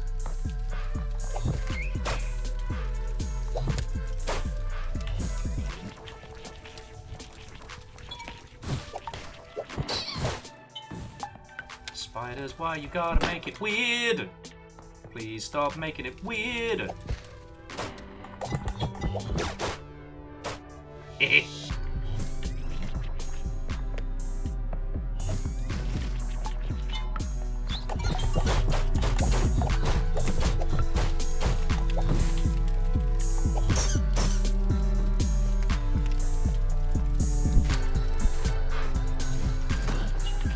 In trouble.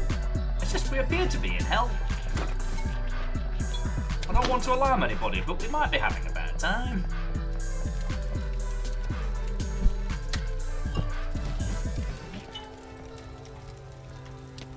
Okay, in my defense, Fred, I didn't... This time I didn't start the fire.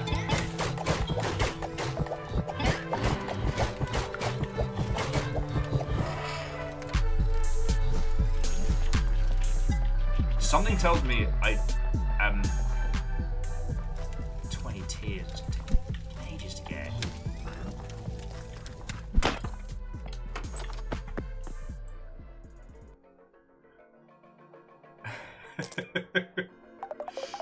Okay, maybe, and I'm admitting nothing. This might be partially my fault. Partially.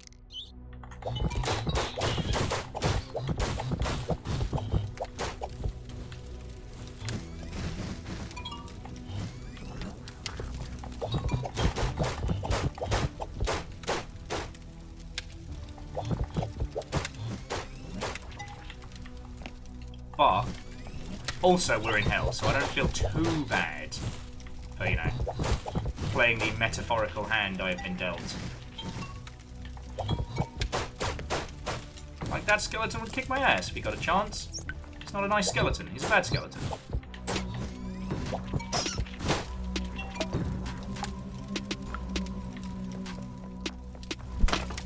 And the chances of finding hell donuts are quite high.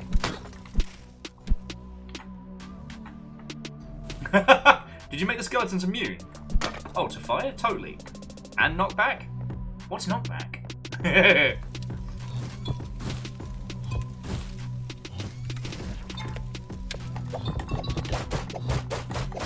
Also, we picked up the make explosion better. And I'll level with you. Having a good time with it.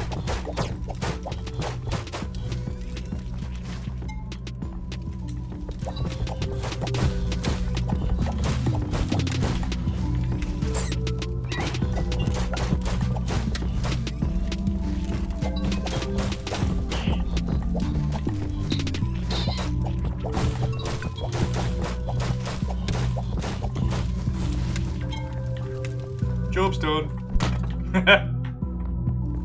I win.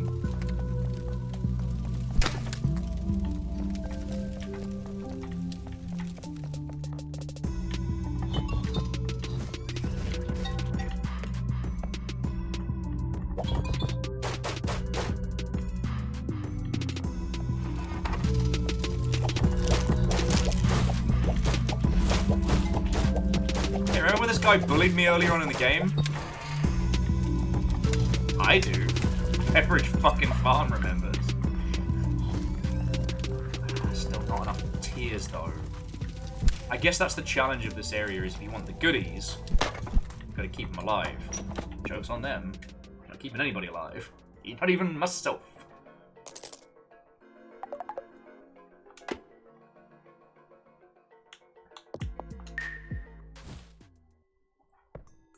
So what have we got? Warm Cloak. +2 fire capacity. Ring of Kicks. Golden Blade. Enemies are 20% drop a coin when defeated. Nah. Charge Blade. Charge Blade was never good! Okay, so currently we have the Cloak of Sadness. Shed a tear when damaged. This would increase our fire capacity. So it basically means we're semi-giving up on taking damage and getting tears. I think that's the way to go. Because we do damage whenever we... well, we cause an explosion when we draw fire from things. That's my thinking. But yeah, jumping back. I love looking at old 80s and 90s tie-in cartoons because while they're not good, they're inspirational. I love where you can take them creatively if you want to have fun. And of all of those, Visionaries is the property that I would like to get. Brave Star still creeps me out, and obviously Exo Squad is transcendent, but transcendent's a lot. Exo Squad is very, very good.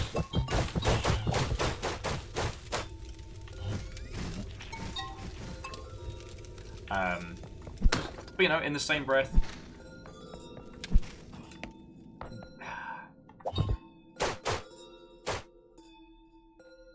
beans.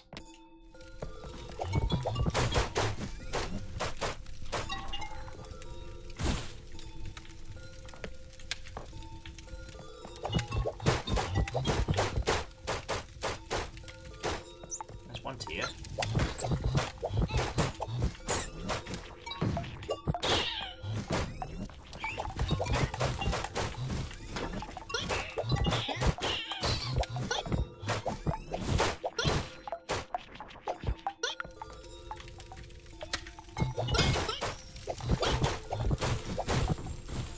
That thing was creepy as shit. And I think I speak for all of us when I say I did not like that. I did not care for that little man at all. Okay, so we came from this way. So we'll do left first. The only piss with what we're trying to do right now is we don't have a lot of ways to heal ourselves. So if we start taking damage, we're kind of biffed. What was that?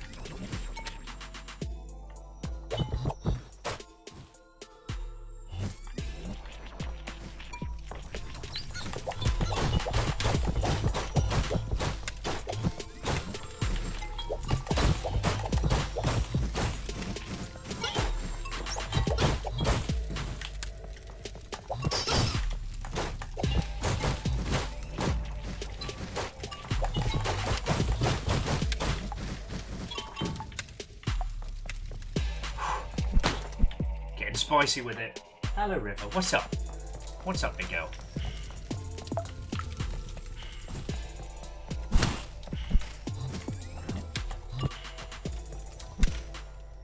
What's up, River? Hello.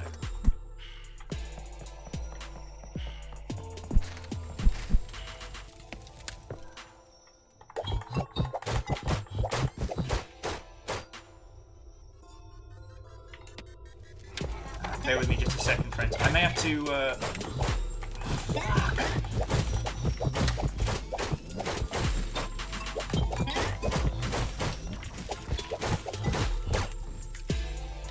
don't know if I have a pause feature or what have you on this, but... Okay, 5% to gain health when defeating enemies. That might get us back on the tracks. I think we used up our survivability setup. Hey River, what's up? Hello.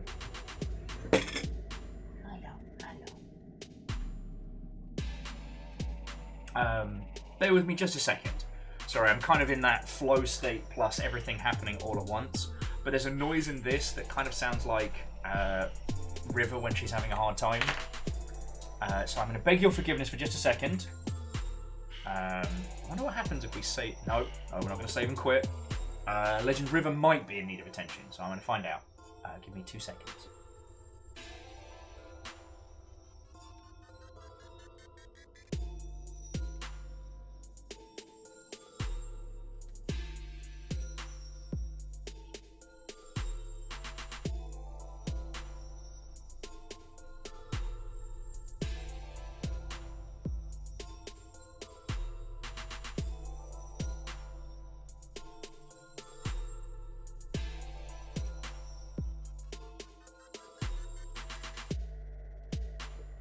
Okay, friendos, sorry about that. We are all good. River just wants more snacks. Okay. So we don't have the key, so we can't progress. But there's now a chance when I defeat enemies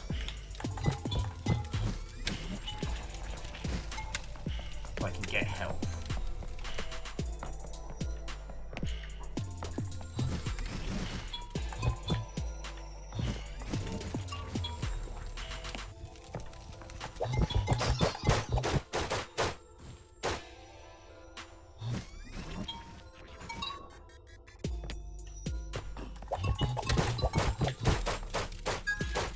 There we go. That's the kind of shit we need.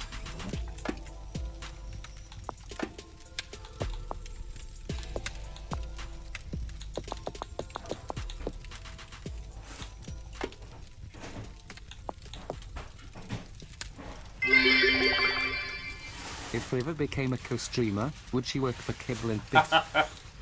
No, it's a legend. River doesn't have to be a co-streamer. I already work for River. Okay. Like, I'm on River's playroll.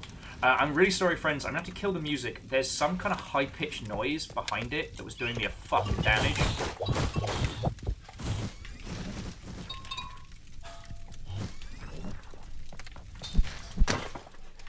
Like, I don't know what it was. I don't know what was going on there, but it was not fun.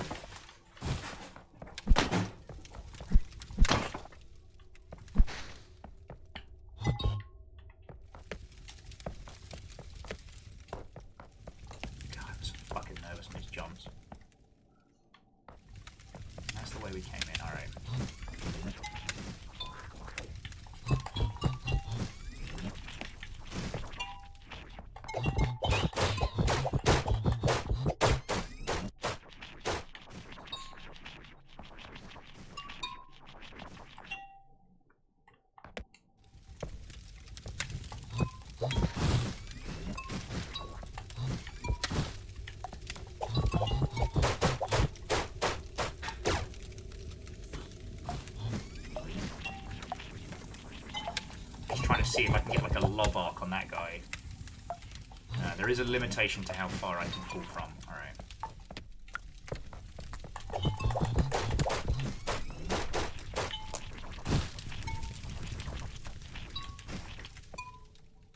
Okay. Yeah, sorry, there was something noise-wise going on that was just doing me a little damage there. Because I basically shagged my hearing 1,000 years ago.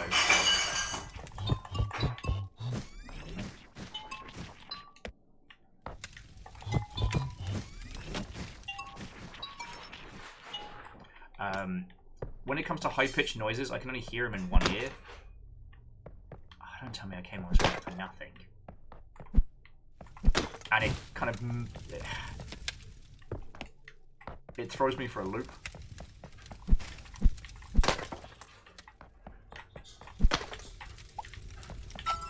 What was the game? Oh, fuck. No, it was Still Wakes the Deep. I'm still thoroughly impressed with how they had, in the accessibility options, that you could set the pitch range. So if you don't, you know, if you have tinnitus or just shitey hearing like myself, you can get... beans, wrong way. You can basically get them to stop doing the, you know, simulated tinnitus or, like, sharp noises. Which I was so grateful for, you know. Man, I really hate that ground eye.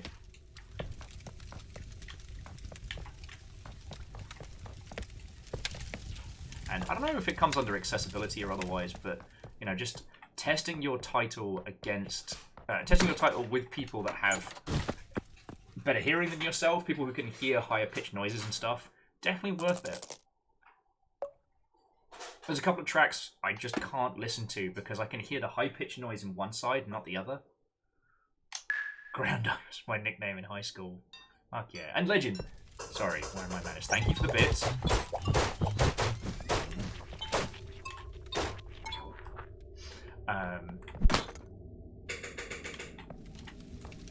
The reason I was like, you know, River doesn't need to be co-host is because, like, you know, the war chest is basically the what does River need fun, you know what I'm saying?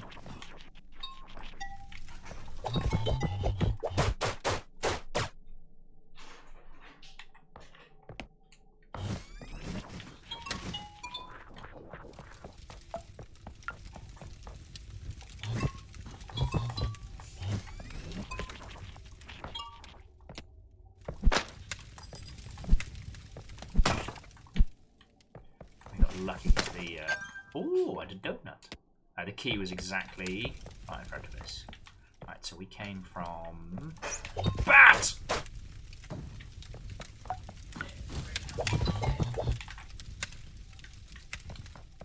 We came from this way, so yeah, we'll take right first, left first, go from there.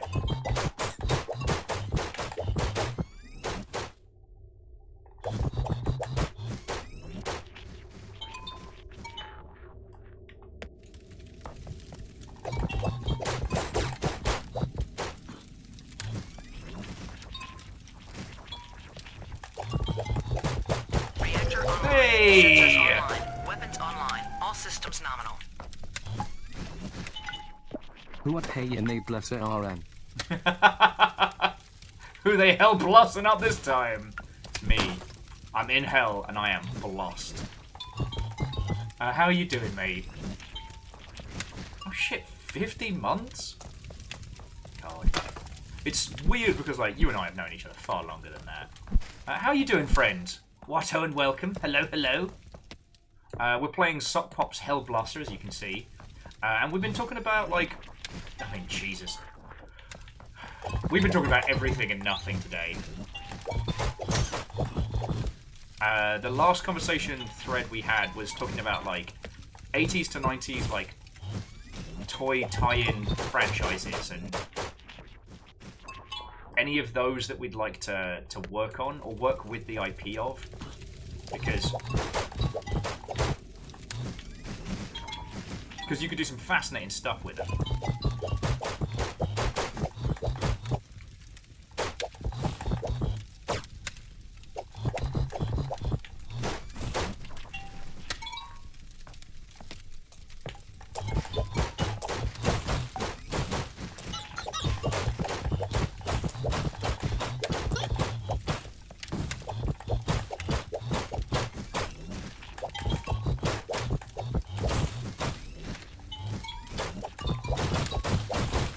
And before you ask, yes, Hell is very much like a don't hug me, I'm scared skin.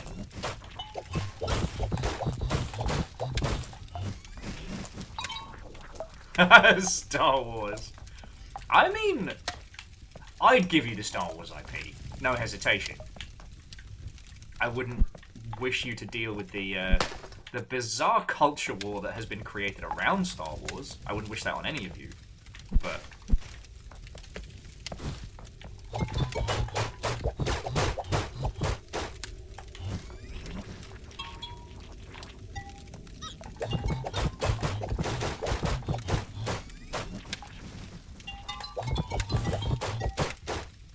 But I think you did some really good stuff with it. So Garrett would like Babylon 5. I mean, that's just a good idea. I haven't watched, what was it, the animated conclusion. But considering how long it's been since we've had anything Babylon 5, I can't imagine it's naff. You know what I mean? Ooh, I stole health from that person. Delicious.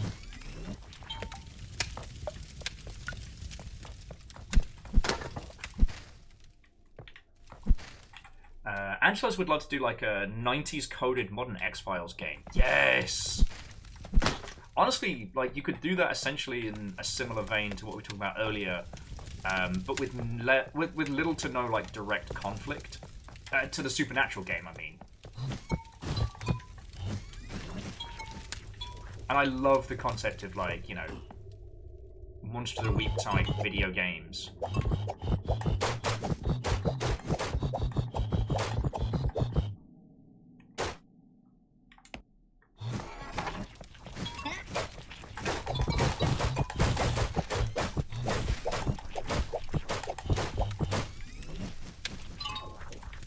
Job's done.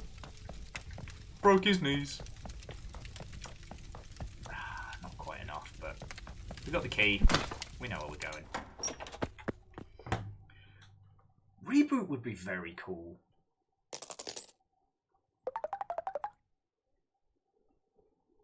Also, Angelos, depending on which Robot Wars you mean, like either the old stop-motion terrible sci-fi movie or what we got, which is the Craig Charles special. So out here in the US, Robot Wars is still going. Sneaky Cloak, Bracelet of Recoil, Ring of Haste, Simple Mace. Those are all fucking naff.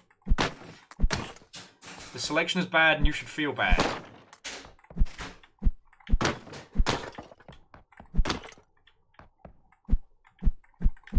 I am displeased with your service!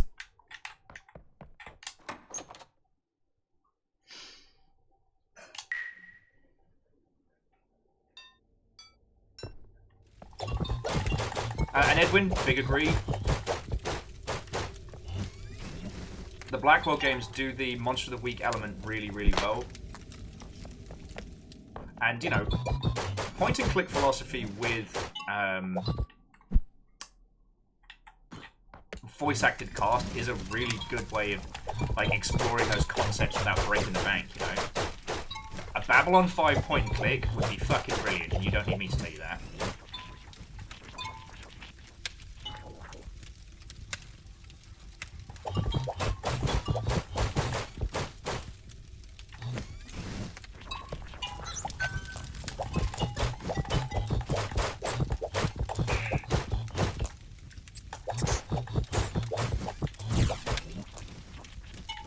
Oh, Jesus fucking Christ!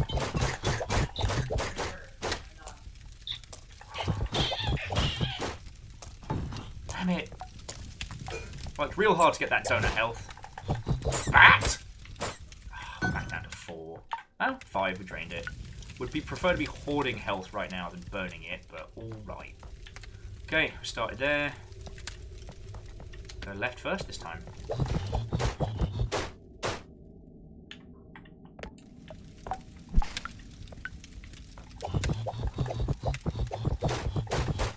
Now, Angelos, again, big agree. I'd love to do something with Nightmare as a concept, but honestly, I think doing something unofficial as a tabletop event, or tabletop event with VR would be very good.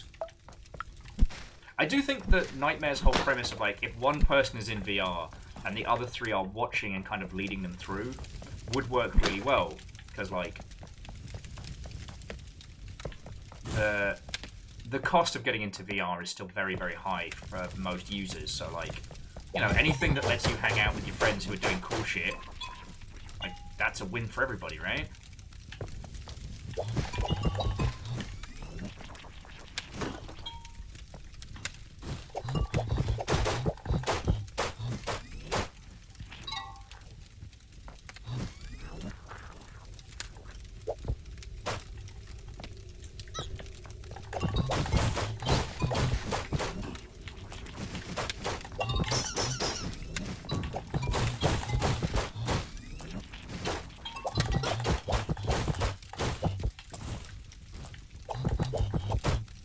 Shout out to that bat trying to pretend like I don't exist.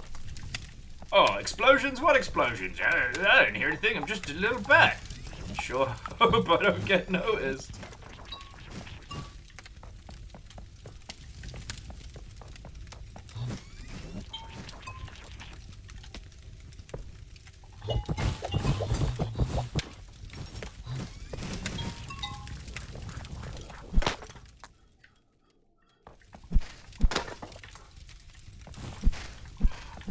Money? I wanted a donut. Also, hell is confusing and I don't like it.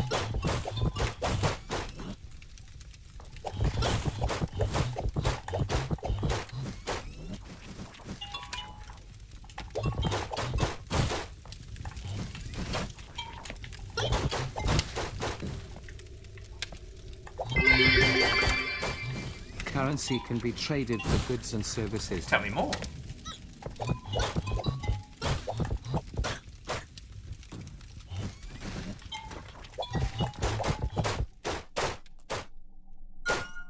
Woohoo!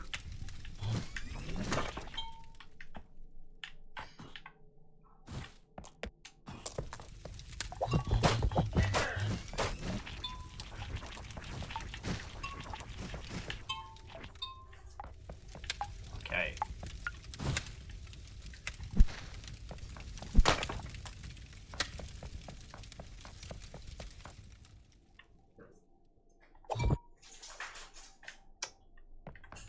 Wait. Alright, well, we got the key, so we can just head on round.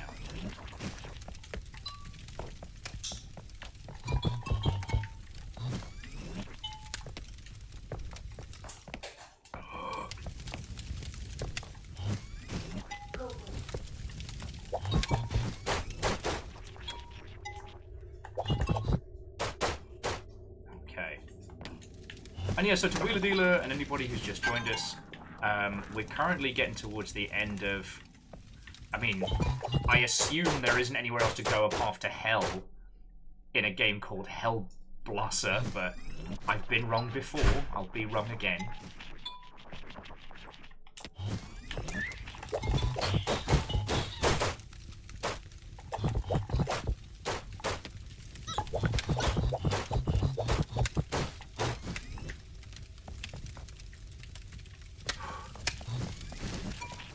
But we might be getting towards the end of, and right now I'm kind of putting a little bit of focus in just because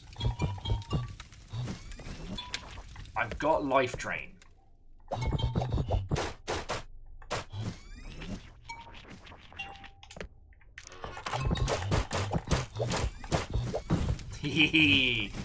But somebody like that big bastard skeleton could ruin my day if he really wanted to.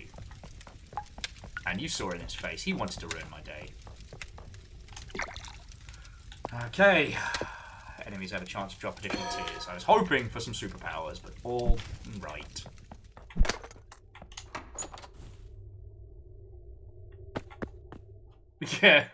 Yeah, Fred, after the Hell section, you have to go into these Steam reviews. No, the Steam forums. The true Hell. So Angelus was saying there was an indie game at Rezzed a while ago where one person was in VR inside a coffin and the other person was outside trying to dig them up. That was so cool.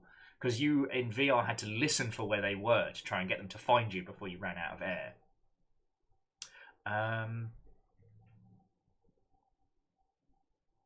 As to Garrett, my brain is drawing a blank on the Excalibur series, but that might just be because, you know, Brain Dead Potato Will is in hell.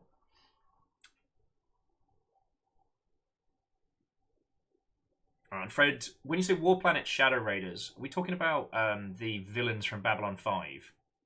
Or am I getting them all kind of like higgledy-piggledy? Alright.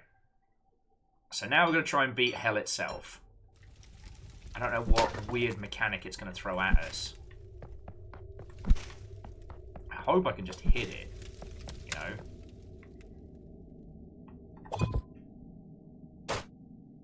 Yeah, that was too much to hope. Oh, the Babylon 5 baddies were just the shadows. Okay.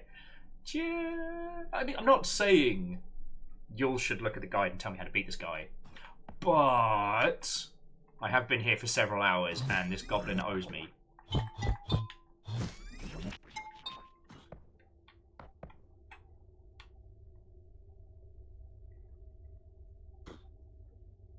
War Planets was Mainframe's last major CGI show. Okay.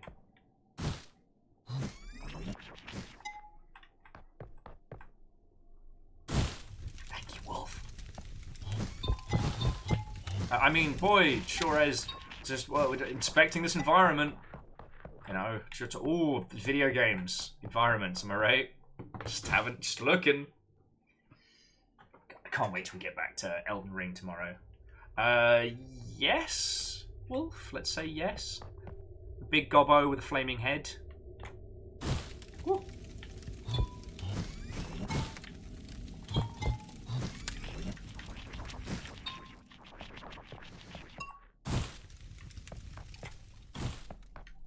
Yeah, so Legend, I gave like a week, was it 2 weeks fire gap. Absorb fire from the ground, throw it into the lava, absorb fire from his head. Okay, cool. Just thank you. Oh, I meant next week, so tomorrow is Sea of Thieves.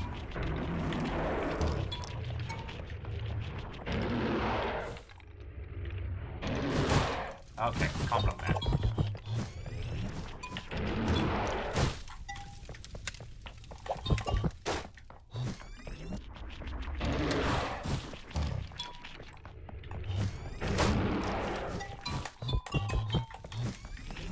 Oh, so we got to deprive him of fire.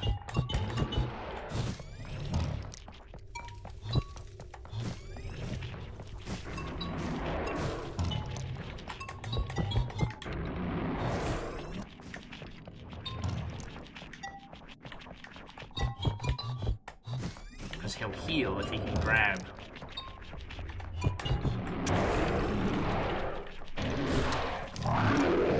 Yay! Woohoo! I can't believe I worked that out all by myself. I'm so smart, clever, and good at video games. Thank you, Wolf. Now let's hope we can wake up the moon! Please be awake, moon. Sup, moon? Moon's kind of staring at us right now. Oh, happy moon. And then the moon left us? Excuse me, no, you need to stay where you are. Don't you know about the tides? How do I get home?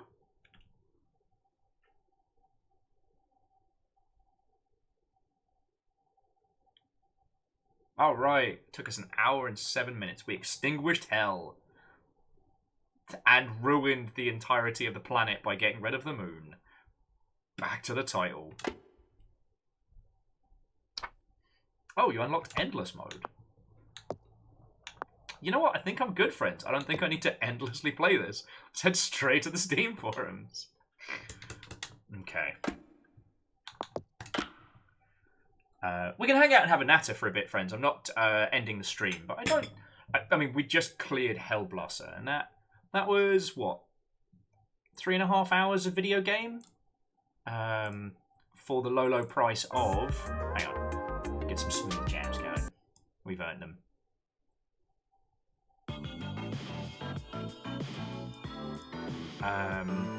Usually that would be $5, but right now that's $2.50. Like, you can't say fairer than that. That was a good, solid roguelike. Felt good to play. Like, it gave you that, like, that bell curve of mastery, which always feels fucking brilliant. When your air quotes build comes together and you feel like you've broken the system, even though everything is as intended. You know, now I'm curious. I wonder if there's anything hidden in this game or otherwise. It does look like the skull we were fighting was very broken. You know, the little skull on the ground. But that's fine too.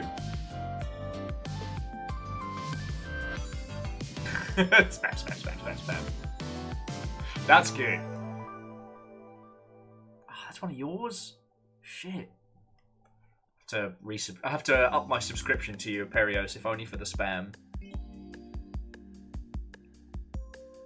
But I also, again, friends, I think HellBlusser thoroughly encapsulates what I wanted to talk about today. Like, making small games in sensible ways, creating a huge back catalogue of titles that cost like $2, $5. You know, I think their most expensive game is Stacklands.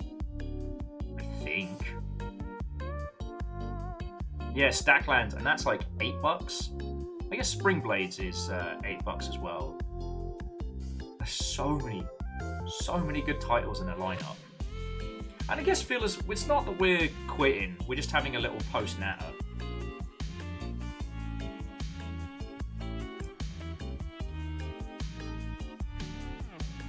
And I don't know. Friends, you hang out with me most days. Like, most of you here right now are regulars, right? And that means you've heard my thoughts and my philosophies on how we should make games better and smarter. And I feel like maybe today I kind of banged the gong a little hard. Hookshot, never been here before.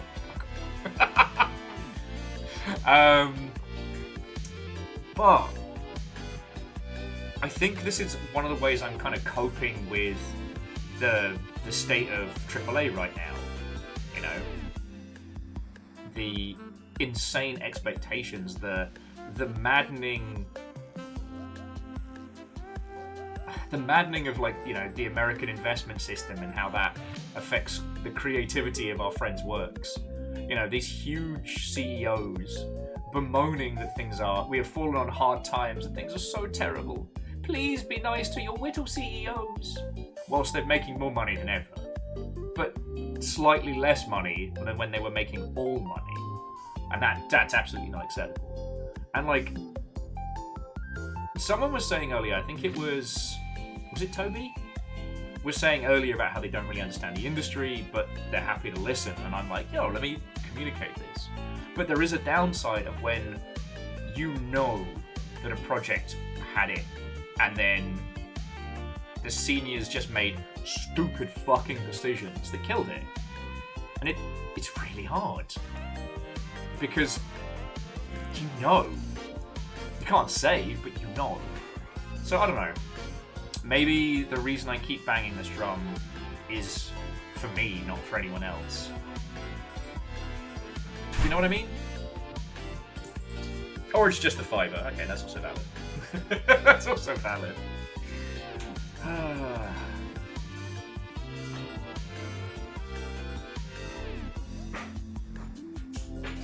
Did I ever tell you, Fred? Oh, that was the instrument I wanted to do back in primary school. Parents told me we couldn't afford it. I realise now they could have, because my sister got piano lessons. It was because they didn't want to have to deal with me plus drums. Remember, if your friends have kids and you don't like your friends, bring kazoos. And also, I have no natural rhythm. I am immune to the great sandworms. Walk without rhythm? Fucking way ahead of you. I am safe. And yeah, I was trying to think of some of the other, like, you know, 80s cartoon block that I'd love to.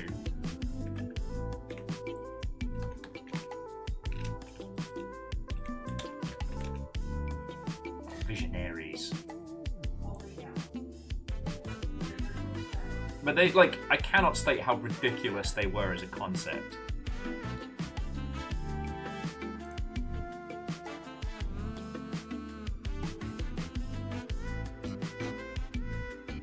I'm trying to find, like, a good picture of them.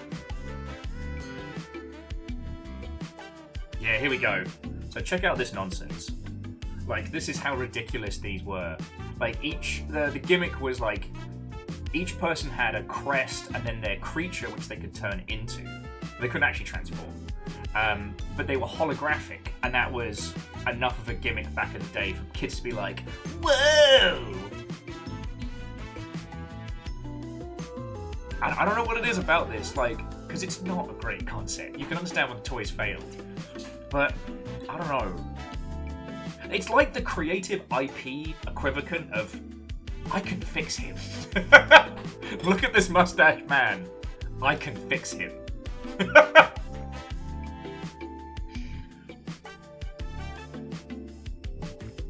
Aw, Fearless, I'm sorry.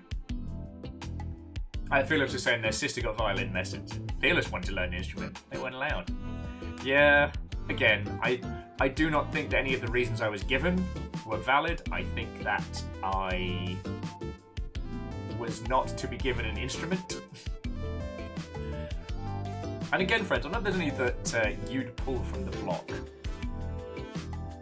And I think before I started like getting really, really low on health, I think I mentioned about how Never Ever Bravestar. Oh, Fred were doing humanoids. Shit, which one was that one? Oh, wait, Fred, so this one? Like, kind of like... Oh, that's a tiny picture. Inhumanoids!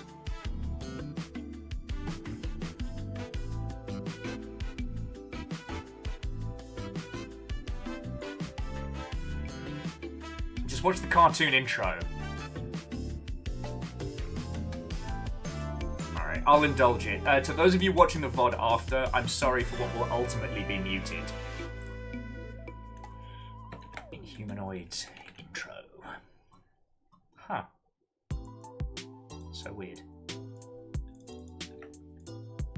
Sorry, the weird thing was it desperately wanted me to watch it in...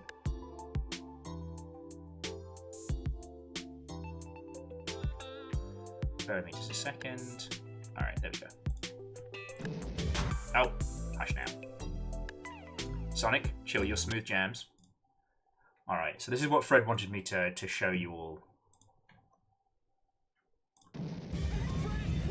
Jesus!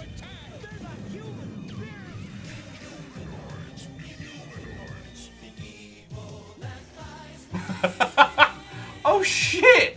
So like... Monster hunting power armor... Storm chasers?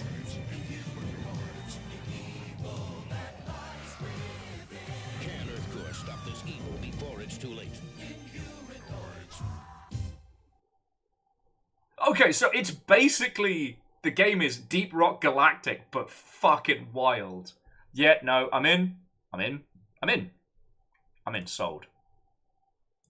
Sold. You know what? I'll do the Visionaries.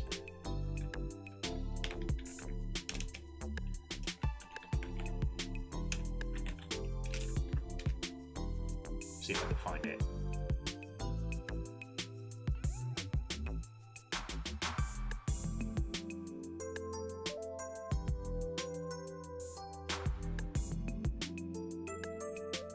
Problem is, some of the upscaled ones are really trash garbage. Okay, found it. I found the one I wanted to show you with you all. Because... Shush! Because it's my show and I'm allowed. Because I said so. It is a time when magic is more powerful than science, and only those who control the magic control destiny. They are the Visionaries.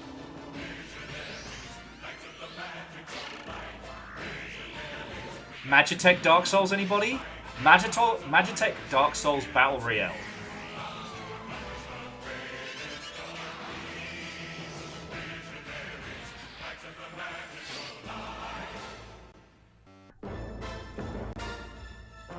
You feel me now?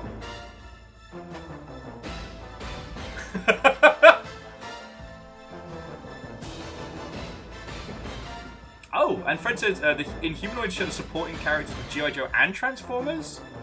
God, it must have been a wild time to be a creative. Kind of sad I don't get to, like, natter with my granddad. Because he worked on Gargoyle, not Gargoyle. He worked on Silverhawks and Thundercats.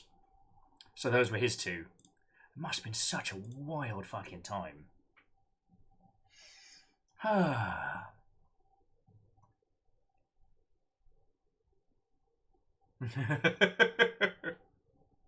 mean, Hookshot, again, you're not wrong.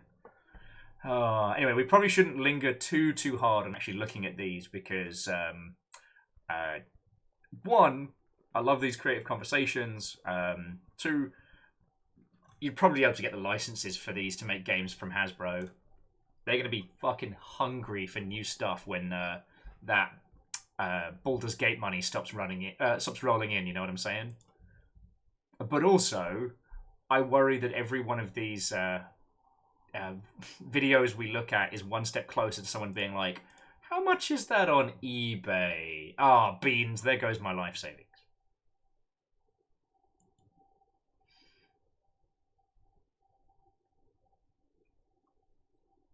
And, like, I should also say, I'm not pro-aggressive marketing to children. You know, a lot of the industry that spawned these was just to, how can we rinse coinage out of, you know, people's parents?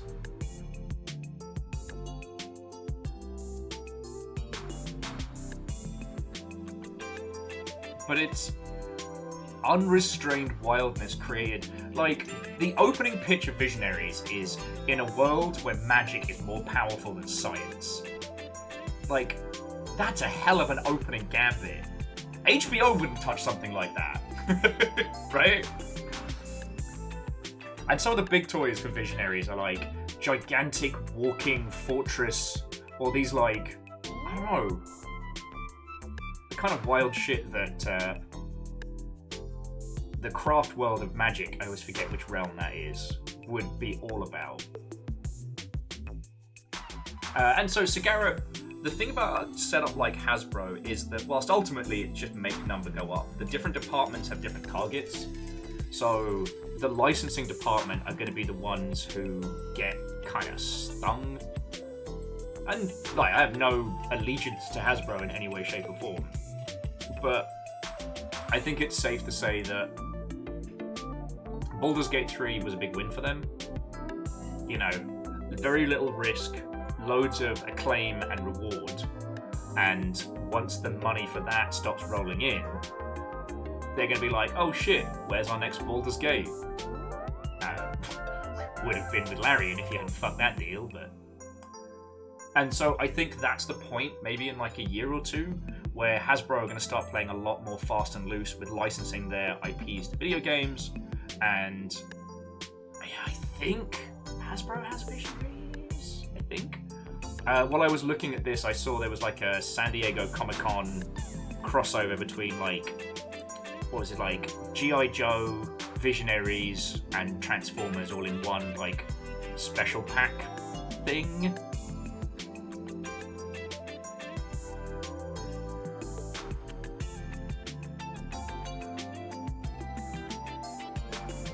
Alright, game for an Ace cartoon. Fred's got another one. Let's do it.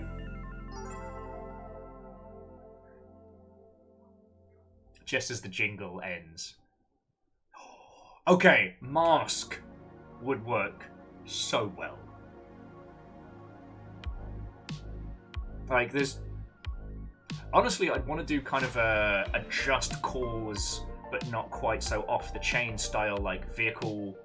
like, person-vehicle combat game.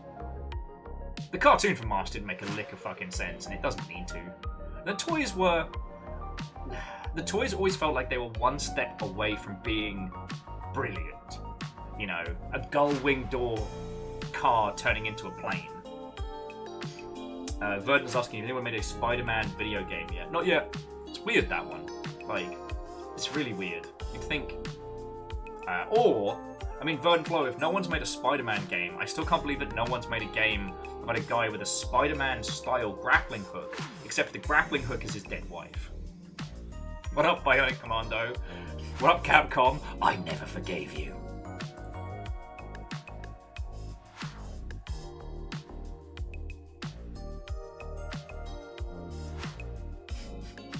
Should make a game about Spider-Man's amazing friend.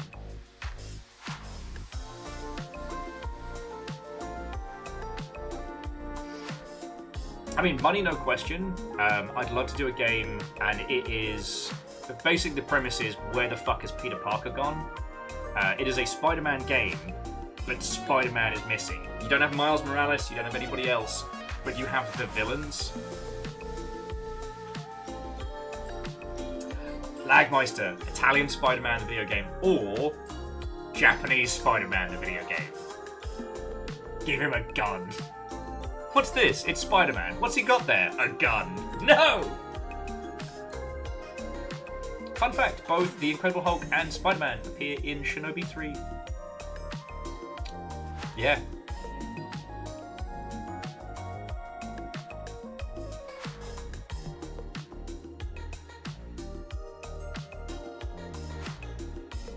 Yes, Fred, I will be gone when you get back, but this was a lovely chat, and to be continued. You know, friends, I am hoping we'll get back to the point where we can have, like, Discord hangs and stuff like that. But it definitely won't be this evening. I got a long day and a lot of rampant piracy to get through tomorrow.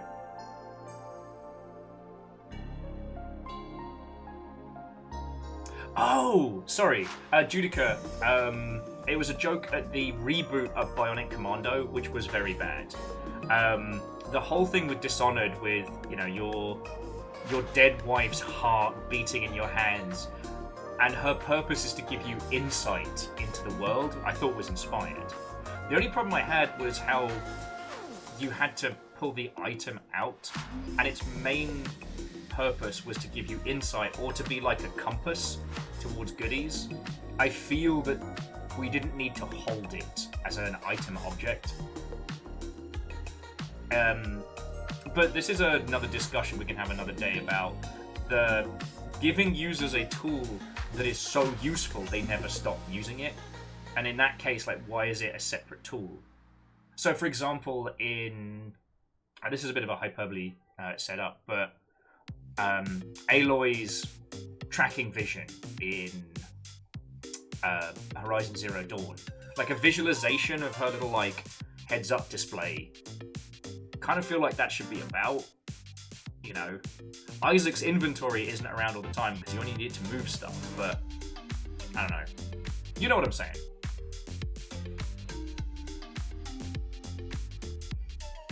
Yeah, Judica, there was definitely somebody on the Dishonored concept team who was going through some shit. It comes through. Hey, Derek, you ready for another great day at work? Working on this, like this semi-diesel punk stealth game? I don't know, I've had a really bad weekend. Well, don't worry about it. What's your new idea? Dead wife in your hand. She tells you things. Things you couldn't possibly know. Cool, I'm going over here now. Yeah, Judica, it's the tool you use every 5 seconds. Now, I do think that with Hitman, the vision kind of fading in and out is quite good. I don't find myself tapping it constantly, but I did find in Cyberpunk constantly tapping the visual overlay to see things I might have missed.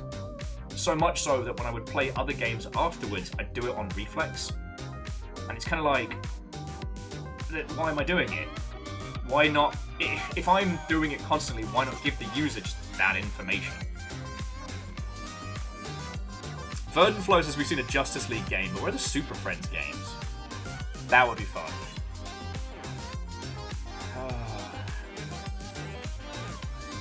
And yeah, Fearless, I will have support tomorrow, which is very, very cool, and I'm extremely grateful for that, because I would not be able to Sea of Thieves it up. And it's going to be good to get back to the waves. Tomorrow's crew is going to be... Who have we got in for tomorrow?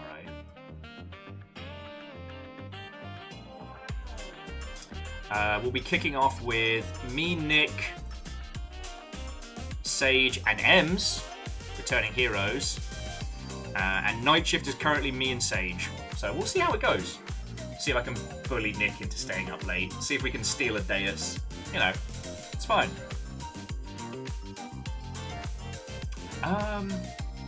Alright, so friends, I think that's our adventure. Just have a look and see if there's anybody currently kicking around on twitch.televisio.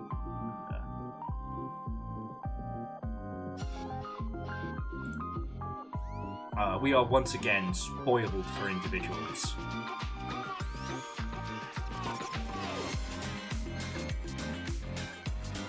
Okay. Nah, it's a ghost town. Ozzy, once again, thank you all. I get to do this because you lot keep me the fuck alive, and I'm super grateful for that. See, there's nothing else to it. I wouldn't get to be here if you lot weren't. Do you know what I mean? Playing my fucking hair. Right! Friends, Vikings, future video game alters, and just down and out degens. Thank you.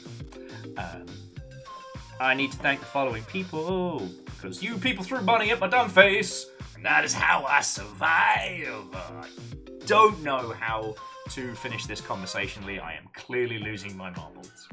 But no, I hope you all had a really good. I hope you had a real good day. Credits? You're not doing a thing? Yeah, I hope you had a good day, friends. I hope I gave you some happier, ponderable concepts. Credits? Are we doing this? No, yeah, losing marbles is Saturday. There we go. There we go. All right.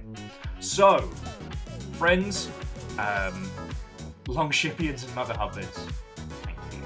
Sorry, I guess I'm going a little bit loopy.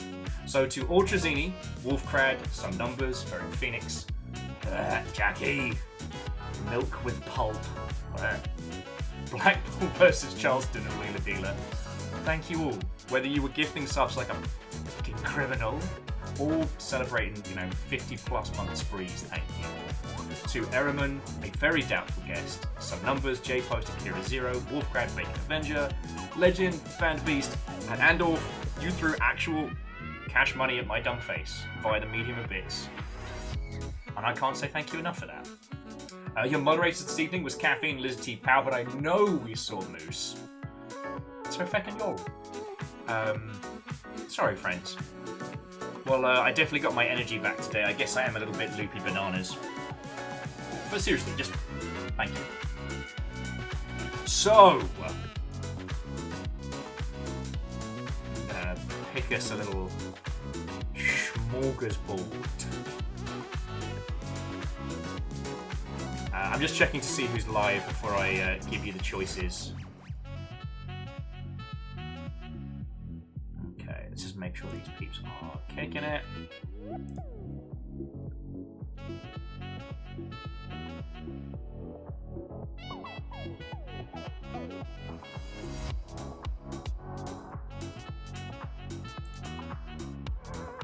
Okay, so I got 3 choices for you.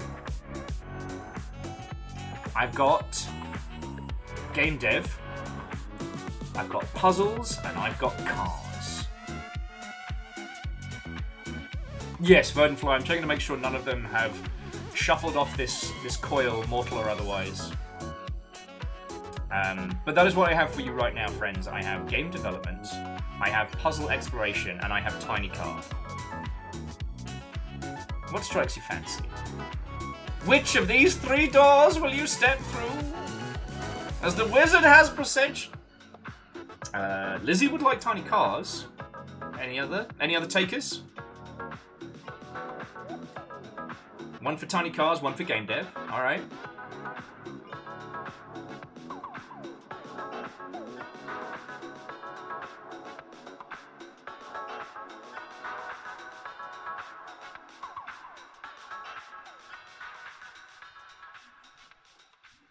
I found a beast. It might not be the tiny cars you're thinking of.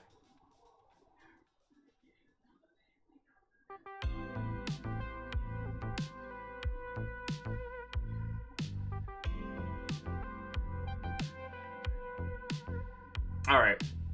I'm gonna make an executive decision, and I'm gonna pass you all to Tiny Cars.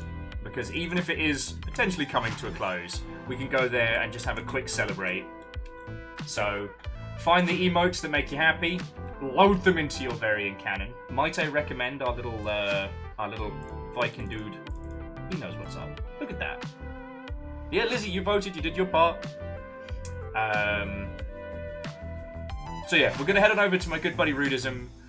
You know Rudism by now. If you've been in the gaming space at all, it's the dude that made a controller out of bananas. And has just completed a Grand Prix race in a tiny car. So we can go over there and we can be like, yo! But that is it from me. Friends, if you do see me on Discord later, I'll be sober. So actually come say hello. But I can't promise anything right now. Yeah, tomorrow's back on Sea of Thieves. I fucking missed it. It's gonna be good. It's gonna be real good.